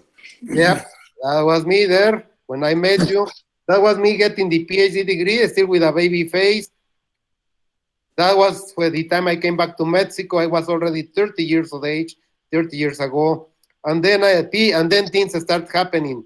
I started making a pad in ASME, getting to be in committees of the ASME, going all places with my students, taking my Mexican students everywhere. These are part of the programs that Dr. Jaime Cervantes mentioned. I was lucky to start this program. The one that probably gets me the most is Mi Amigo Universitario, my university friend. I founded that with my son, and my son carried it for 5 years, making the most successful program in the University of Guanajuato as a social service. That's the most successful. And several other programs I started with my students, right? Of course, basketball every Sunday, 7 in the morning. There are my some of my nephews and students. Another exceptional person that came my way, Dr. Bob Peterson. Of course, you know, he already mentioned the story about working at Texas A&M. Taking the students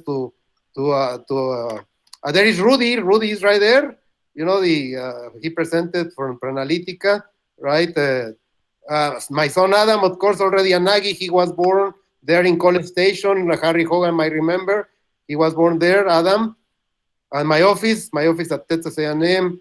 And then I came back to Mexico. I decided that Adam was better off by growing up with the grandparents, with the cousins in Mexico. Of course, having, the guitar player singing for us and having lots of family gatherings.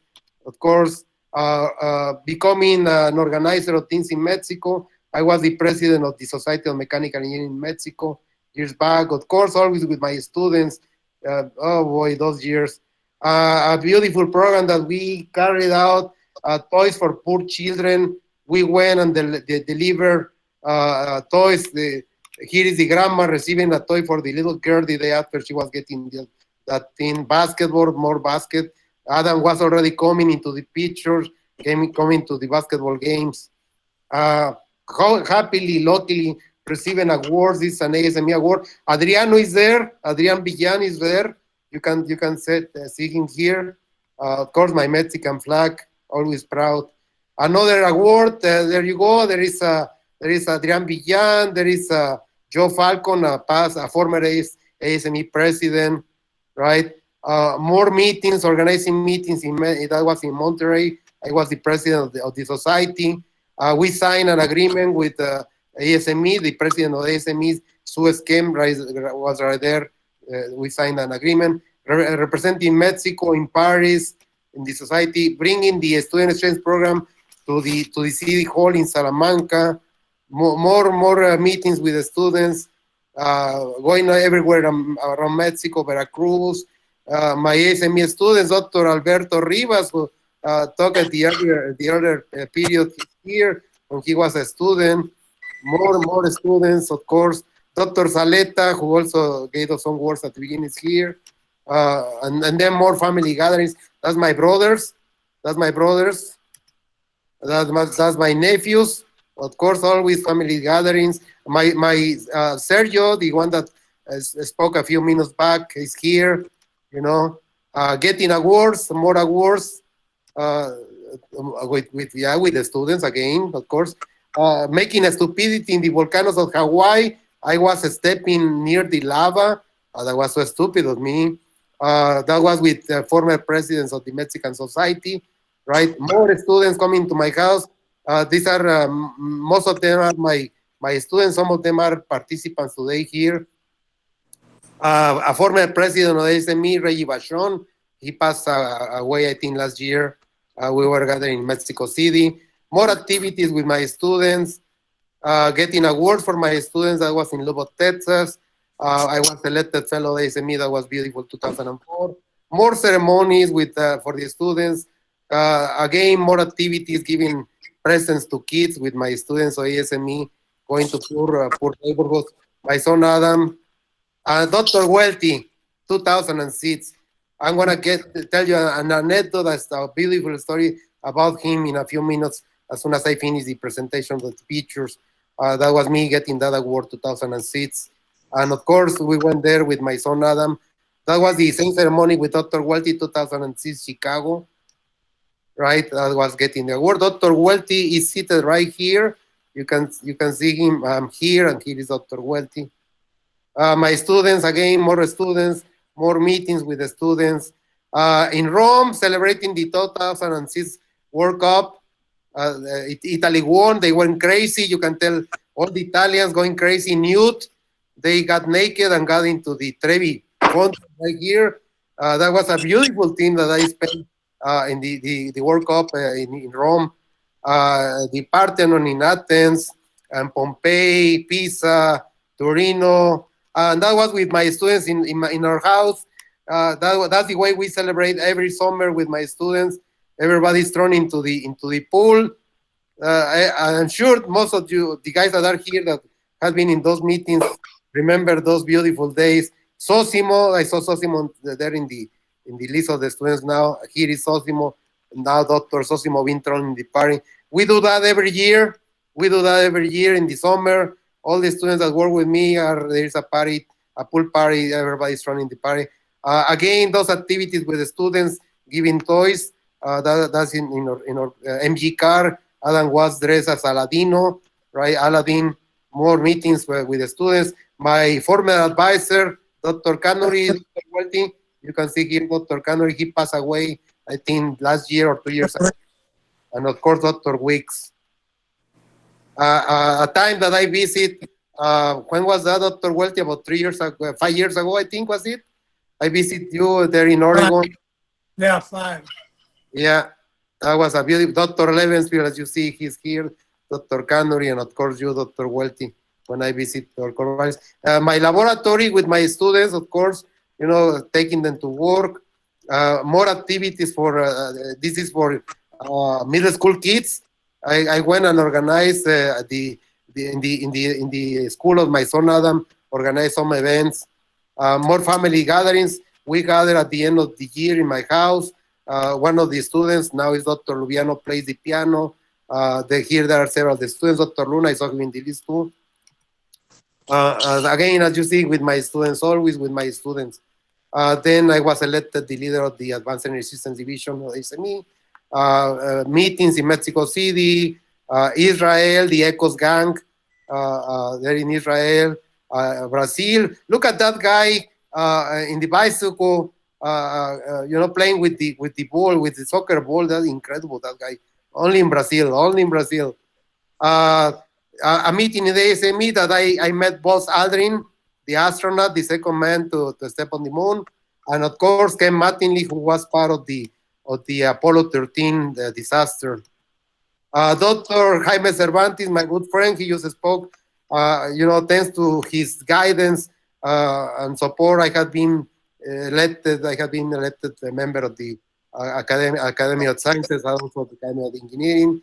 Machu Picchu with my son. See, of course, you know, a Beatles fan. Of course, I had to go to the cavern in Liverpool. Of course. And of course, we had to do the walking, right? The zebra walking. Of course, we had to do it. That's my son Adam and I doing it. And my saints, my little saints coming into my house. That's Einstein celebrating 20 years from coming back from Corvallis, Oregon, and here celebrating to have the highest position in the university. And you can tell the sweater, the brand name of the sweater is Adam Hernandez or Abel Hernandez. Same for Newton here. That's the brand name, right? Some old friends from college. Of course, we are all now. That was a meeting in Mazatlan, I think. My students there. No. This was the time that the Massachusetts Institute of Technology students came as part of the exchange program that I started. This is a program that we have in which we cover now 5,000 students, and these are the university students participating.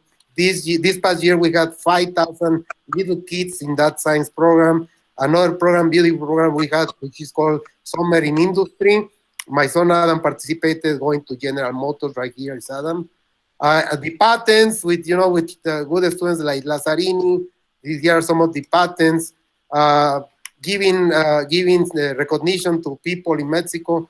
we gave the recognition to this professor of UNAM. Unfortunately, he passed away, but we were able to give him recognition, before he died. Of course, fractures playing basketball. That's a fracture that I had. The company of Lazzarini, Cooling Tree Systems, he already told you the story. You can find this in the internet. You can buy online. And of course, that's me in my office. What about that, Dr. Welty? That's me in my office. Beautiful, beautiful. That's where I'm going to die, in my office. And this is the last one, the icon of my research group. So I'm going to stop sharing the screen because I had to tell you a story. So how do I unshare the screen, Lazzarini? Lazzarini, how do I detener? There you go. Just like that, yeah. Okay. So I guess we are all tired. I want to finish with just a couple of anecdotes I want to tell you. I got them written here so I don't forget. So let me tell you. This is the first one. Back in 2006, I was at an ASME event in Chicago, and I was happily surprised to see that one of the persons that had made a difference in my life, Dr. Welty, was also a part of the same ceremony that I was getting an ASME award. It happened that I was called to the podium before Dr. Welty was. There at the podium, I mentioned that I was honored and surprised to be in the same ceremony of awards with somebody important in my professional life. And therefore, I was taking the opportunity to publicly thank Dr. Welty for having changed my life, that everything that I had become was due to people like him, and so on and so forth. It was a pleasure for me to publicly express the deep gratefulness that I had for him. Then, when the time for Dr. Welty came to come to the podium to receive his award, he started his speech by saying the following: everything that Dr. Hernandez just mentioned is false. It's not true. He said that. So my mouth fell to the ground. I had just thanked him and expressed that everything I had become was sent to him. And then he comes and says that it was not true, that it was not the case. Gee, what do you think about that? Then Dr. Welty went on to explain that, in fact, he was there at the podium thanks to people like me. That we, the students, had made possible for him to shine. But that, in fact, it was the work of the people that he guided that made everything possible. So I had never forgotten that. You see how humble he was. He taught me a lesson. So now it's time for me. Gosh, deep emotions. So it's time for me to publicly, sorry, I got to say thanks to my students, my collaborators. So, Dr. Welty was right. Today, we have presentations by some of those students that are now great professionals. How proud I am to see them shine. I had to tell you another anecdote also taught to me by Dr. Satish Kanlikar. By the way, Dr. Satish Kanlikar was the starter of this idea for the symposium. Thanks, Satish. Thank you. So about two years ago, Satish mentioned that in his life, he understood that receiving award after award was not really important.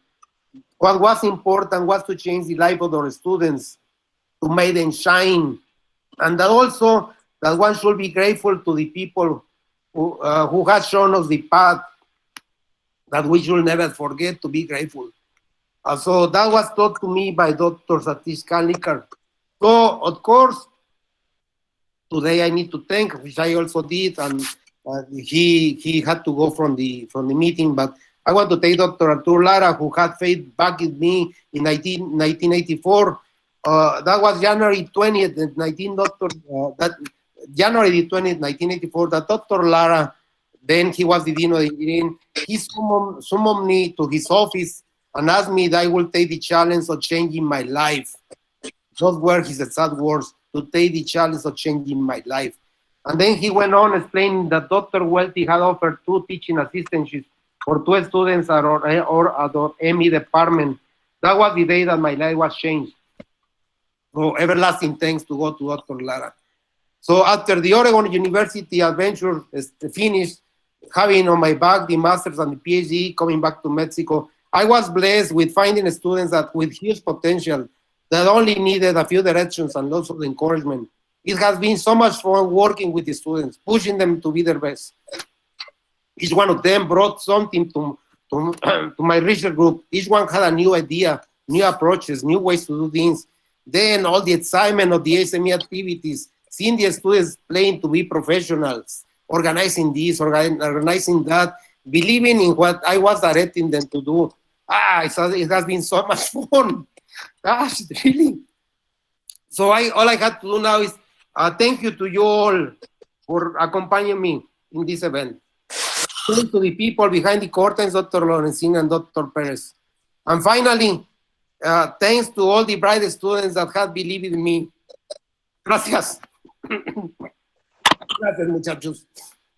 Oh, thank you, Professor Abel. I think, yeah, why don't we just give him a clap? I think it was a great event.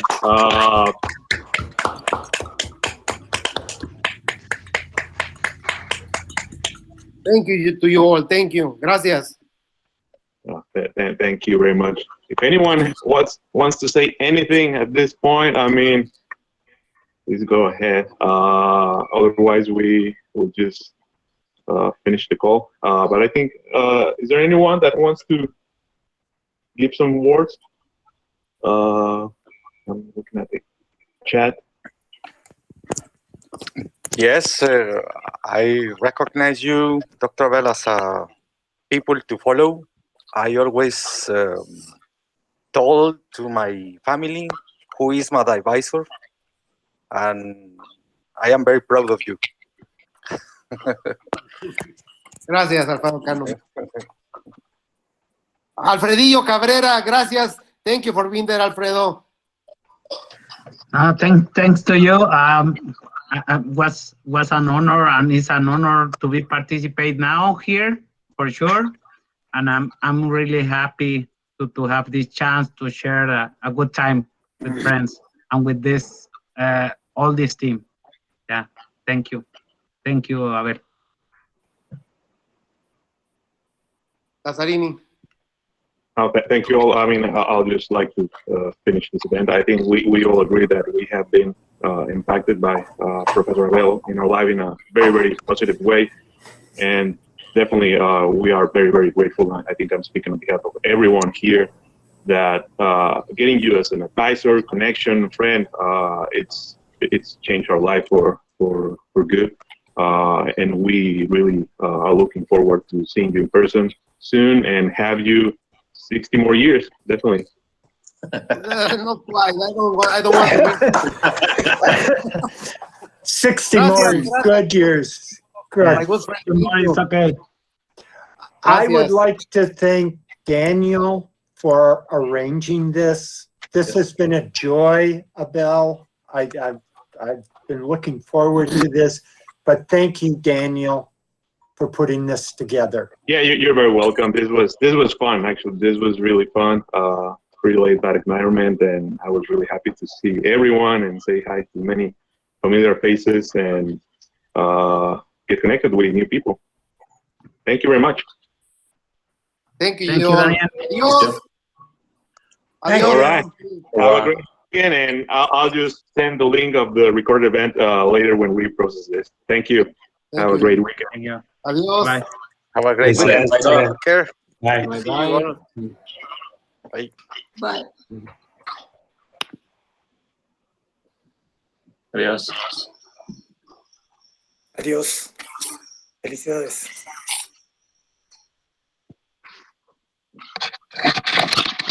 Adios, Abel. Adios, Professor Welty. God bless you. Adios, Ciao, Dr. un saluto dall'Italia. Hey, I didn't see you before. Thank you. Andrea Lazzaretto. Lazzarini. That's the reason I called you Lazzarini. Oh, all right. Got it. Yeah, so he calls me Lazzarini because I was even though my here. Lorenzini, right? And look, I had a classmate from middle school, Juan Carlos Garcia. My goodness, thank you, Juan Carlos, thank you. Oh boy. Thank you, Abel. It was nice. I am 62 this year. I was I had my birthday few months ago, but I was not able to have such a big feast. So you are great. Gracias. Many greetings from Italy, also from the family. Gracias, gracias. Buenas Ciao, tardes, good afternoon, everybody. Ciao. Good morning, Fernando Cano, there in Japan. Adiós, Doc. Felicidades. Okay. Felicidades, Doc. Hey, Carlos, gracias. Gracias, Fernando. Gracias, Lazzarini. Gracias, Isaac. Adiós, doctor Welting. Adiós, Abel. I'm very proud of you. Gracias. All right, so should I close the room? I don't know if anyone had anything to say. Otherwise, I'll just close the room. I don't know. Yes, I think so. Okay. Fun. Yeah, I'll close the room. Thank you, everyone, and we'll be in touch. Thank you. Yes.